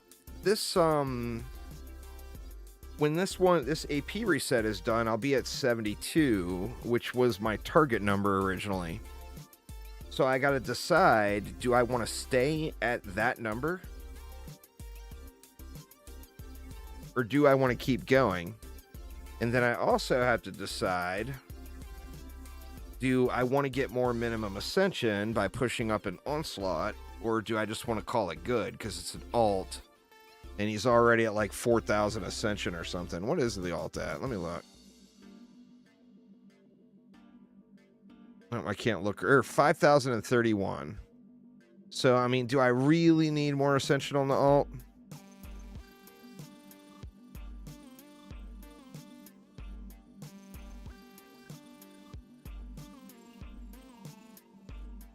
I mean, it wouldn't be a bad thing.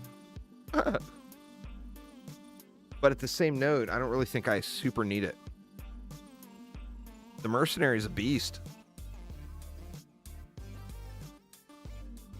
One of the strongest DPS heroes in the game with some absolutely incredible defenses.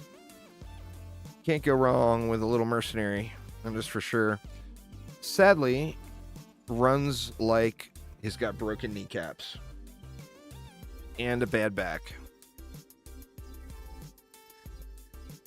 That's usually the answer. You know, that's the answer with all things, Alec.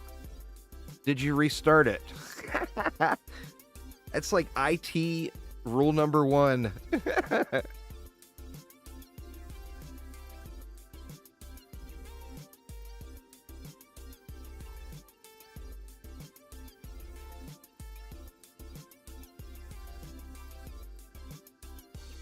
Congratulations. You can now be hired as an IT professional.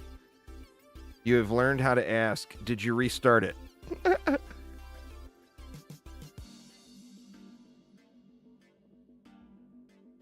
Thork coming out this way, or is he going another way? I think he's going the other way. No, he's coming this way. No, he dead. You're not making it too far. Now the question is, was it the bees or was it the Nimbus? It was definitely the Nimbus. That bee only did 81 million damage. This Nimbus did 300. So yeah, it was all Nimbus. Restarting is step 2. Step 1 is checking to see if the power's connected. This is true. What's going on there, Andreas?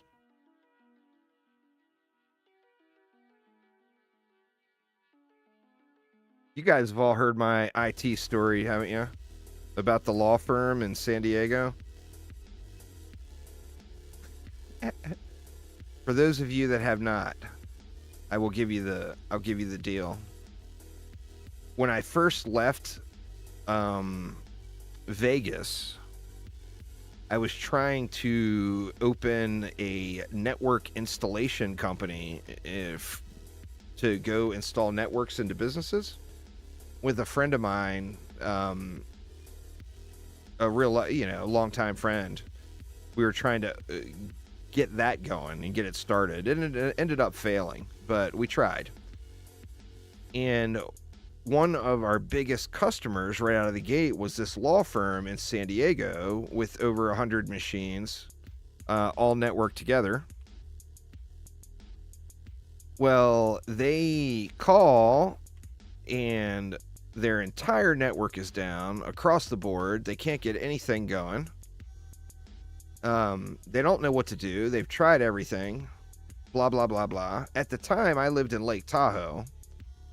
So I jump in a plane and I fly from Tahoe down to San Diego to go find out what the issue is. I get down there and they had a cleaning service come in the night before, and the cleaning people cleaned all of the computer monitors in the entire office, all 100 machines, and turned all the monitors off to clean them. So my flight to San Diego and my IT call turned into walking around and hitting the power button to turn on 100 monitors in this office building. True story.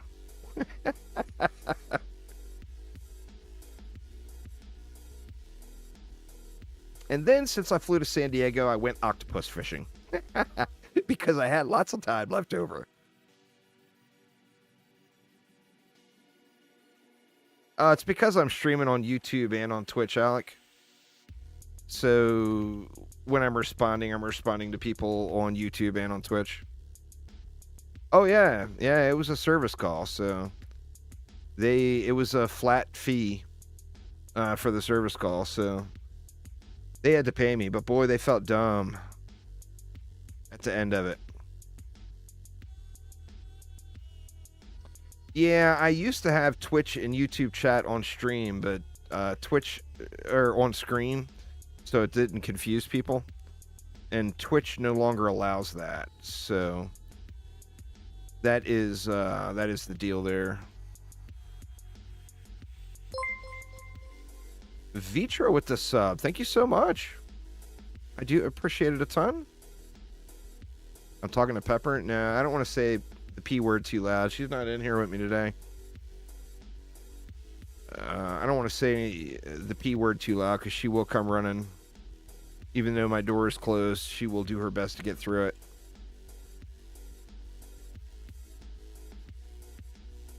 Well, thanks. I'm glad you found it helpful. And appreciate you watching.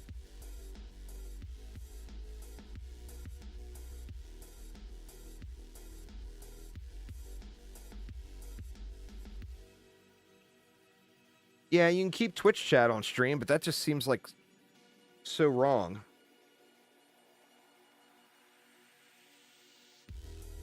Twitch will allow me to put Twitch chat on stream, and then everybody on YouTube and Facebook and Twitter and everywhere else can all be like, well, why is my chat not on screen? And I get to say, because Amazon are a bunch of dicks. So that's what it all boils down to. Amazon are a bunch of dicks and won't allow Twitch chat, or won't allow me to put chat from other streaming. Today I'm only going on YouTube and Twitch, but most days I'm on Twitter and Facebook as well. And I debated on adding Kick to the mix, but I haven't made the jump on Kick yet.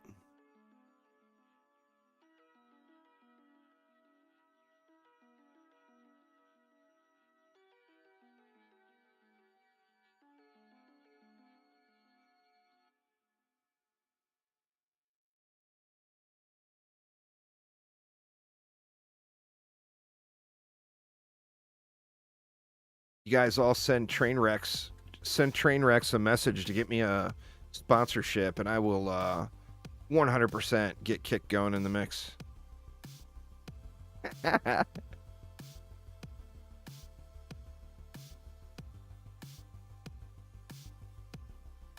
One stack of exquisite clusters? I don't know. I haven't bought those. The markets are completely unstable. I'm sure somebody in chat knows. Anybody know what the current rate of one full stack of exquisite clusters is?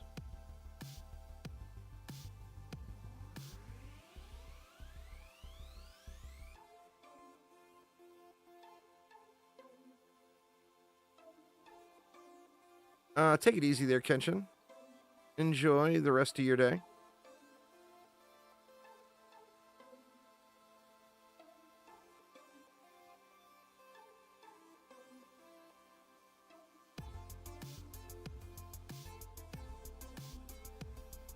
Well, that's the problem, is people are willing to buy them for stupid costs, so it's just jacked the cost of literally everything in player markets through the roof.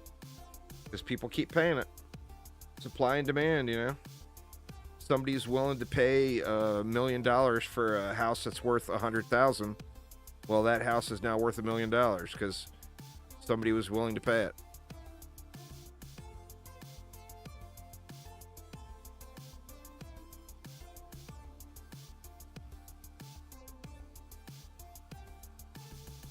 Is this the one? No, this is only 318. Still got a minute or two.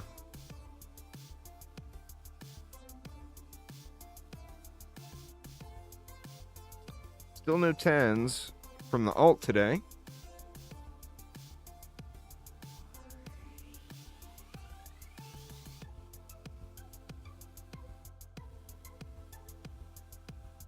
Nothing here either.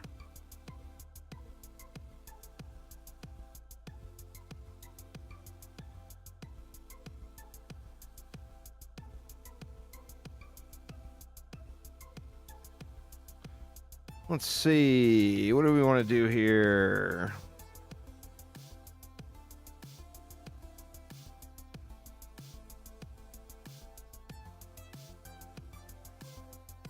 Let's throw down some trees. We can figure it out.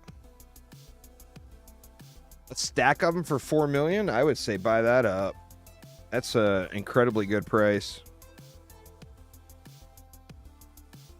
I did the big tree setup in here before, huh? Last time.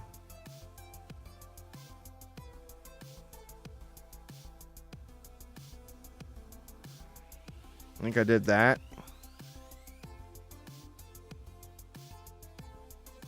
I may even have put 5 of them. I'm not sure. Give them, I don't think they need diffusion, but give it to them anyway.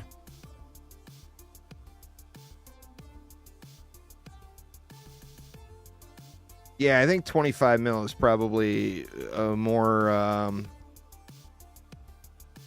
accurate with today's day and age. Yep, you reroll godly stats at the blacksmith. Absolutely. Gets incredibly expensive.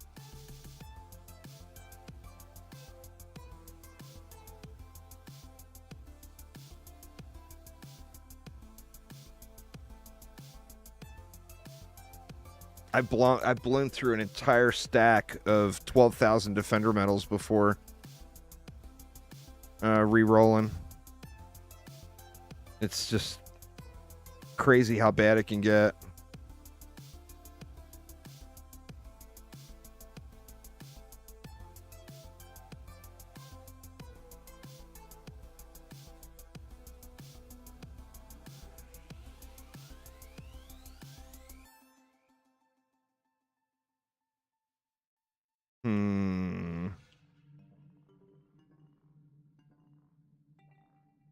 It only leaves me 300 for the middle.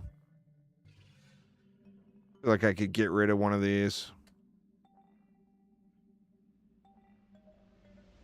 I can get rid of this booster too. It's 400 now. It's a little better.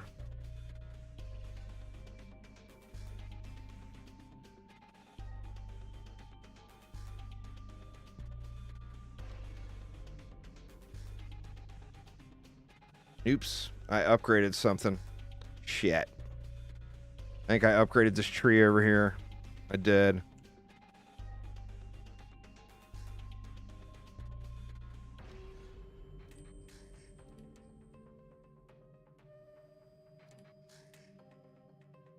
Perfect.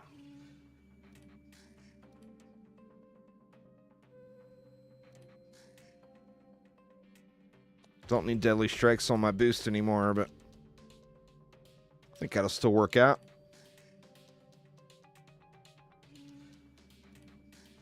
What do you do when Malthus gets stuck? You can spam at it with something that pierces the spawn. Like, in this case, I've got that bouncing phoenix. The bouncing phoenix will go into the spawn and kill it. Charged shots on any hero that can use charged shots go into the spawn. Or you can always just sell a defense and throw a defense right up there by the spawn to go in there and kill it. Like here, I actually have the Nimbus are into the spawn a little. If you see here, here's the spawn bubble. And you see the Nimbus are inside there. Earth Shatters work really well if you have a Apprentice in your deck too. They'll reach into most of the spawns throughout.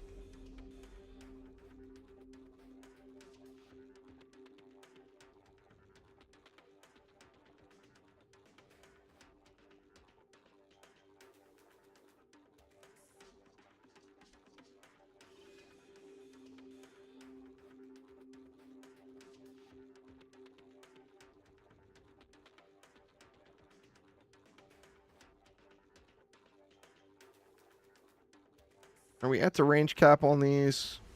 We are. So I don't really have to worry about upgrading them for range, but trying to decide the snacks you need for Sunday? Well, I mean, you know, snacks are always an important choice there, Uzar.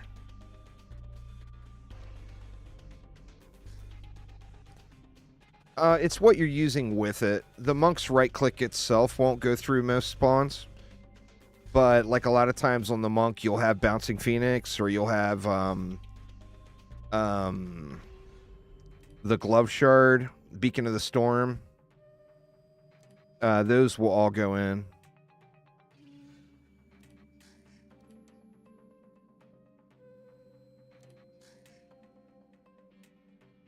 Like on most hero damage heroes, you're going to have bouncing phoenix on.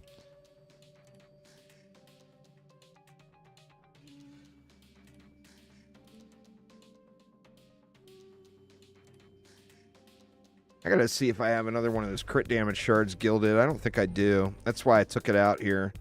I was probably using it on another character.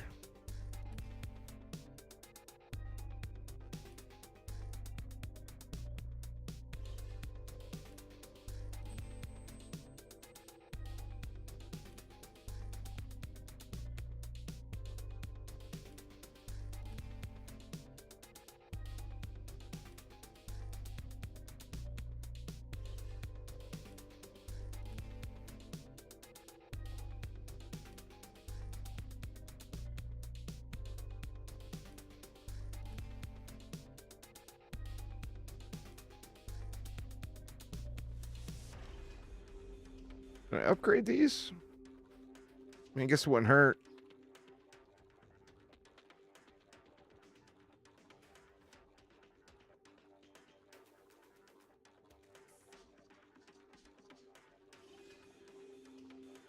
I'm curious to see how it goes this Sunday.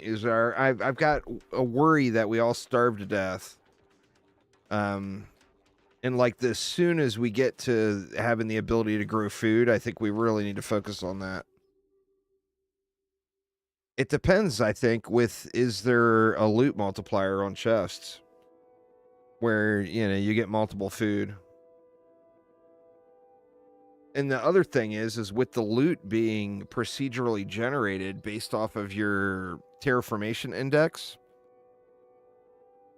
it's going to be like hardcore in the aspect of you're running around and you're opening all the chests, where if you would just wait a little while, you would get more loot out of those chests, but you have to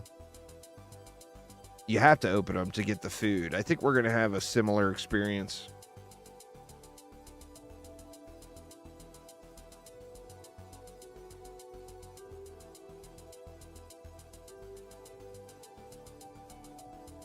No, I don't think not knowing how it runs, I don't think we're going to do hardcore. I mean, what if you know, you're running back to your base and you're about to run out of oxygen, and then you get a lag spike that puts you 50 meters away, rubber bands you back 50 meters, and you die. That would be really irritating, you know?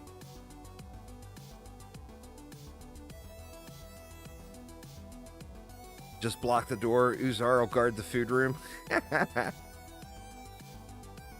No, you must stay outside.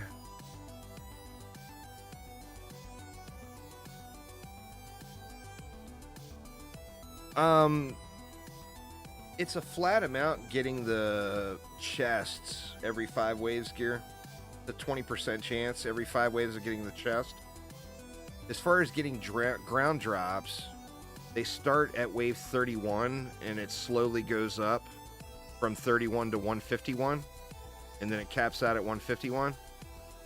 But on that same note, it's not a huge drop chance even at wave 51. Like, I do a lot of survival, a whole lot. And I've had many nights where I sat there with me and my alt and went through 50 waves and only saw 1 ground drop on between both accounts. But then, of course, I ended up having 4 or 5 chests or whatever to open.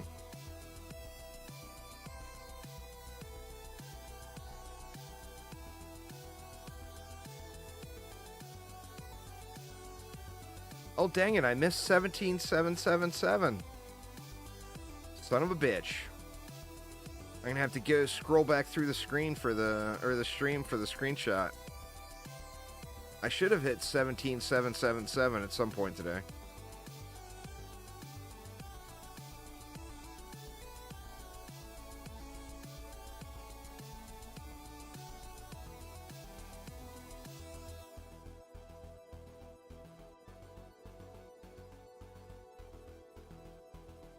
Warblade coming out of here. Survival scales up quick. It gets challenging quite quick.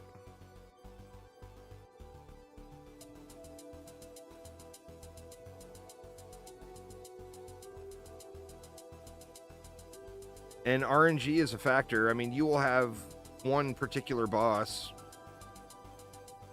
You know, a lot of times it will be a Bastille Master. Has ruined many have run.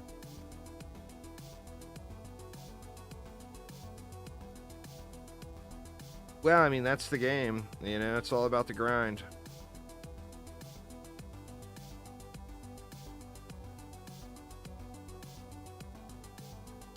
I would prioritize building out the dragon over getting the godly upgrades, to be honest. Having a properly built dragon will be much more valuable to you than having every piece of gear you have, besides that, upgraded to godly.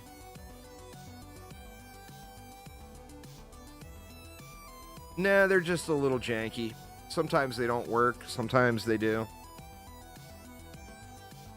Some defenses they'll never touch, like these trees they'll never touch. Let's get our free 10 out of 10 mod out of the bonus box. You know it's in there, y'all. You know it's in there.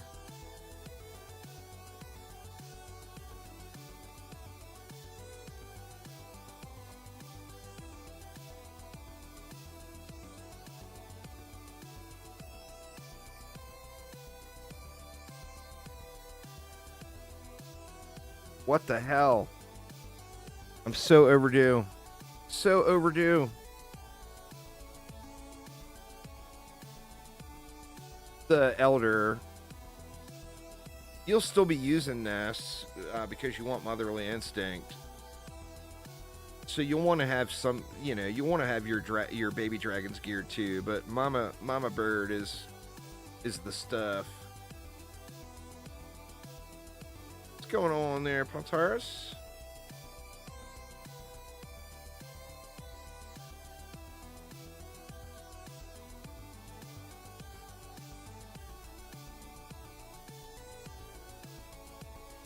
Well, I mean, mods cap out at Chaos 8, so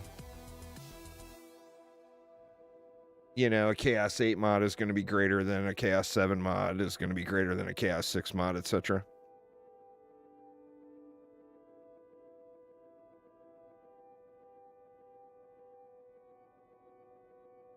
You like using a totem on it? I mean, whatever works. Use whatever you want to use.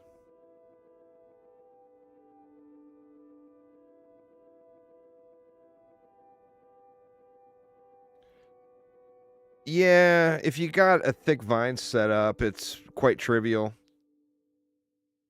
They're punters. So, like, you know, I'm using this. I could go into Power Surge right now and AFK it. I would want to swap one of these off for automation, is the only thing, so it was healing.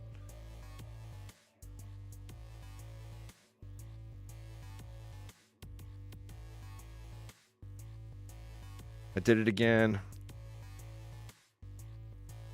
There we go. All right, what are we going to do? We got Geohex, we got Sparkies, Zerkers, Controlled Burn Spiders, got a little Game Ogre up there.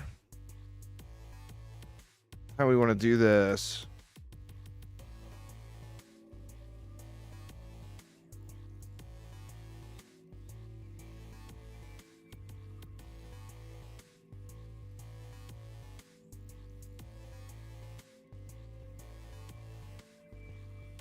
I don't think we'll need too much there.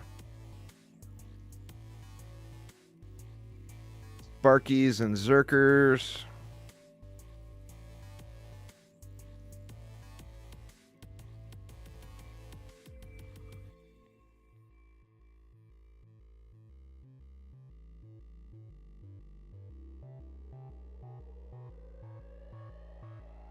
Here's our controlled burn lane.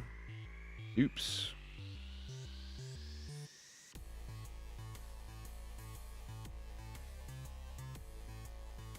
That's a spider lane there, right? Yeah, so I don't want to be building that stuff up front.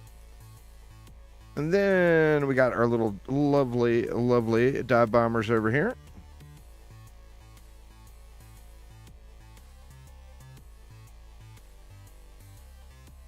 Let's get all silly with the trees.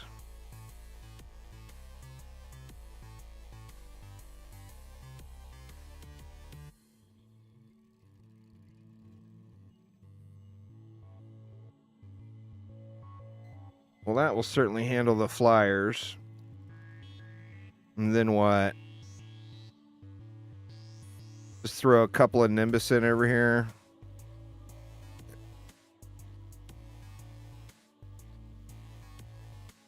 Like that. Are they reaching? Yeah, they're reaching way down there. And then what? We can just do one big crazy super stack right here for all the lanes. Looks like that's it. Not all that crazy.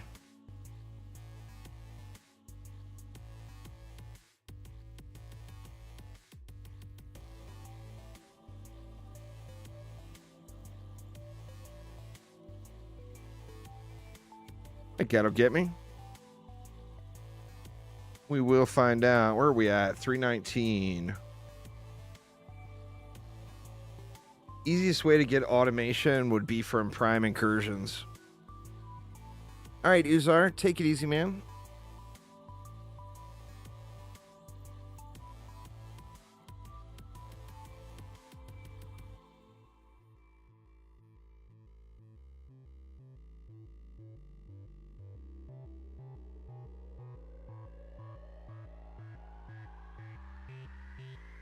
I mean, I personally use Medallion with Motherly Instinct,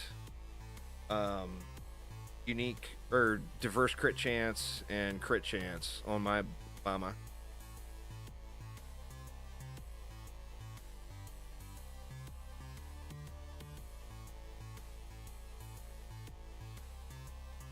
Looks like that wall got beat up a little.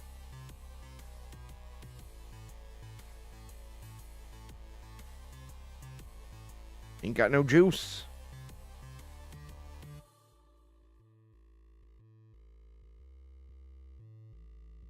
You forgot to switch the mods over to a medallion? I mean,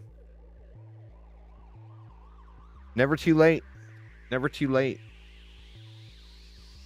Just sucks having to throw a totem around away. If it's got a good roll on it, just use a goblin item insurance and keep the totem. And turn it into a wall totem for somebody. You could always do that too.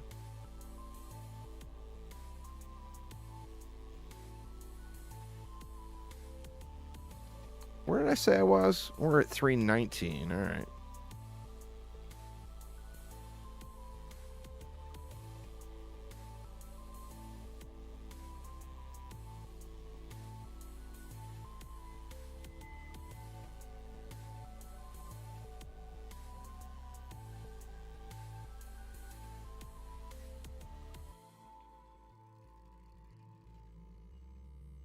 Well, I mean, no. A good roll, in my opinion, a good roll would be like 95% or higher of max.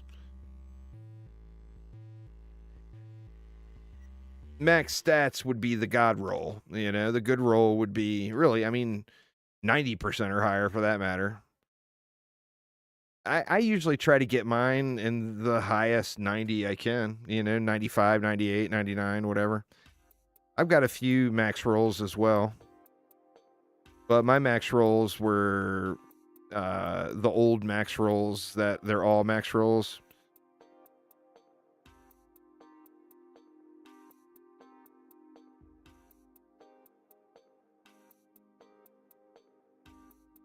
Stuff like that. And never bothered rolling the max roll on a godly. But like that's an old pre-alpha item, and all of those are all max rolls. That's just how the gear worked in the game then. There was passives on gear, and all the rolls were a set figure. Or a set amount.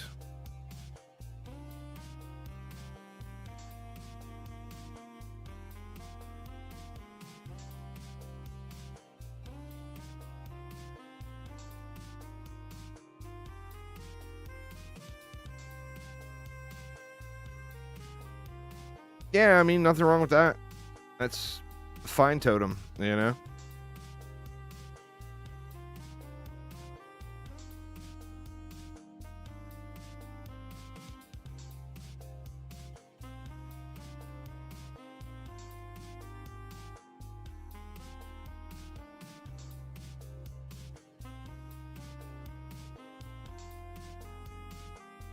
Bastille rolling out hot.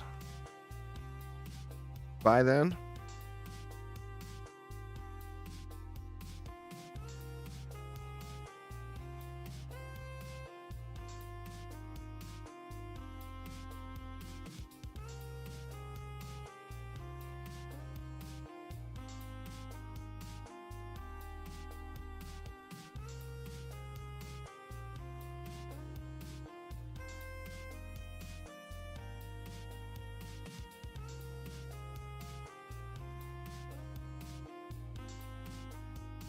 Little Yeti action. Go pew him.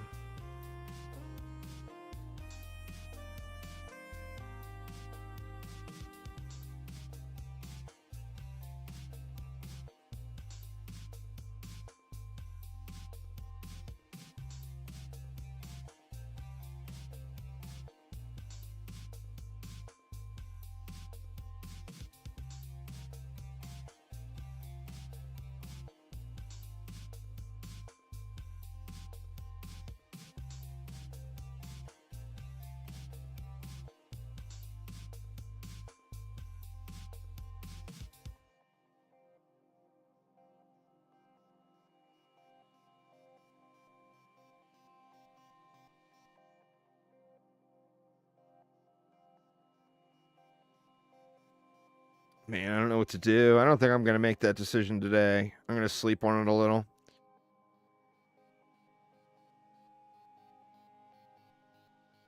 Do I make this the last one? I mean, I'm leaning towards making this the last one for sure.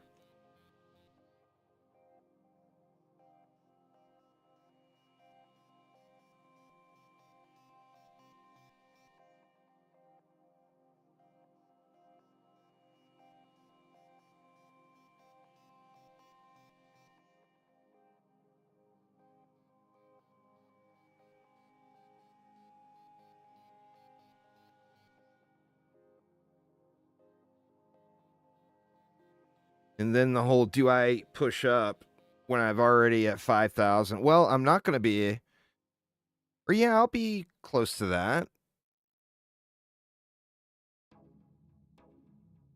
Let me see. I'll look at the end of the wave and see what my minimum ascension is. But I'm at 5,041 now, so I'm probably at like, I don't know, 4,800 or something minimum ascension.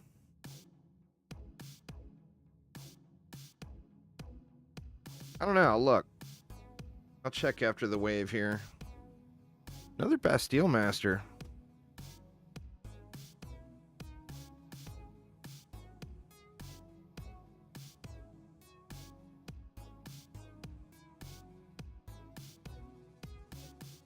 Maybe I'll let the Dragon Lord out.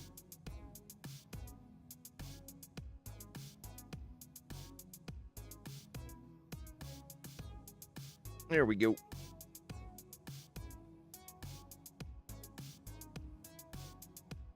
Let me see.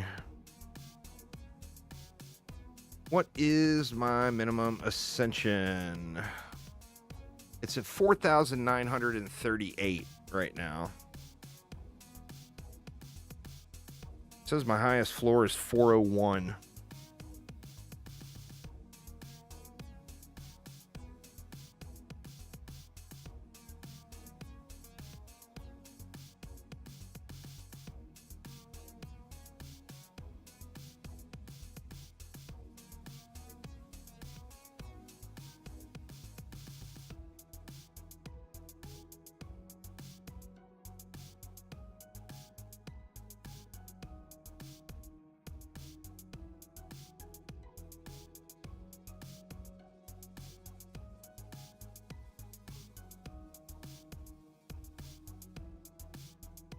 Right. Is this going to be a 0, 10 out of 10 day? Nothing on the alt. Looks like it very well could be. See if we got anything here.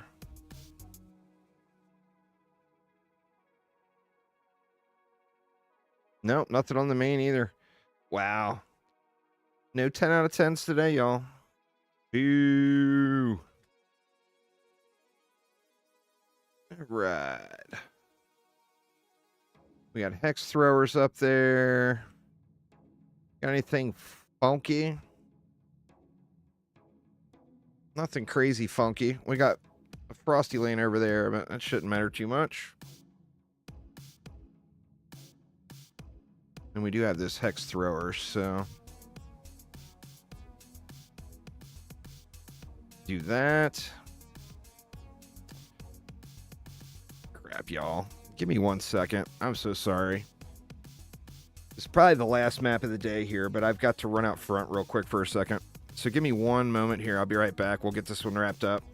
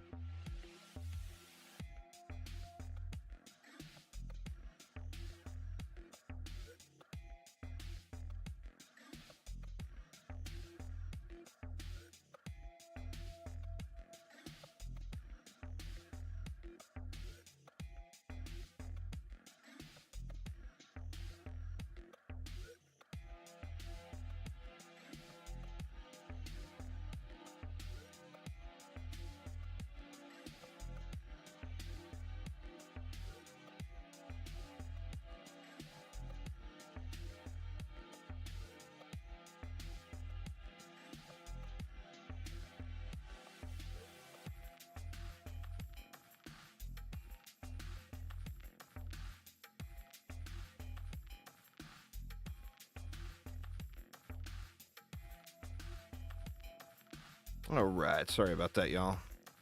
My wife and mother-in-law ran to the store, and Pepper was going ape shit out in the backyard. And we've had coyotes getting a little uppity around the chickens lately. I thought that may have been the issue, but nope. It was the Amazon delivery guy. And Pepper don't like that dude.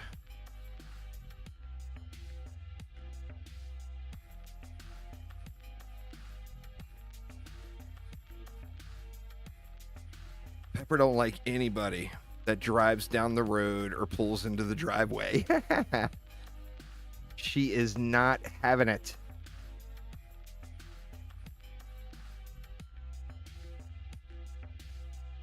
It's funny too. It's a big dog, you know, she sounds quite ferocious. But then you look a little closer, and as she is like going nuts, her tail will not stop wagging.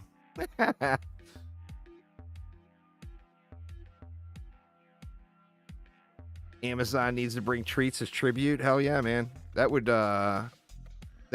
make her more of an Amazon fan. There is no doubt. Dude, I am way overspending here. Let's go 2 and 2.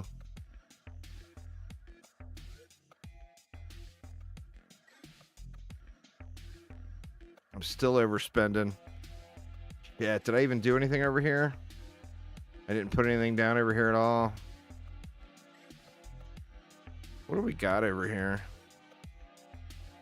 Omega Squad Zeta. Low mob count. I think just the 2 will probably get it. I'll give them actually, you know what? Let's go even cheaper. We'll give them the pylons and that's it. And then what do we got here? Mega Squad Delta and Zerker's Healers with some rando Flappy Birds. It leaves me 260. So for 260, we can do what? Can we do 3? Yeah, it'll actually leave us a little bit of change if we don't go with a Boostara.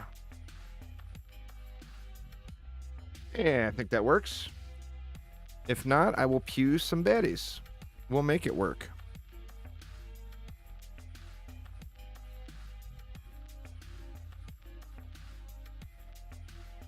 Yeah, man, she goes nuts when, I mean, like, she knows the neighbors and stuff. If they, like, walked up the driveway, and she wouldn't go nuts there. But if the neighbor drives their car down the road and pulls into their driveway, oh, she goes crazy. So when the Amazon guy gets here, I mean, the poor guy probably thinks he's going to get his legs ripped off. She's a Bernese mountain dog. She's a pretty big girl.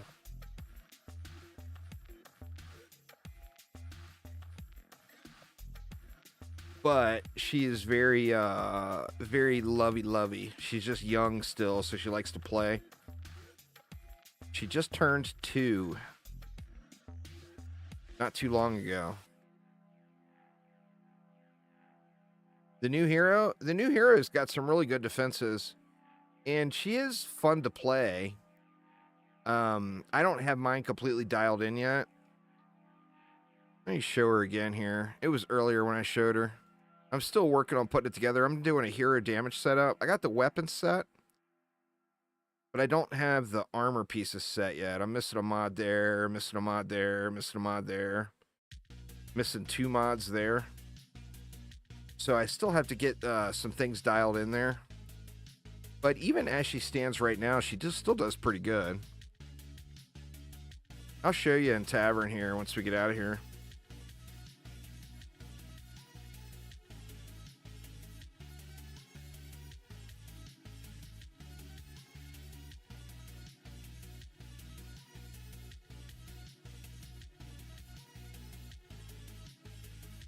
Yeah, she's got her tail wagging the whole time. Anyone who's not afraid of dogs that sees what's really going on there is usually more than comfortable walking right up to her. It's weird too, it's only when she's at home. Like, you can take her into any store, and she's like the best behaved doggo ever. You know, the little feed store where we go and buy the chicken food and stuff. They let you bring dogs in. And like, she'll, you know, be just the best behaved doggo in the whole world. And then like you get up to the cash register to pay, and like she'll put her front paws up on the cash register and look at the cashier and just wait for a little treat or something.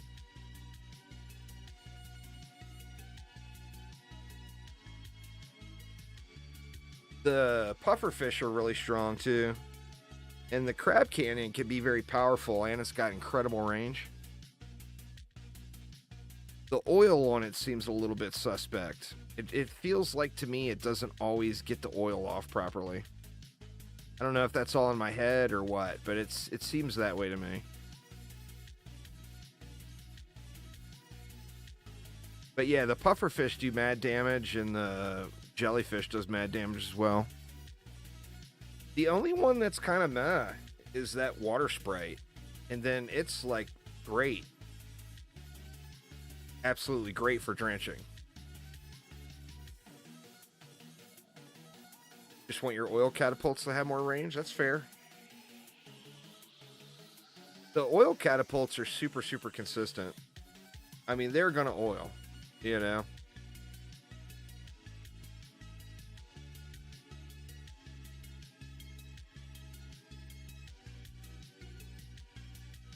I think with the crab cannon, maybe the initial target gets oiled and the mobs that take damage from the explosion don't. Just guessing. But that could be the case, but it seems a little inconsistent with the oil.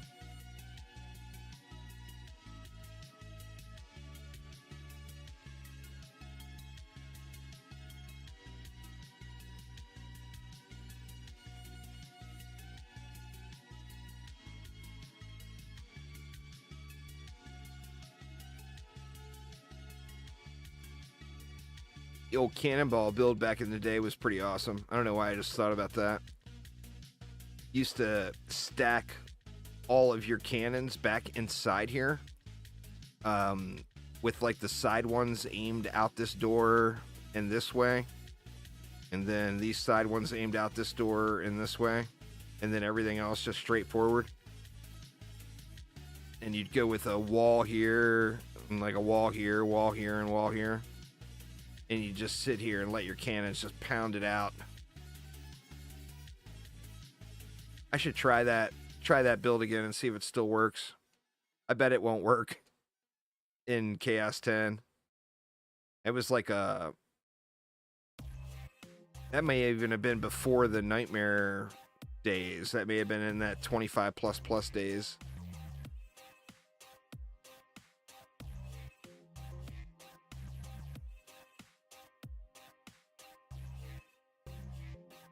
What's going on there, Fire Keyboard? How you doing?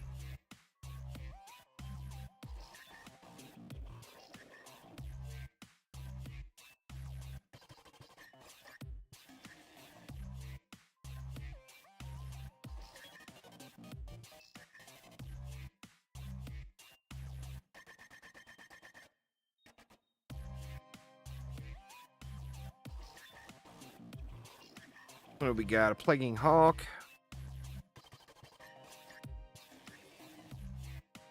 Keep y'all plague over there. And then we got a Siege Roller back over here. Gonna take 7 years to get out. But once he finally gets out of there, oh yeah, we're gonna get him.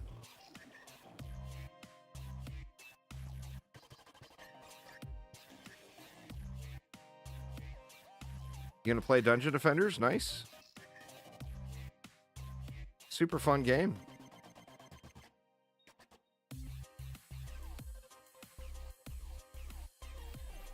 Where the hell is that? Is that a flyer out there?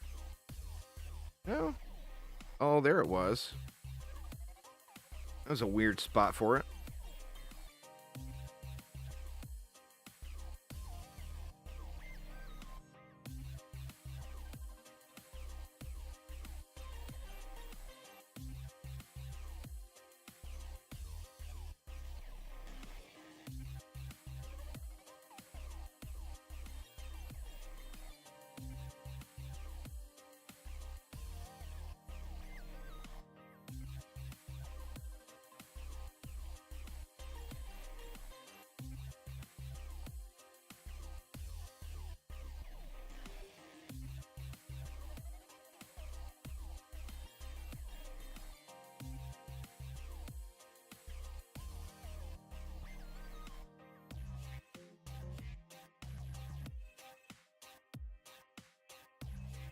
Yeah, lots of little sneaky spots to get out.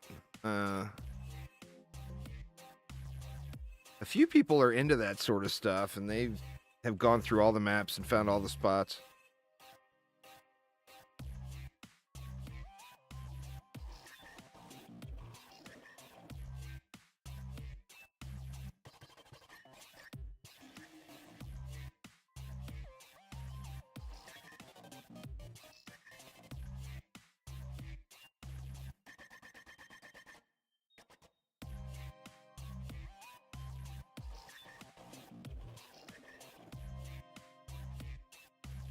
Fail jumped.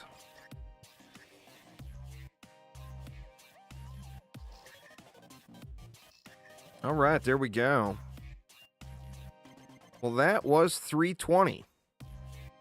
And now I've got to make the choice. I just don't know what that choice is right now, so I'm not going to do it right now.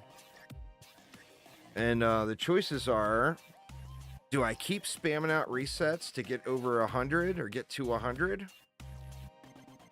Do I just do this last reset? And then if I'm going to do the last reset, I got to ask myself, do I care about minimum ascension or do I just do it?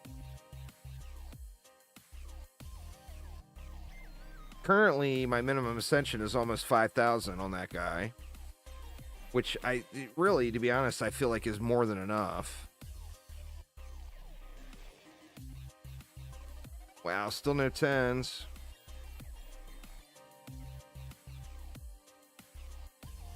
Let's see here.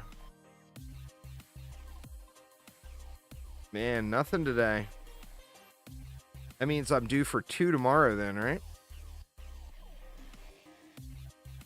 This guy reset yet? I am terrible at checking this dude. 28 minutes. It's getting close. I get my exquisite material bundle today. Anyway, people were asking about the new hero before I bail for dinner here. We'll check it out. So yeah, anyway, like I said, missing 1, 2, 3, 4, 5 mods total. And it still does decent. We'll just use Drago here. It still does fairly decent.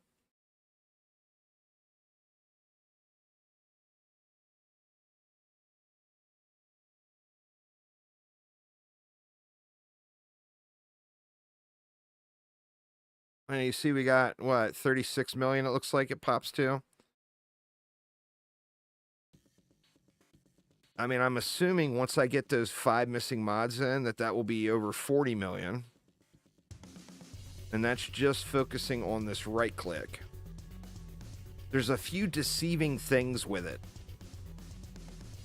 For example... No, not that one. Oh, for one, this shard, if you gild it, it gets no increased value. No, it's not that one. I think it might be the default itself. It was in the patch notes that the charge time was reduced by 0.75 or down to 0.75 seconds. So everyone assumed it fires every 0.75 seconds. But there's a cast animation. Like as you raise the pull arm and pull it back. And that cast animation eats into the time. So if you actually time it, it gets 6 shots off every 8 seconds. So it's 1 shot every 1.33 seconds. And that's the downside. Is it is slow firing, but it hits hard. You see, even here with no cooldowns up or anything for focus power and no swap damage, it's still critting for 10 mil. You know? And that's, that's without. Let me see what I'm doing when I have at least the swap up. 10-5. And then, of course, as you get more and more cooldowns going,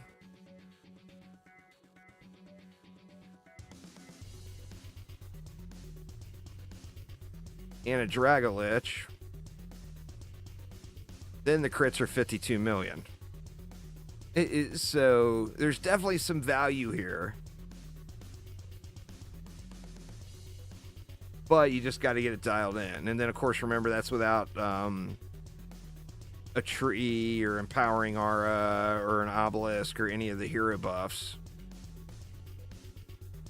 The hunter is basically the same thing. I showed it earlier, but it's you want these 3 mods on every piece of gear, and then you get an optional slot, that pest repellent.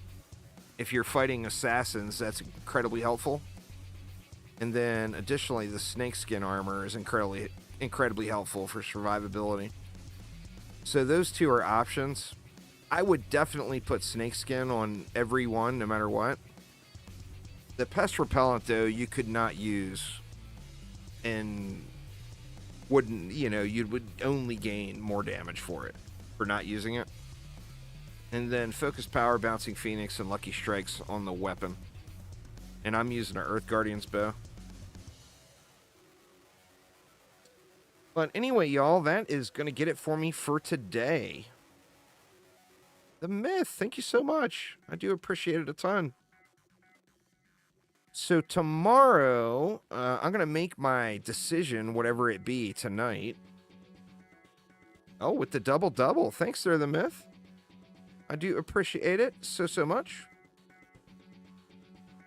Tomorrow, I am going to be streaming, and I'm going to have a bunch of giveaways. That was a bug. Fair enough. I do appreciate it. I'm going to be streaming tomorrow, and we're going to be doing all kinds of giveaways. So I'm going to have some theater masks to give away, some RGB headsets to give away, some juicy flares to give away, all the goodies. But anyway, that is going to get it for me for today, though. So thanks an absolute ton for hanging out, y'all. Let's take a look and see if there's any familiar faces. I am the only one streaming. DD2. Is there anyone streaming anything else? There's somebody streaming DD1, but I don't know them. So yeah, anyway, I guess that will get it. So thank you all so much. Hopefully everyone's having a wonderful week. Make sure to swing back by tomorrow. I'm probably going to put a poll up on YouTube. Not that I'm going to go by it. I'm going to make my own decision, just to see what you guys think about what I should do. I'm going to post that up in just a couple of minutes. So make sure to swing by my YouTube community page and vote in the poll and let me know what your thoughts are. But anyway, thanks a ton, y'all. Have a wonderful rest of your day, and I will see you all tomorrow. Take it easy.